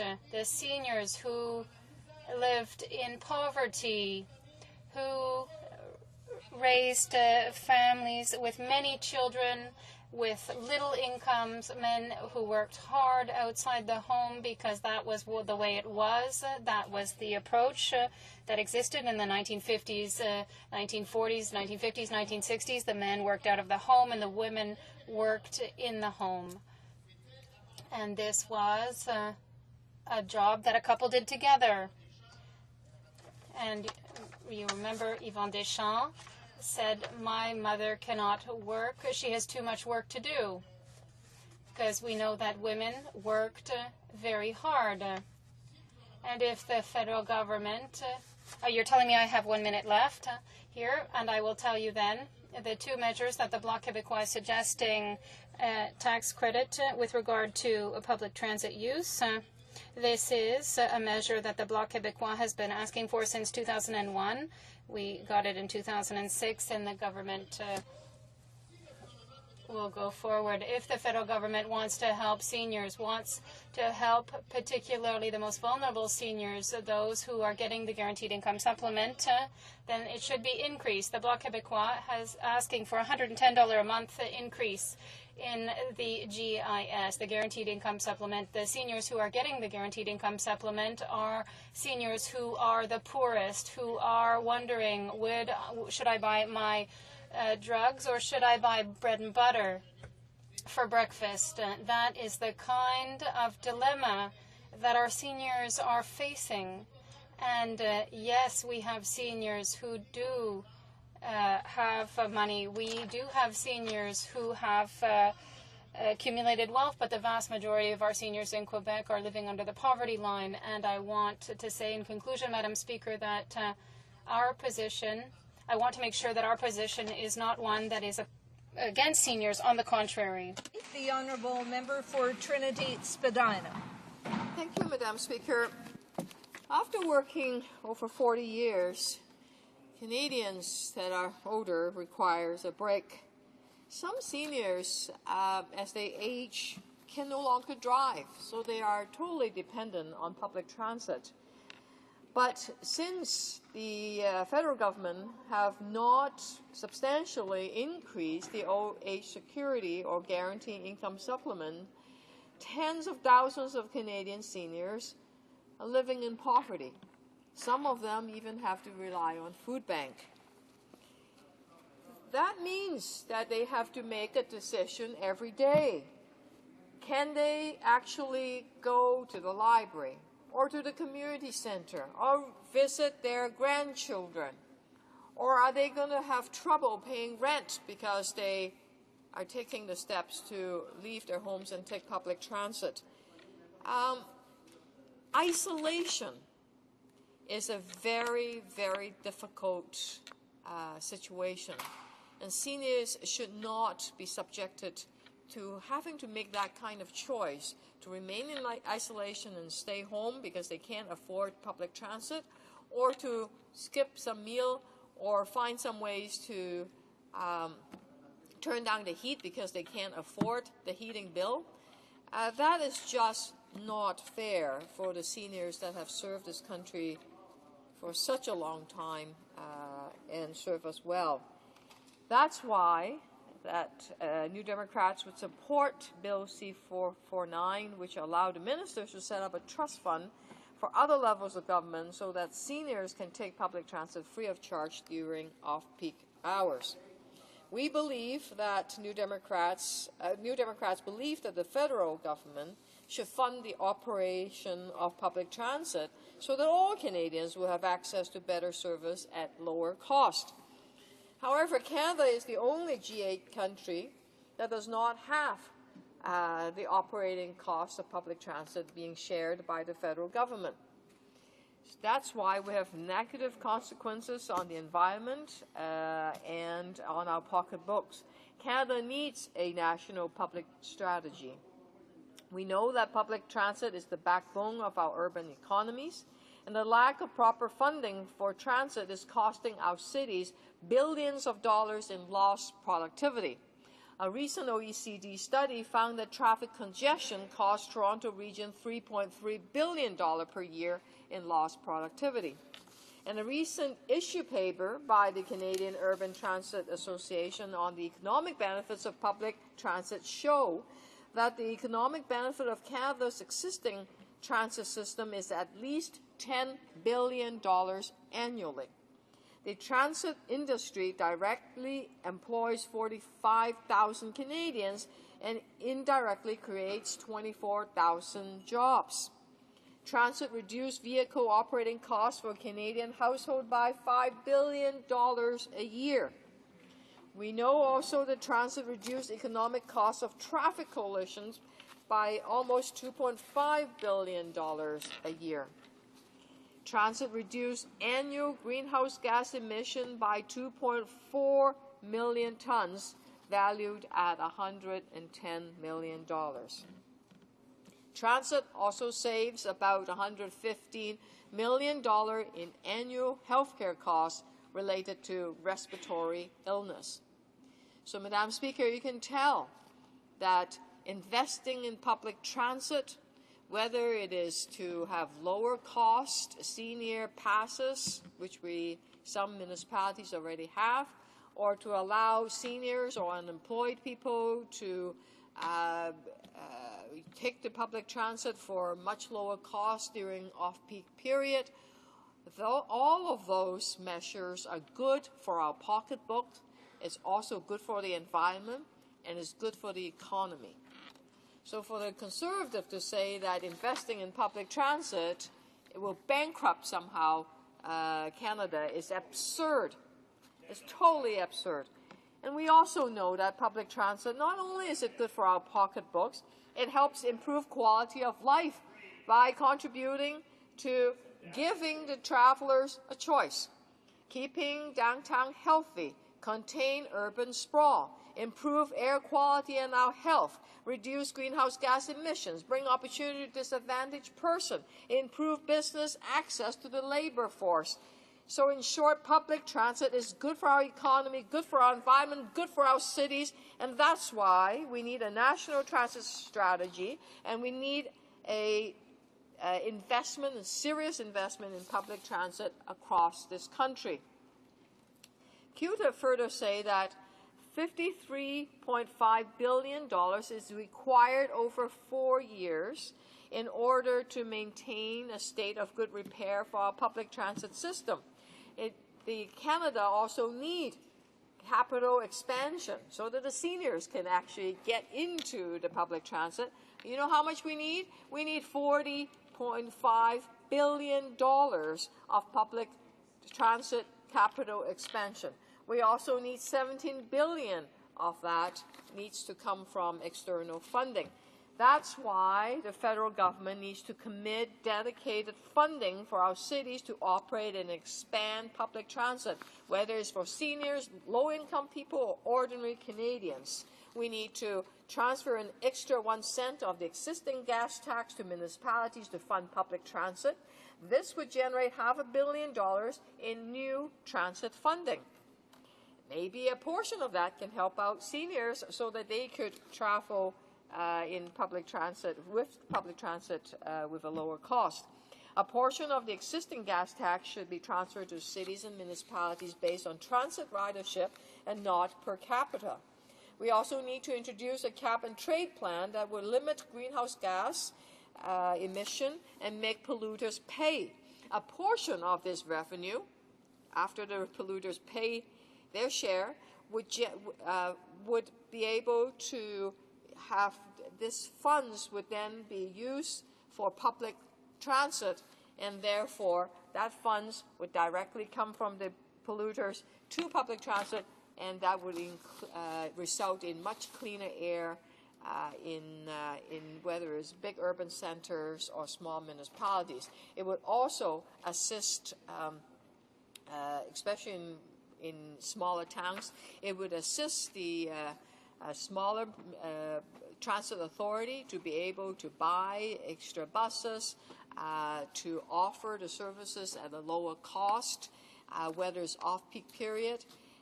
That's why we must have a national transit strategy that would have a strict made-in-Canada policy that would require trains and buses to be built in Canada. That would actually revitalize our manufacturing sector, create well-paying green jobs, make Canada a world leader in the green energy economy, but at the same time, since we will have more buses and streetcars and subways, we would then have the capacity for seniors during off-peak period to have a much lower reduced cost to take public transit. That would give the mobility the seniors desired. It would not force them to make a terrible choice whether to pay for rent or pay for heat or pay for food, or at the end of the day being locked into their homes since they cannot afford to take public transit to go to the local libraries, to visit their friends, to visit community centers, or take physical exercises. And that is very, very important for our seniors. And we know that the more the seniors are able to connect with their communities, the healthier they would be. And we also know that seniors may have some time to volunteer. They have a lot to contribute. And the last thing we want to see is that if they can't afford to take that bus to go to the local community center to volunteer, or to go to their local school to volunteer, to go to the local child care center to volunteer, that is a loss for our community. It is a loss for our young people to experience the joy they have when the seniors can be included in their lives. And it is thousands and thousands of volunteer hours that we would in fact lose, because the seniors have lots to contribute, and if they can't afford to go to the places to volunteer, then that is not good for the building of a strong neighborhood. That's why New Democrats support this Bill C-449 that would allow the minister to set up a trust fund so seniors can take public transit free of charge. Resuming debate, the honourable member for York West. Thank you very much, Madam Speaker, and I'm pleased to be on my feet today to lend my support to Bill C-449, an act regarding public transit for seniors. As you know, this bill has been put on the table by my colleague, the member for Hull-Elmer, and I want to extend my congratulations to him. I know that he cares very much about this issue, and on the seniors file in particular, he's constantly raising issues involving seniors, and I appreciate certainly his commitment. But as all members will know, that any serious private member's bill demands a tremendous amount of time, research, and energy on behalf of the sponsor, as well as the staff and as well as the House to prepare that bill. Bill C-449 seeks to fill an important niche and is clearly no exception to this rule. Now, before I continue, I should clarify why I believe that seniors' issues are, in general terms, so important to the future of this country and its long-term prosperity. Statistics Canada estimates that Canada's population over the age of 65 could reach an unprecedented 10.9 million by 2036. With this, as the Canadian population continues to age, new financial and logistical challenges will emerge for them as well as for our country. That is only 26 years away. If we fail to address these future realities today, then we are only setting ourselves up for a crisis in the future, a crisis that is easily avoidable. Bill C-449 is an out-of-the-box way of starting to address these many factors one step at a time. Put another way, with this change, this proposal is what I would call enabling legislation. It could kick off the debate and give the Crown new and innovative options to really address issues such as transportation costs, isolation, public transportation, and seniors' quality of life. I think the issues around quality of life for seniors is something that all of us in the House care very much about. I think we want people to be able to look forward to retirement as a time of enjoyment for them.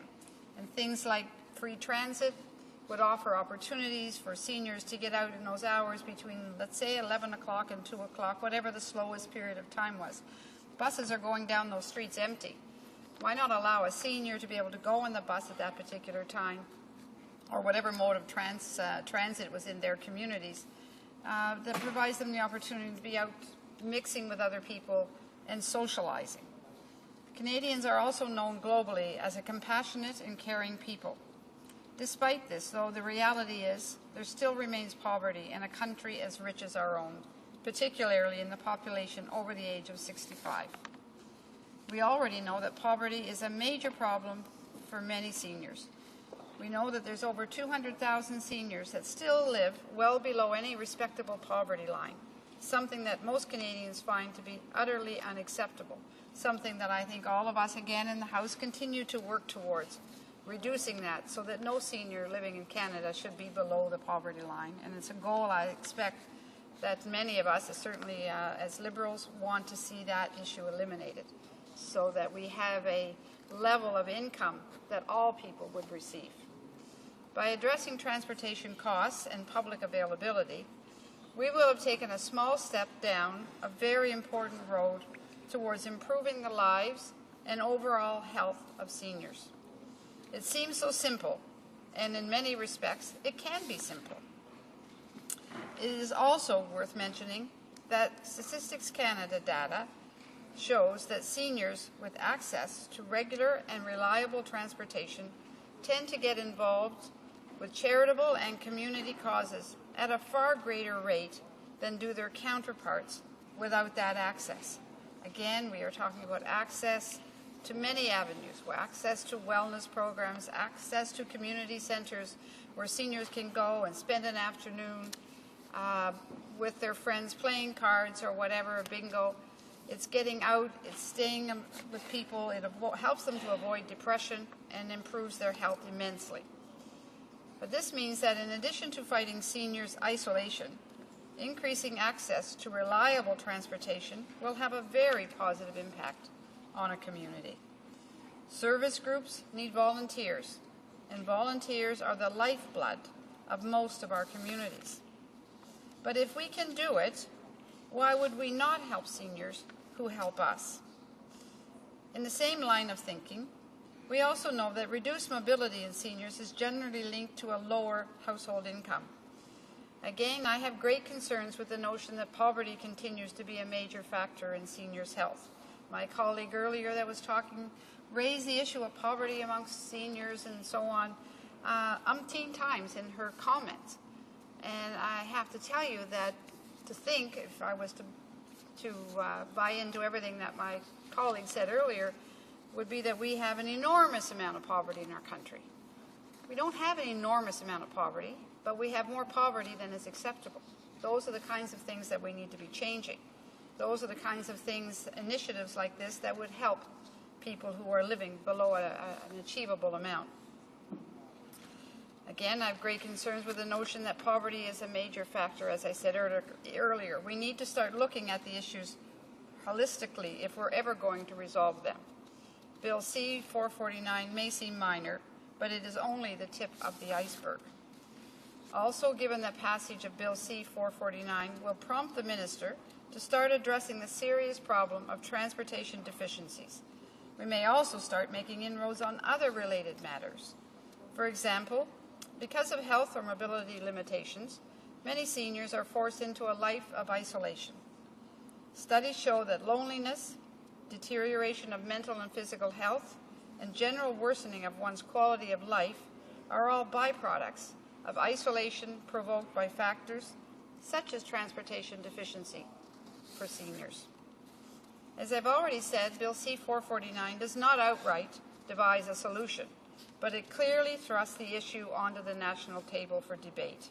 And as my party's critic for seniors and pensions, I'm certainly supportive of having this debate sooner rather than later. I would also be remiss if I failed to address the financial consideration of the legislation. As I've already said, Bill C-449 would require an expenditure of public resources, but it would only underscore a public policy shortcoming and encourage a resolution to the same. I believe one of the strengths associated with Bill C-449 is the fact that it would permit the Minister to establish a phased-in, multifaceted approach to this very real problem. It would permit the need for a responsible fiscal framework to be a guiding factor in the government's response, but it would require a response. For the past several years, this government has opted to ignore these problems, but that's unacceptable and must stop. Bill C-449 is key to this. So, Madam Speaker, thank you very much for the opportunity to speak on this issue, and I look forward to, in the future, having an opportunity for ongoing debate. Thank you. The time provided for consideration of private members' business has now expired, and the order is dropped to the bottom of the order of precedence on the order paper. At this time, pursuant to Standing Order 38, a motion to adjourn the House is deemed to have been presented and adopted. Accordingly, the question is as follows, that this House adjourn. The Honourable Member for Saint-Bruno Saint-Hubert. Thank you, Madam Speaker. Last June 10th, I put a question to the Minister of Heritage following a press release by Mario Chénard, who is the president of the Quebec Society of Songwriters, the SPACQ. He asked recently, is there a minister on board? Madam Speaker, I'm going to read his press release, and I would ask the Parliamentary Secretary to answer specifically. So Mario Chénard wrote, the Conservative government tabled in the House a bill to amend the Copyright Act. SPACQ, which is my organization, learned about it and hoped to find in it something that would meet creators' requests. Bitter disappointment. The government had promised something that would be fair, balanced, and full of common sense, but it was a disaster for songwriters, composers, and performers. We are entitled to know why the government has not done what it promised. First of all, the government has refused once again to extend copyright to digital platforms. So this has sounded the death knell of a very important source of income for songwriters and composers. But here's the question. At the era of iPods, where most copies of works are done on digital platforms, why do they remain not dealt with? There are whole groups of artists who seem to have been left by the wayside. Second, to satisfy the demands of Americans, the government has considered illegal piracy, which, of course, our group agrees with.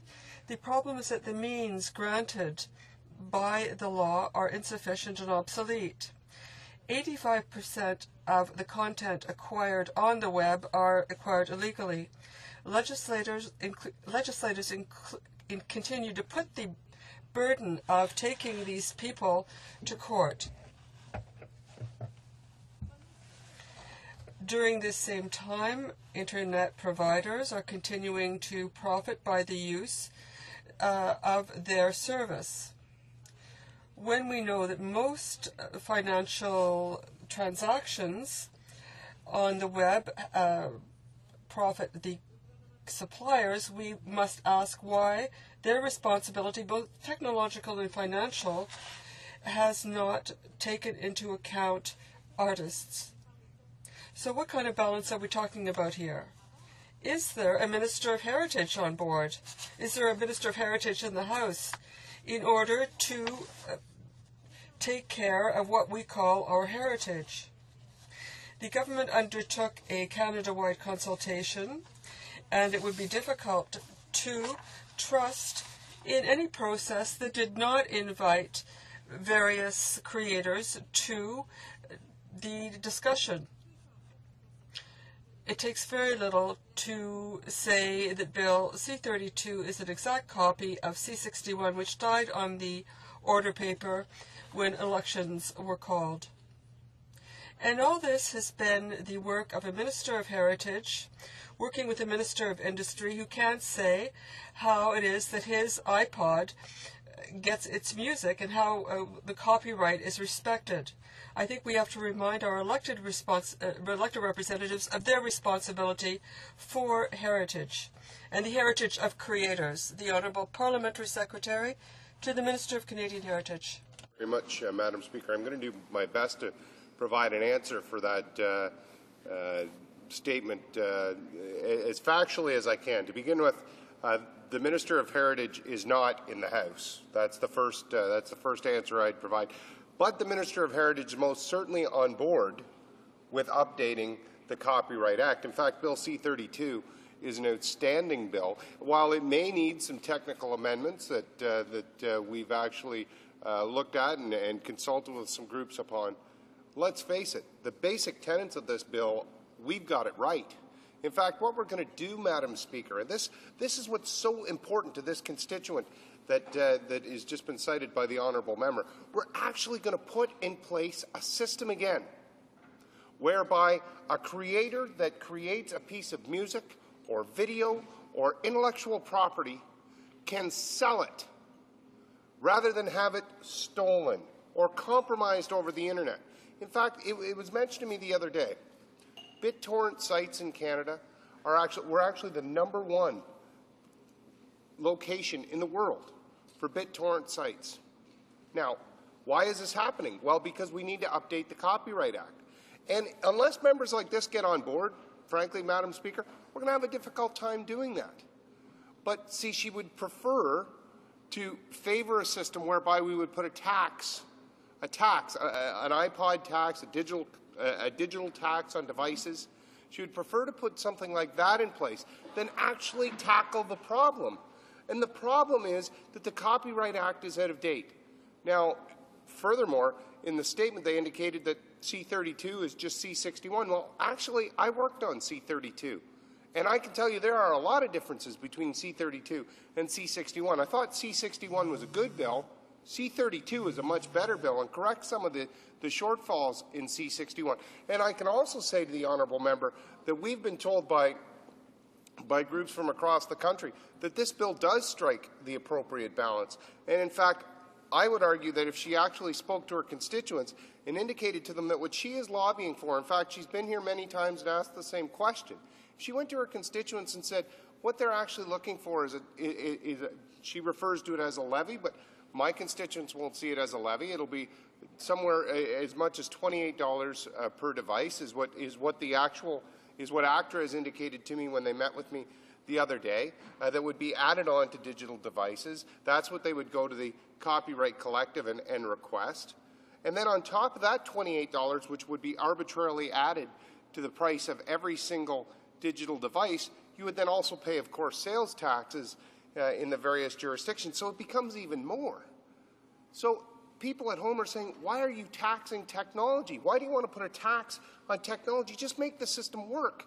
If I want music, I'll buy it.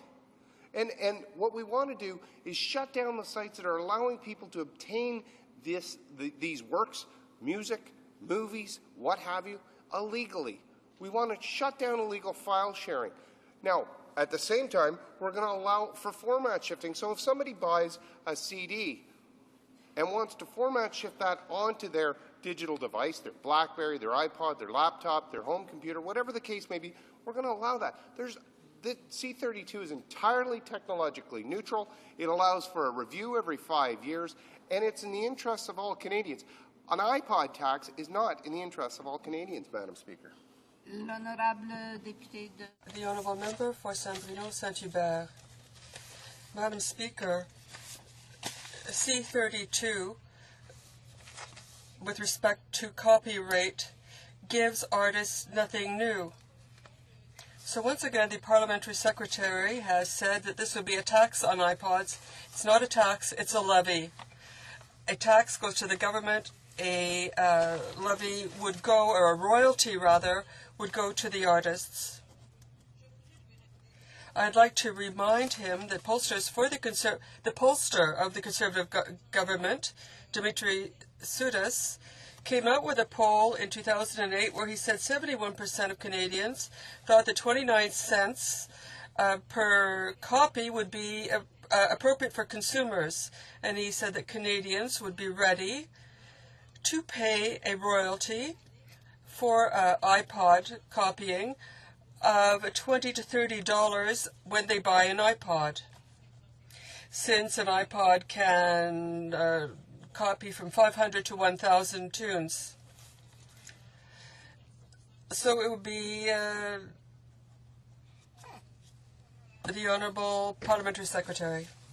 Well, of course, our party's been very clear we're not going to support an iPod tax. And in fact, the member well knows before committee, when the Canadian recording industry came before, they indicated to her, you want to give us scraps. What we want is a market.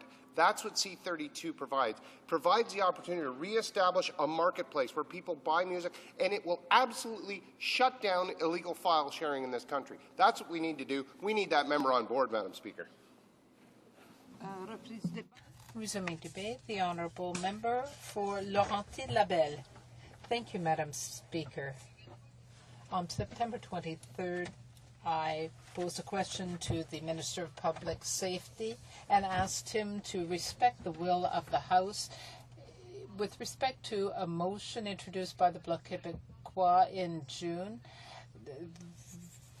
recognizing the Mont-Tremblant International Airport as an international airport that would be exempt from customs taxes. This is essential to the expansion of the airport and the region. If we continue to have customs tariffs applied outside the tourist season, then that is a problem for us. His colleague, the Minister of State for Economic Development in Quebec, indicated after the motion that there would be a subsidy of $2.7 million to improve the airport facility.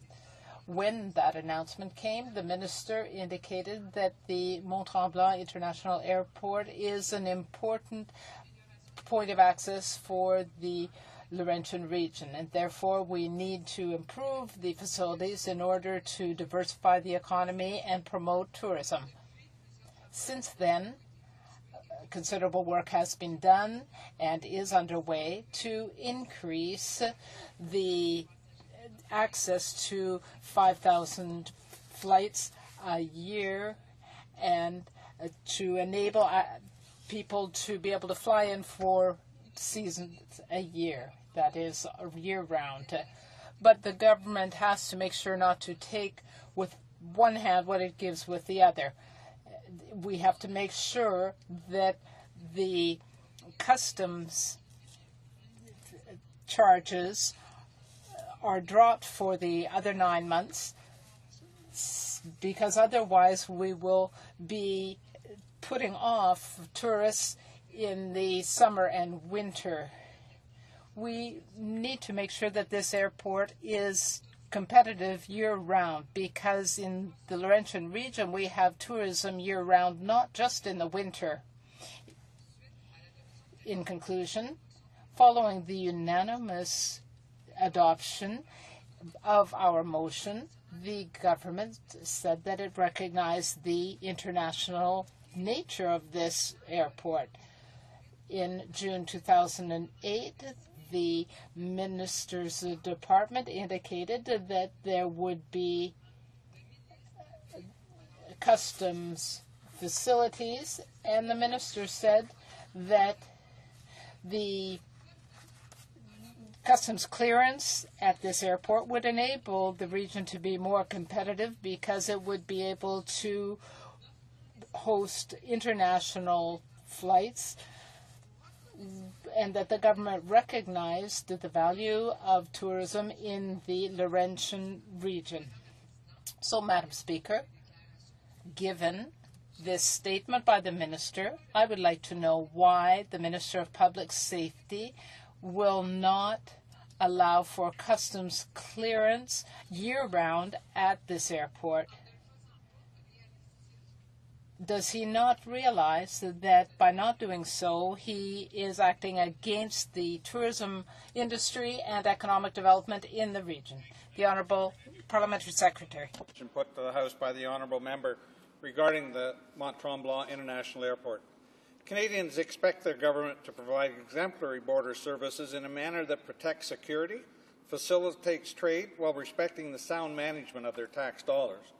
Among the CBSA challenges is how it can fairly and transparently respond to requests for revised levels of border clearance services, while at the same time balancing the requirements to protect national security and facilitate the free flow of legitimate travelers and trade.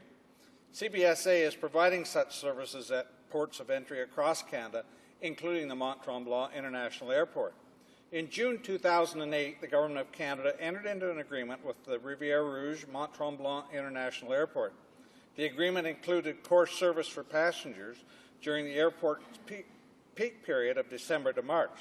For the balance of the year, due to low volumes, the agency included in the agreement a service delivery provision under cost recovery. With the aim to address service delivery challenges, CBSA embarked on a core services review of its passenger clearance services, the result of which was the implementation of the Air Services Policy Framework on April 1, 2009, which fulfilled the agency's commitment to provide fair, transparent, and flexible service delivery for air travel. The framework sets the 4 tiers of categories of airports based on international passenger volume, flight frequency of regularly scheduled flights, and the distance from the airport to the nearest CBSA location. All criteria must be met before an airport authority or municipality is eligible for new or expanded CBSA services. The Canada Border Services Agency then reviews the request for new or increased core services and seeks funding mechanisms in order to move forward. Implementing core services are always dependent on whether or not CBSA has sufficient funding. It should be noted under this framework, the Mont-Tremblant International Airport would not qualify for any core services given their current volumes. However, the agreement with the Mont-Tremblant International Airport is the example of the agency working with local authorities to develop a responsible and cost-effective solution to border clearances at one of Canada's smaller airports. It is an agreement that recognizes the value of the airport to the local economy, while representing the realities of the fiscal environment. Responsible spending and sound management of tax dollars are important at all times, but during difficult economic times, Canadians expect the government to be even more vigilant to ensure every dollar is producing results. Each day, the Canada Border Service Agency responds to the demand for border services for a rigorous travel industry in a tightening economy. In this respect, the CBSA will continue to work closely with stakeholders to find collaborative, fair, and transparent, realistic solutions regarding border services. This is simply good management to ensure value for money for Canadians. This is how the Government of Canada is doing business, providing valuable services while respecting the taxpayer. The Honourable Member for Laurentides-Labelle.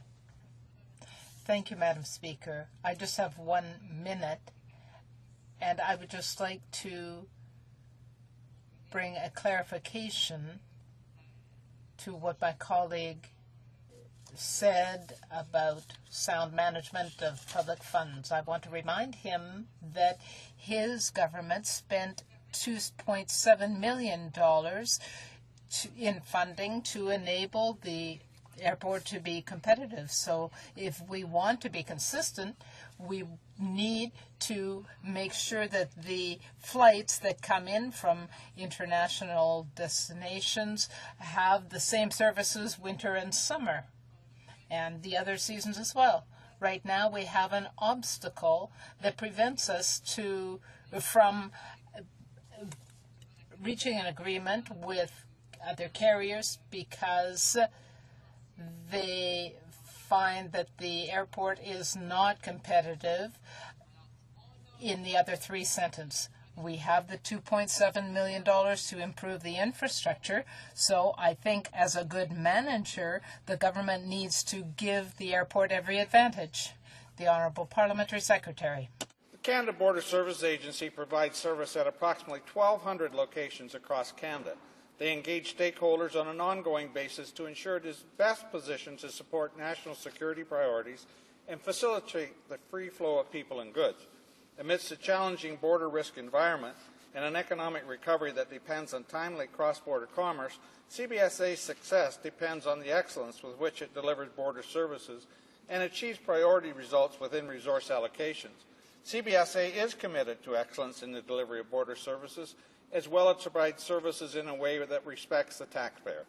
CBSA recognizes the importance of its services to the promotion of trade, tourism, and regional economic development, and has created a level playing field with industry by implementing the Air Services Policy Framework on April 1, 2009, which fulfilled the agency's commitment to determine eligibility for core services in a fair and transparent manner for air travel.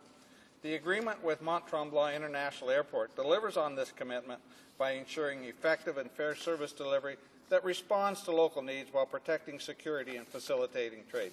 Thank you, Madam Speaker. The motion to adjourn the House is now deemed to have been adopted. La Chambre demeure donc à jour. The House is therefore adjourned until tomorrow at 10 a.m. pursuant to Standing Order 24-1.